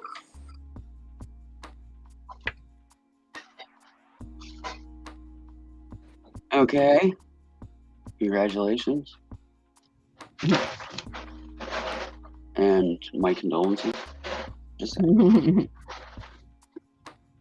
these are turquoise and carnelian on sterling findings, which of course need polished. The young man that sells these items, yeah, he's not a polisher. He leaves patina and then you can take care of it. But for the price, it's worth a polish, trust me. He sells his stuff for really good deals. Huawei. That's why I got some. He sells them affordable. Mm-hmm.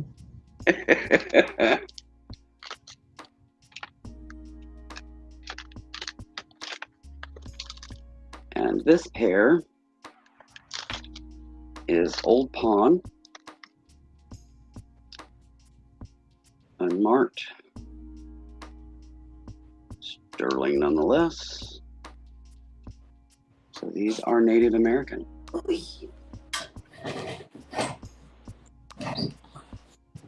Beautiful turquoise.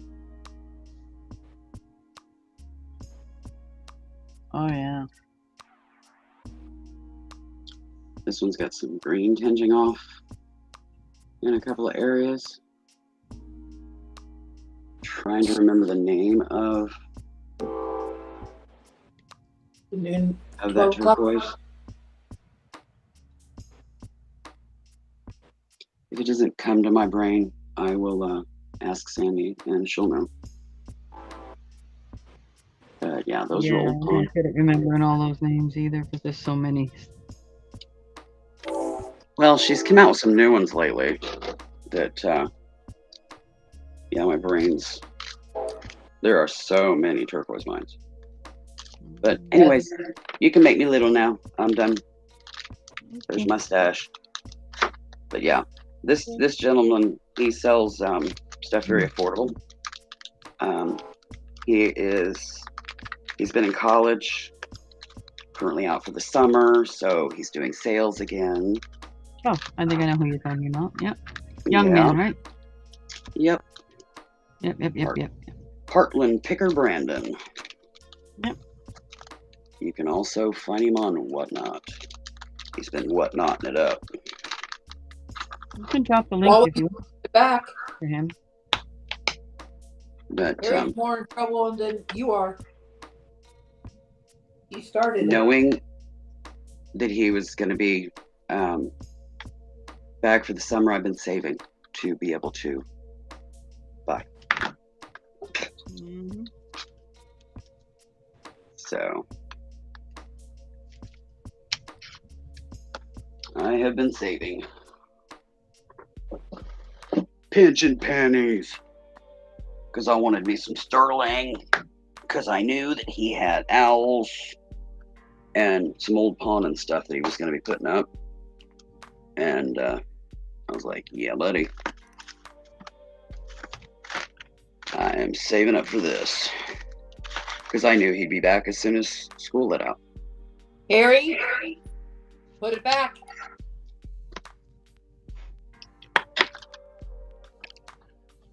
Harry hiding behind Huawei. No, he's not hiding behind Huawei. He's got another piece of mine. Oh. He has the end of the piece of puzzle of my puzzle here.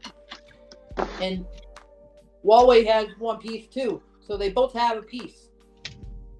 I would highly recommend handing them back, or I'm going to get a hold of the end of something that you're not going to like.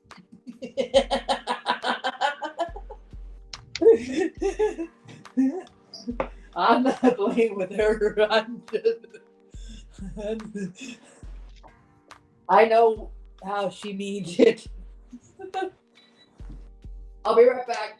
Flip the French fries. Kim chuckles, running for cover. I don't want to deal with her.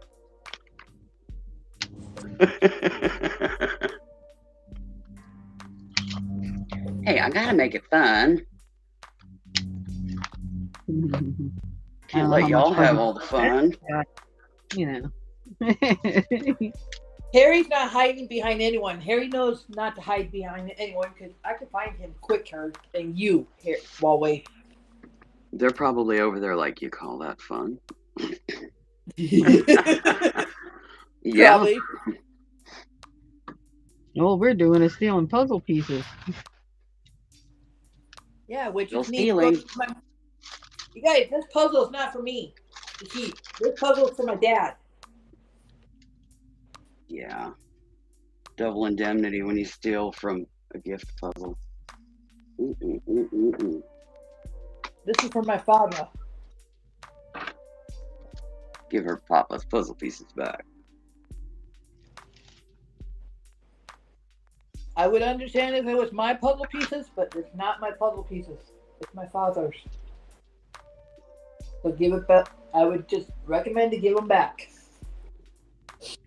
Or you'll have to deal with Willow. Yeah, she will gladly accept an envelope in her mailbox. No questions asked. No repercussion.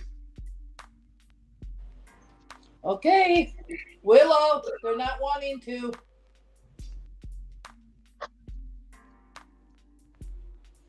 Okay. Oh my. I can't have the graphicness of this event.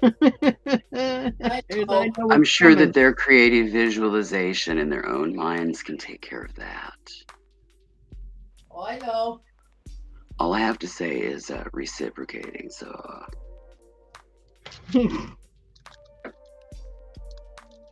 Right here is better. They better. That's all I gotta say. Yep.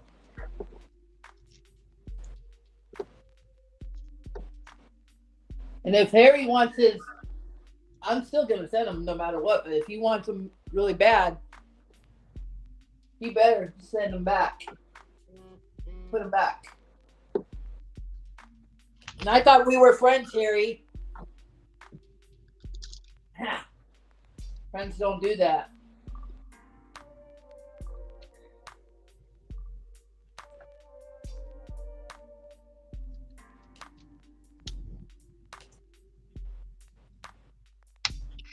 Nope, I ain't saying another thing. I'm sure y'all can visualize all by the low cells. I'm not saying no more either. I'm done.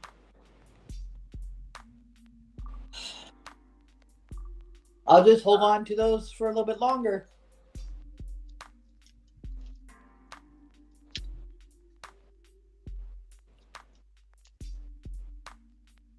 No, I wouldn't do that to Harry.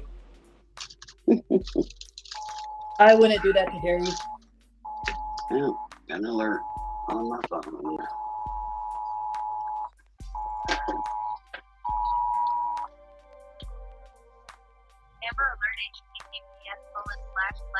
All right, everybody's phone's gonna blow up. There's an Amber Alert for 50 miles from here. You get those too, huh? Yes, I do. I get Amber Alerts, Silver Alerts, and Weather Alerts. I get the weather alerts more and the Amber alerts because of Mexico being right here. If I wasn't that close to Mexico, I would not get the Amber alerts. But Yeah, I see you're back home in your apartment. yeah, I just got back late last night. Yeah, you didn't need the extended stay after all. No.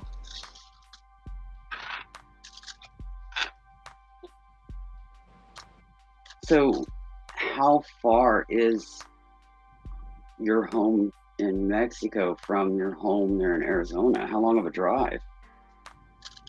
The 15-minute drive. 15 or 50?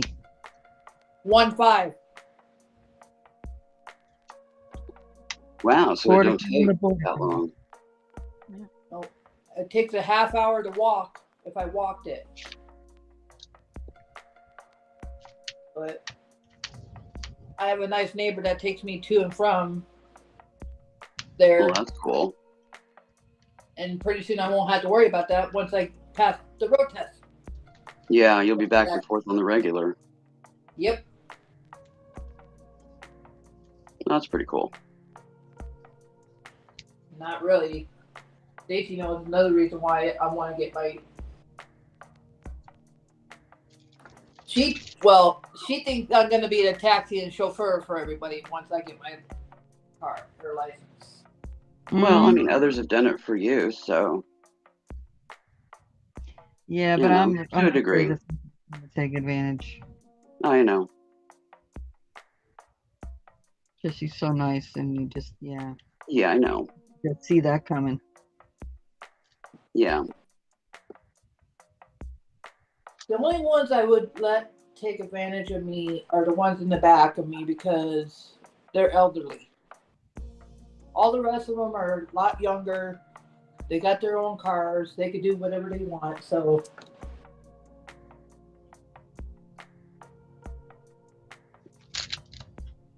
I wouldn't mind helping elderly people. Yeah.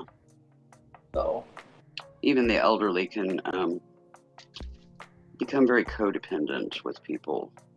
Yep. So you kind of have to be and mindful. those are the ones that are taking me to and from Arizona to Mexico. Yeah. So that's why I say I wouldn't mind doing it for them. But yeah, because you'd be reciprocating what they've already given you. Yep. That's understandable.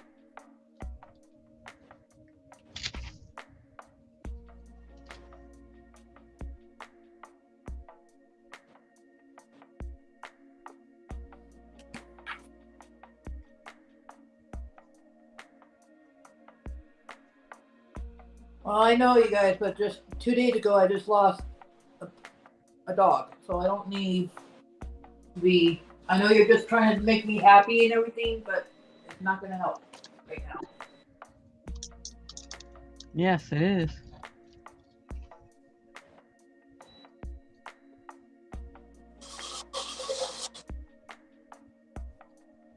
Well, it must have helped a little because you were chuckling. Yeah, just a little.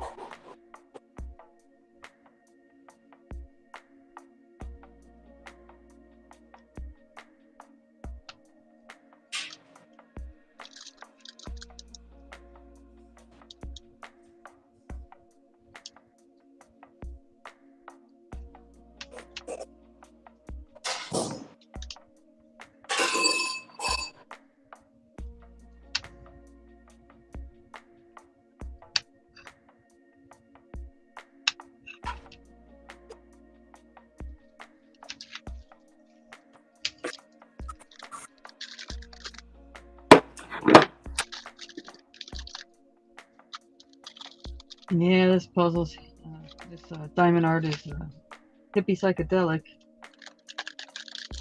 Yeah, it is. There's some wild colors going on there.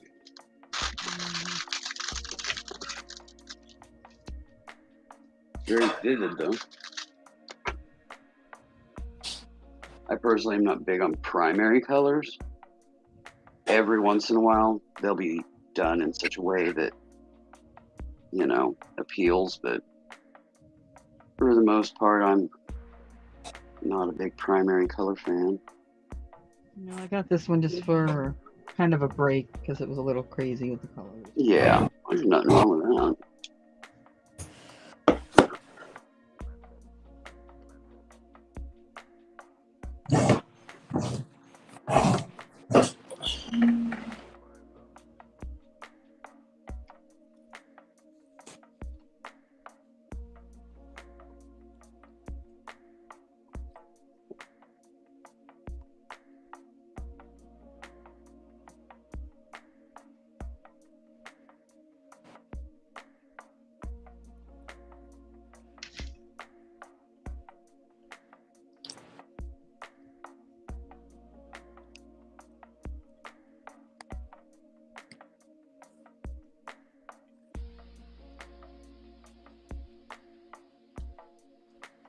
No, when it comes to the die cut machines, I have pretty much come to the conclusion that I'm not going to invest in one. Instead, I'm going to invest in a stainless steel 3/4 to 1 inch round 10-inch long steel rod. So it's weighted, you know, I don't have to apply a bunch of pressure. And I'm going to cut roll it a couple of different sizes of acrylic plates. And I'm going to roll my own.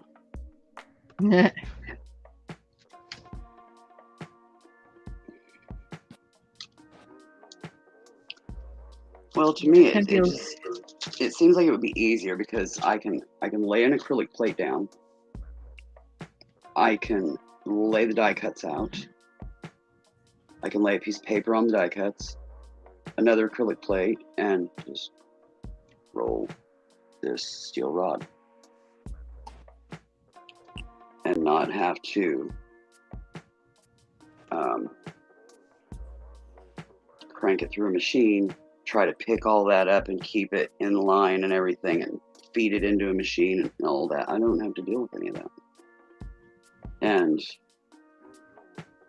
you know, it's solid steel rod, so it's going to have some weight, so it should do the trick. And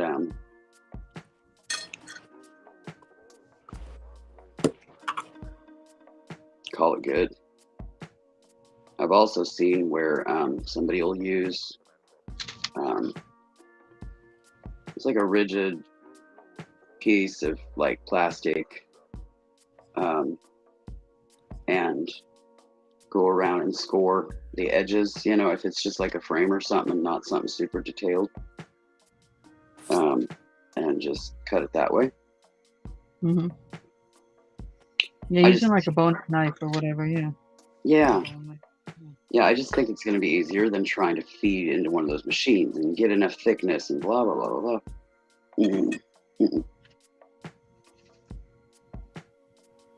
No. Well, the only reason why I got what I got is because it was given to me. Yeah. Other than that, I was trying to devise a way of doing it without one. Well, the reason I got what I got was because I was able to get it affordably, but it didn't survive the journey. And I'm seeing a lot of pitfalls with them. And I can get that steel rod for like $10. And I've got acrylic, not a crap ton, but I've got, you know, and I can always go to, we have a little lumber yard here just up the road, and they carry acrylic. I can even have them cut it. Just cut me a couple of pieces of, you know, like 1/4 inch thick acrylic, you know, nice thick stuff. They've been keeping it in bulk stock because they've been having to put those shields up for social distancing stuff. They get broke and then they have to replace them because a lot of places here are still using those. And so yeah, they've got it in stock. And, you know, a couple of, say, 10 by 12 sheets cut, and then, you know, like 5 by 7s should do the trick. I'm still here, you guys. I'm just eating. I just think I'll be able to get that way cheaper, and I'll be able to do some of the larger ones, not just the teeny tinies like that little machine. And I just think it's going to be more cost effective ultimately. And me and that machine, I just have a feeling that the frustration, and yeah, I'm just going to leave that behind. Oh, and there's 2 more T's right there. And just, you know, I just think it's going to be easier. Less stress. I mean, anytime I've needed to cut something, that's kind of how I've done it anyways, so that's just kind of my ilk. I don't have to have space for a big machine, you know, or anything like that. just slide a couple of plates on the bookshelf and tuck Put the that rod onto the, yeah. tuck that rod there by it, and way less I think space. he's gonna be Oh, calling. okay, Lena. I'll go watch it and comment. Thank you. All right, folks, I'm going to call it. Relax a tiny bit, feed the kids, and then I'm going to head on over, to pick up the rest of Becca's situation there tonight. Well, I have a half an hour before my 2-hour window block starts, so I'll probably just watch random videos until I get done with that call, and then see where I'm at from there. I don't know if I'm up for that auction or not today. The frustration, we'll see. But anyways, if I don't see you there, I'll see you on the tube somewhere, I'm sure.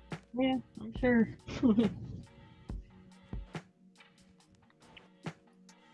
All right, guys, I'm gonna let you guys anyways go so I can eat my French fries. Okay, dear. I'm gonna go ahead and pop out too, and then Stace can do her wrap up, and Yep. see you around, y'all. Thanks Bye. for hanging. Go ahead, Stacey, and do your wrap up. And I'll wait till you go. Okay, I want to thank everyone who came in. I want to thank everyone who hung out. I want to thank those of you who showed up late. Who will watch us in the future. Please like, comment, subscribe.